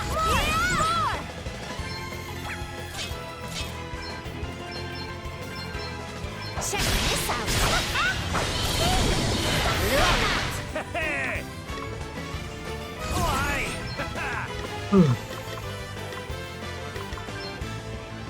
So what are you planning on playing next? Eat sorcery! Of course. Fire your heat! I mean, I feel like you should change the tone up a little bit. Me? Like, Okay. you did a couple of 2D Zeldas back to back. You should probably play like a different, like, speed of game to palate cleanse.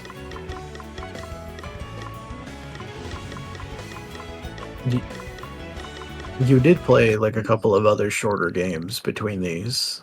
You played like the banjo stuff, and did you play like one other game? Fire Enoch. Oh yeah.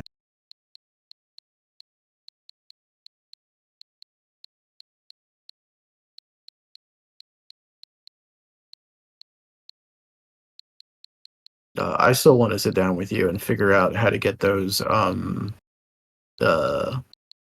the Crystal Legends and the Yellow Legends like ROM hack set up.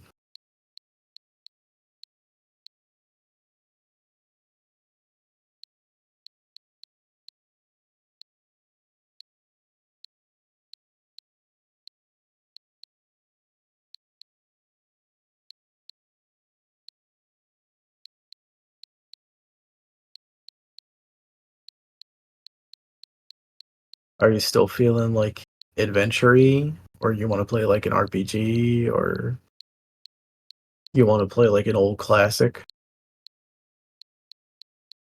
I definitely want to like to lean into something. Try something new, or finish a game that you never like took all the way?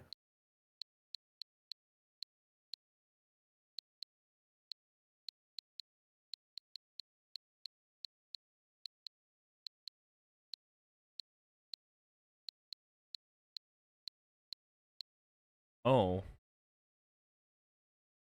that's a game. Hmm. Ginny Lecluse. The game Oh. that Bep got for me. They were like, you will. Uh-huh. Oh. Did you ever beat Disco Elysium? I did not, Oh. but I don't have a way. Oh, okay. I only have it on PC. Also, I don't know if like the game is still worth now because a lot of things. What does that mean? Don't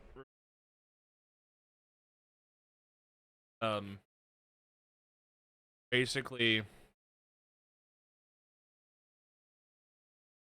the like the current version is like the director's cut or something, but something happened between like the director and the publisher of the game, and I think they got like kicked off the game for the director's cut. Ironic considering it's the director's cut.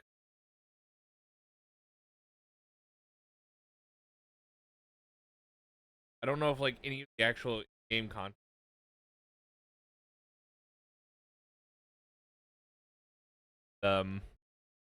like I'd have to do some research if like the game has been compromised and Like what you mentioned with me with, what was it, Skullgirls, where they just weirdly went really like conservative or whatever, and they're just like, yeah, these chicks aren't allowed to be sexy anymore. Kinda. We're gonna change all of the models and permanently alter the way that this game is perceived and experienced. Kind of.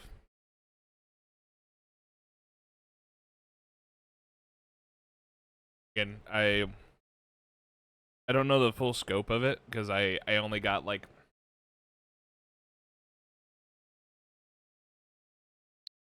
tiny little osmos.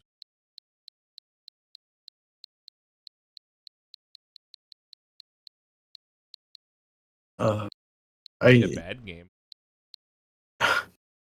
I've got this game that I got for like less than called Anima Gates of Memories. did you pick up that weirdly horny like fairy tale girl RPG that I told you about? I Don't remember the name of it. the only horny game that I have on my Catherine. No, I I think it know was of. a Steam. I guess. Oh yeah, you can't play Steam games. That was like Mary Skelter or something like that. Oh no, Oh still on my wish list. I get notifications. Like yeah, that's great. I can't do anything about no. it. That's why I characterize Steam as my needy ex girlfriend.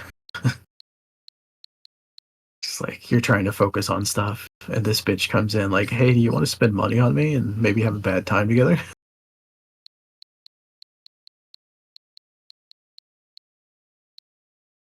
Here's what I'm seeing here. Uh huh. Dude, Jenny Leclerc RPG.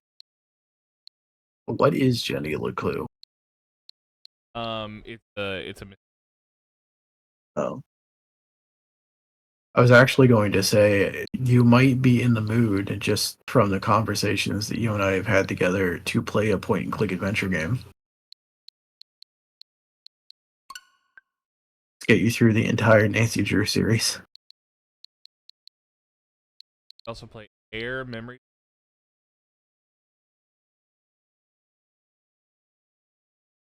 Never heard of it. Don't know anything about it. I just general reception around it is positive. Or I could play earlier Anima Gate of Memory. That game. No, it was bad time. What little I played. Very jankily bad. Yeah. Do you have a way to play like Portal 2? No, no. You were mentioning the potential of doing a co-op Hat in Time with Rio. That would have to be on the.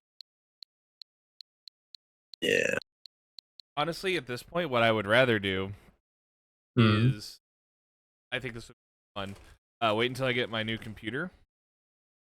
Then, I don't mind to shell out the money. But I think that it would be fun to get both of them a copy of the game on Steam. Then we can do I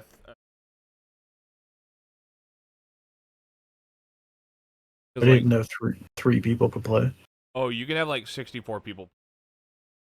What? Yeah, they went ham on the co-op and they're just like, yeah, no, you can just have lobbies of like a ton of people.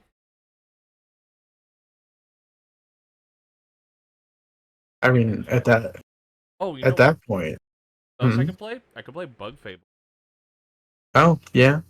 Well, you guys got uh Tier to helicopter in and do a voice for a Southern Belle lady and another Crab's Treasure. The three of you like hanging out doing Bug Fable and like picking characters to read out for would be really fun. Or if you know, I can't. I'd have to do it off of the delay, and I'm really bad at reading out loud. I'd love to, but I don't think I can. But even if you just solo played Bug Fables, you'd have a lot of fun doing stupid voices. Yeah. I got through like I think first dungeon of it, and it was really fun. I put it down because Hmm. I'm I'm obligated to mention In Stars in Time, but I know you don't have money for it yet. I don't have and It is on the Switch. You just need the money.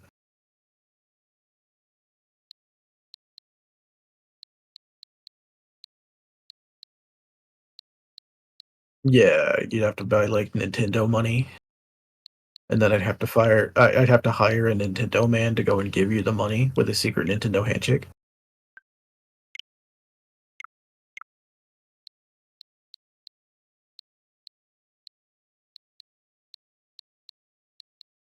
One day, though. One day. I'll play it eventually. I know. I've been hankering to like go through it again. Like I don't know if I'd be able to play it. It's very minimalist and it defaults to dark mode in a lot of situations, so I probably could. I just I'm not used to playing stuff on console anymore because I don't have a TV that I like, and I don't want to play anything on my laptop screen. So, but yeah, honestly, I've been hankering to just like load up the Jello and Crew like playlist and just watch them play the game again. It hasn't even been that long since the last time that I did.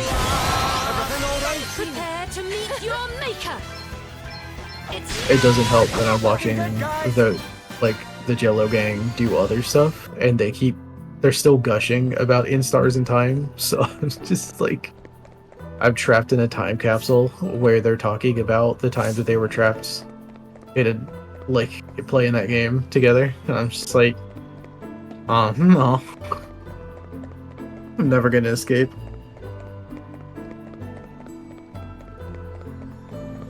It is. Well, that and Pokemon, because I made the mistake of watching like a 7-hour Pokemon video.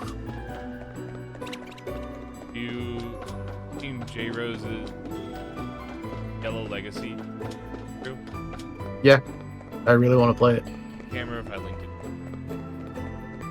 You did. Well, it was in my algorithm, and then you also linked it. Yeah, I watched it. I want to play it. It's one of those things where it's like, yeah, you guys made a couple of good decisions, but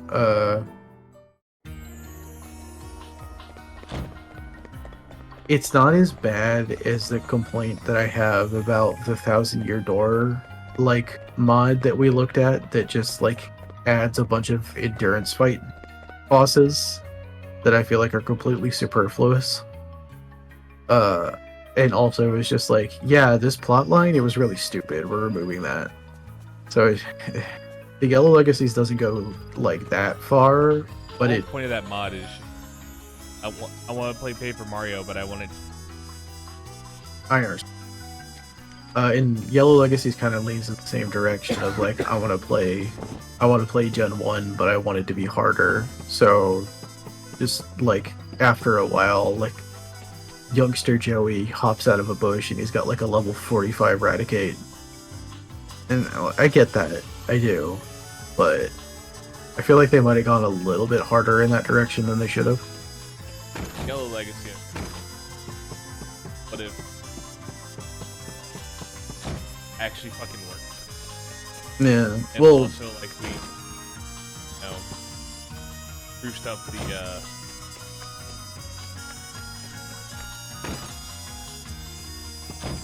that way Well, there's from- actually like proper challenge. from what I understand, they basically just absorbed the stadium like bug fixes, and then they basically redesigned the trainers to be as if they were Pokemon Stadium trainer. So they use like confusion and toxic strats, and they'll double team you and hit you with sand attack and stuff like that. Just like they have like much more aggressive move sets that lean into making the game the way that it is. But it still has speed-based crits. It still has the badge boost glitch. Like, it's still Gen 1. It's just Gen 1 that's coming at you hard, and it's here to ruin your day.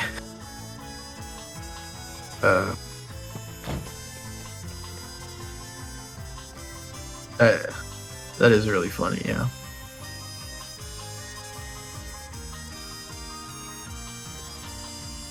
I don't know.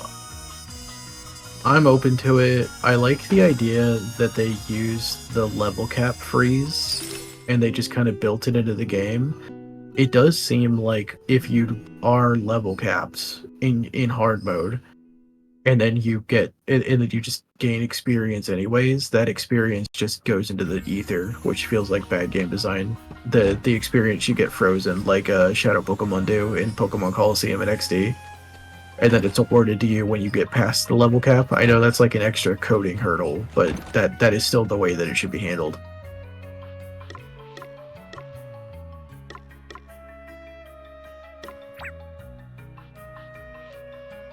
But no, I want to play both of them. Like, I really want to do a Crystal run through where I finally catch a Heracross for like the first time in my life. I think I've literally never used a Heracross in my party. I've caught a couple and I've just never bothered.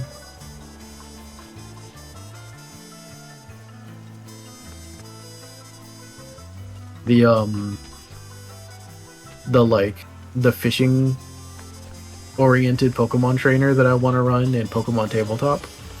I like also want them to be like really into bug catching contests because it's like the same kind of stuff. They like really high fidelity catching challenges, so they're kind of just the personification of the fact that I frequently make parties out of Pokemon that have like 5% encounter rates and lower. Because just for whatever reason, I always feel like those are more valuable Pokemon. That's how I got tricked into taking like 5 Masquerains to the Elite Four. Because Surskit has a 1% encounter rate for no reason, and it's not worth it.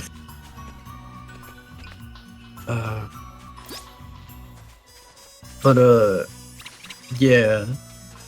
Like, I want like a Milotic and a Whiscash. Those are like my dream water Pokemon for that character. And like I want to put in the work to get both of them. For whatever reason, in Generation 3, I never found Barbojas. I did like several run-throughs, and I never found Barbojas because I think they're only available on like 1 or 2 routes in the game.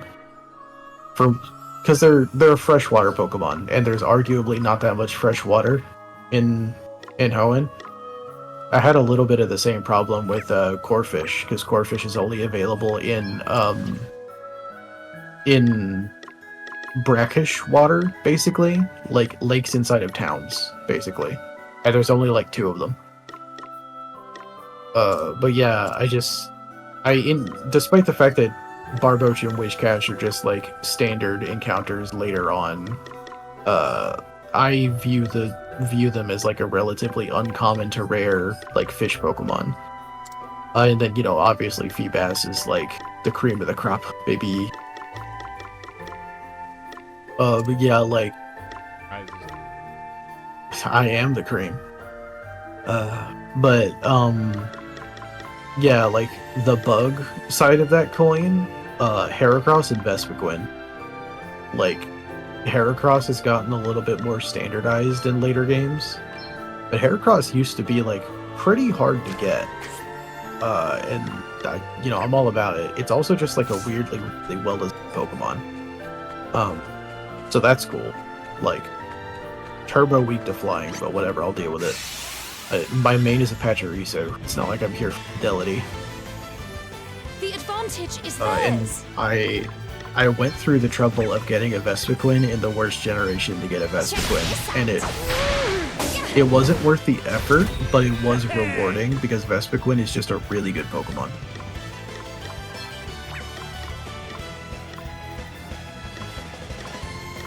I don't know if I care as much about like a Volcarona, because like I never really care that much about Pokemon that are just given to you. or like Pokemon that you acquire at level 70, you know? And Volcarona is like both. It's like, hey, here's a Larvesta egg, figure it out. And then just like, oh, here's like a 4-tile sprite of a Volcarona, level 70, just catch it, figure it out. It's not a legendary. It's not. It's just. It's got the Lucario treatment of being like weirdly special, but not special.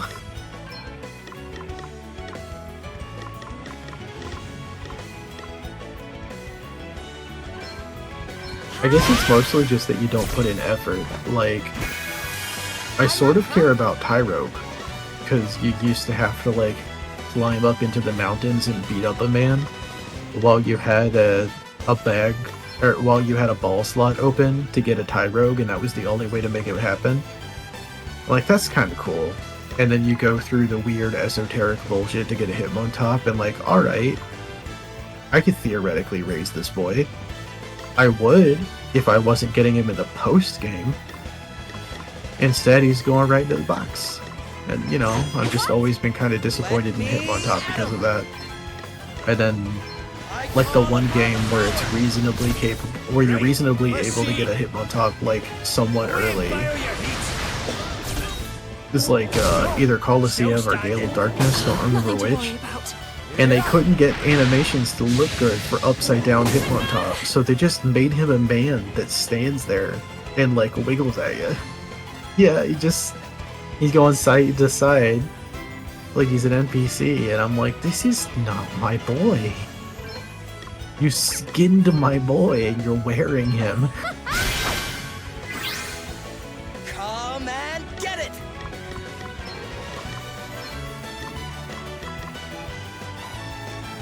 This should help. Thank you. Oh no, yeah. I really want to go through Crystal Legends so I can just like You right? use all of the really underutilized Johto Pokemon. Like, I really want to run Heracross, I really want to run like a Houndour or like a Mischievous, or like a Murkrow, honestly. Because I'm so used to Honchkrow, it never occurred to me that like aesthetic that Murkrow is going for is Witch's Familiar, which is completely on brand. Because they make him a Mafia boss when he evolves, so I just assumed that he's a Hoodlum as his unevolved form. Because that would make logical sense, but instead, he's just one. He just has one tone, and then a completely different tone that also wears a hat when he evolves. And I'm like, what are you doing?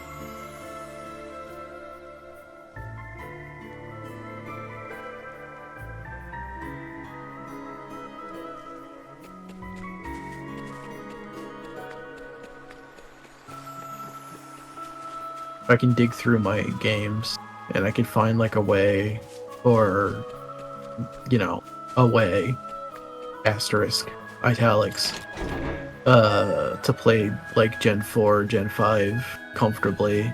I don't know which game, I don't know which generation would be the best to do this, but like, I want to build the ultimate Pokemon hat team. Just all these Pokemon wear hats. That's the whole gimmick. I want to make this work. It would be an excuse to use a Mismagius, and I don't need much of an excuse to use a Mismagius, but I actually have never done it, so this would be my first opportunity to use a Mismagius. But then, you know, where do I go from there? Like, the world is my oyster that's wearing a hat. There's more than one way to skin a cat. Let me at him.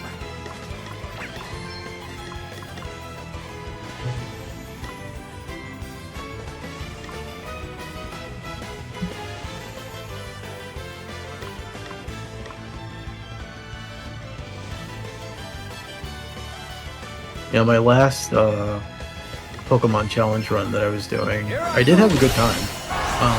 I was doing the no capture run, or like the event only run, which is like I don't raise wild Pokemon. I have to acquire the Pokemon like from a tile, like a Snorlax, or like I have to have them be given to me by another person.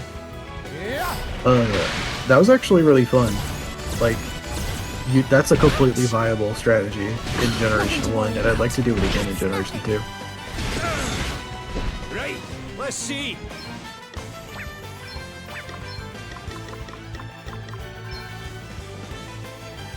Away and fire your heat. Ooh, right in the soft bits. How much of what I'm saying is actually sticking, and how much is just going in one ear and out the other with you? I was listening up until that last bit because this monster that I'm fighting just decided to take turns and do a shit ton of damage to my whole party. And just kind of Okay. threw me off. Patch up time. What's the plan? Ha! This should do it! Alrighty, I didn't know let's how much press damage on, eh? I didn't know. Hidden, like, really tough enemies. No, I understand.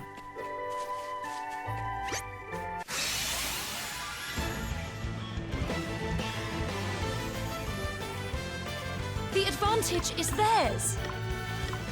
As opposed to enemies feeling default.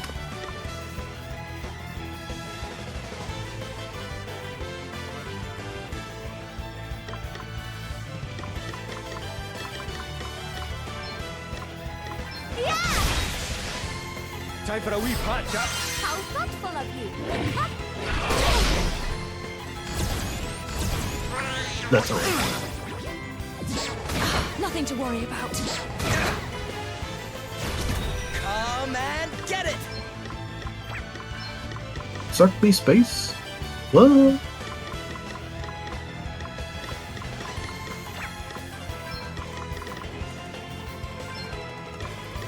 Patch up time. You have my thanks.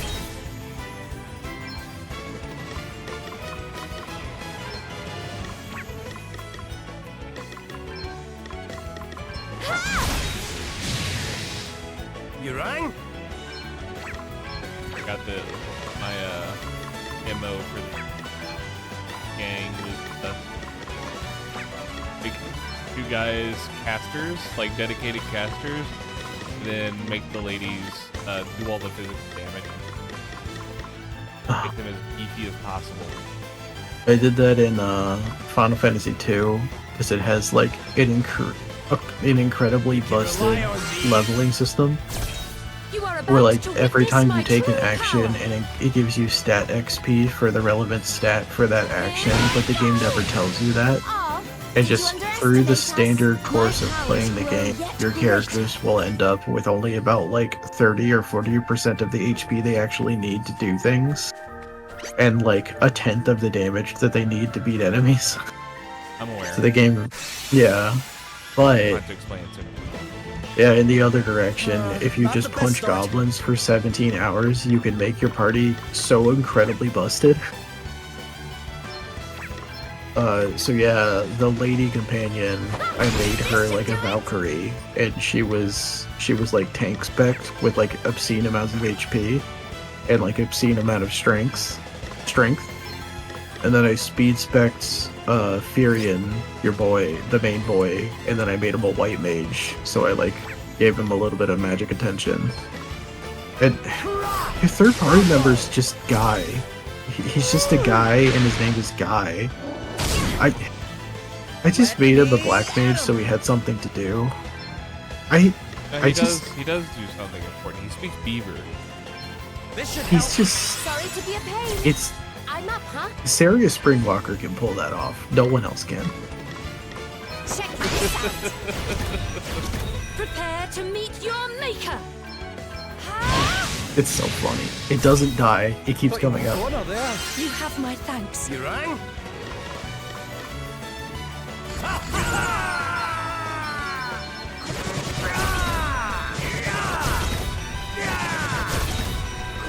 But yeah, the fact that your fourth party member just never really sticks around that much, and then you also have to static speed train the fourth party member.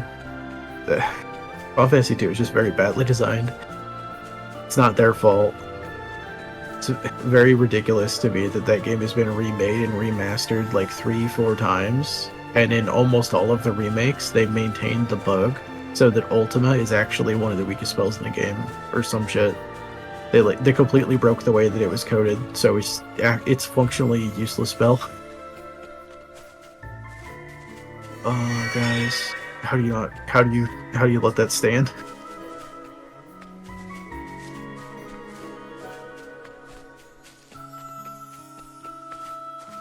Thing I still don't understand.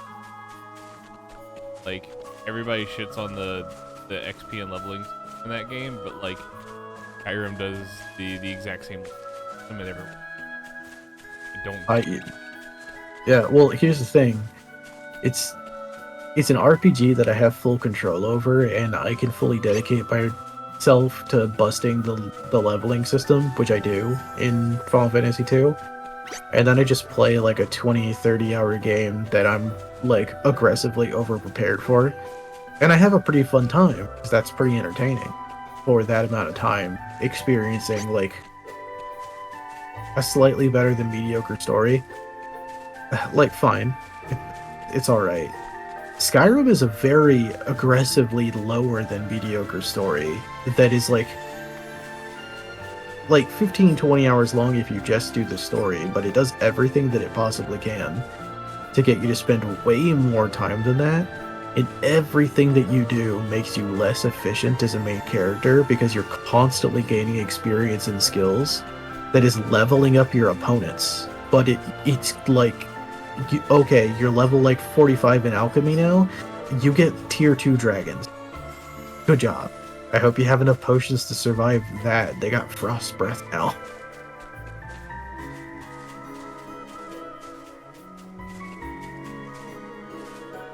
No, I do the same thing when I play Skyrim. I'll go out of my way to cheese the build so that I get like 70 in light armor and like 70 in archery before I do anything else. And that makes me like obscenely cracked for the first the first segments of the game, because it's not designed for you to optimize your character. But then I can fool around and acquire suboptimal skills from that point on, and it won't hurt me because I have such a strong foundation for my character. But if you just play the game the way the game is designed to be played, then you end up diluting your pool so much that the enemies that you're fighting are so obscenely over geared and like over HP'd and like damaged. You're so aggressively outclassed that it actually becomes harder and harder and harder to normalize and fix your character.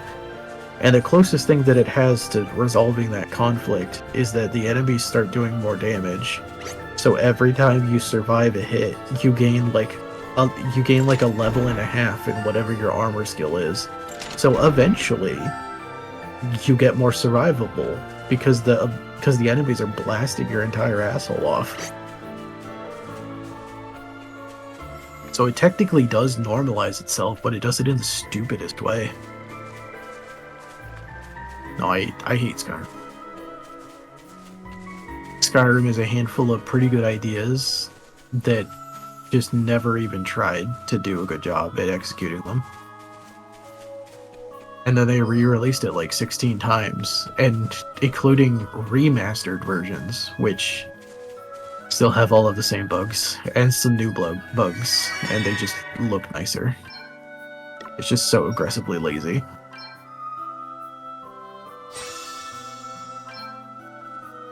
It's a really good brain rot. You could just play that game for like 700 hours and you mostly won't hate yourself.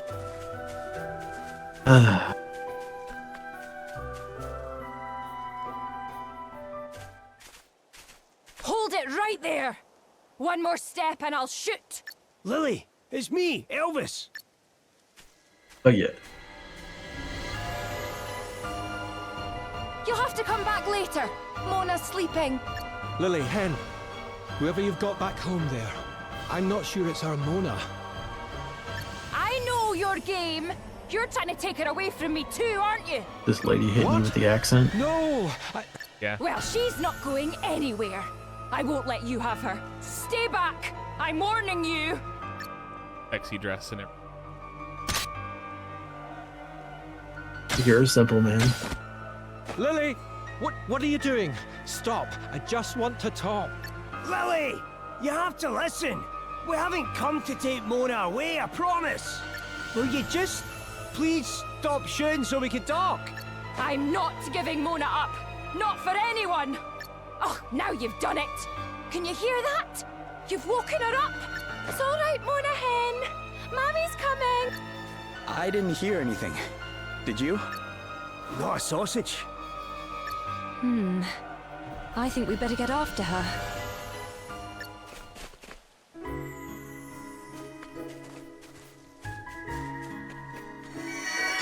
What about a sausage? I didn't hear anything, did you? But not a sausage. Not a sausage. Is that a phrase? I know that you can call somebody a sausage. It's like a term. It's both an insult and a term of endearment, I think. But not a sausage.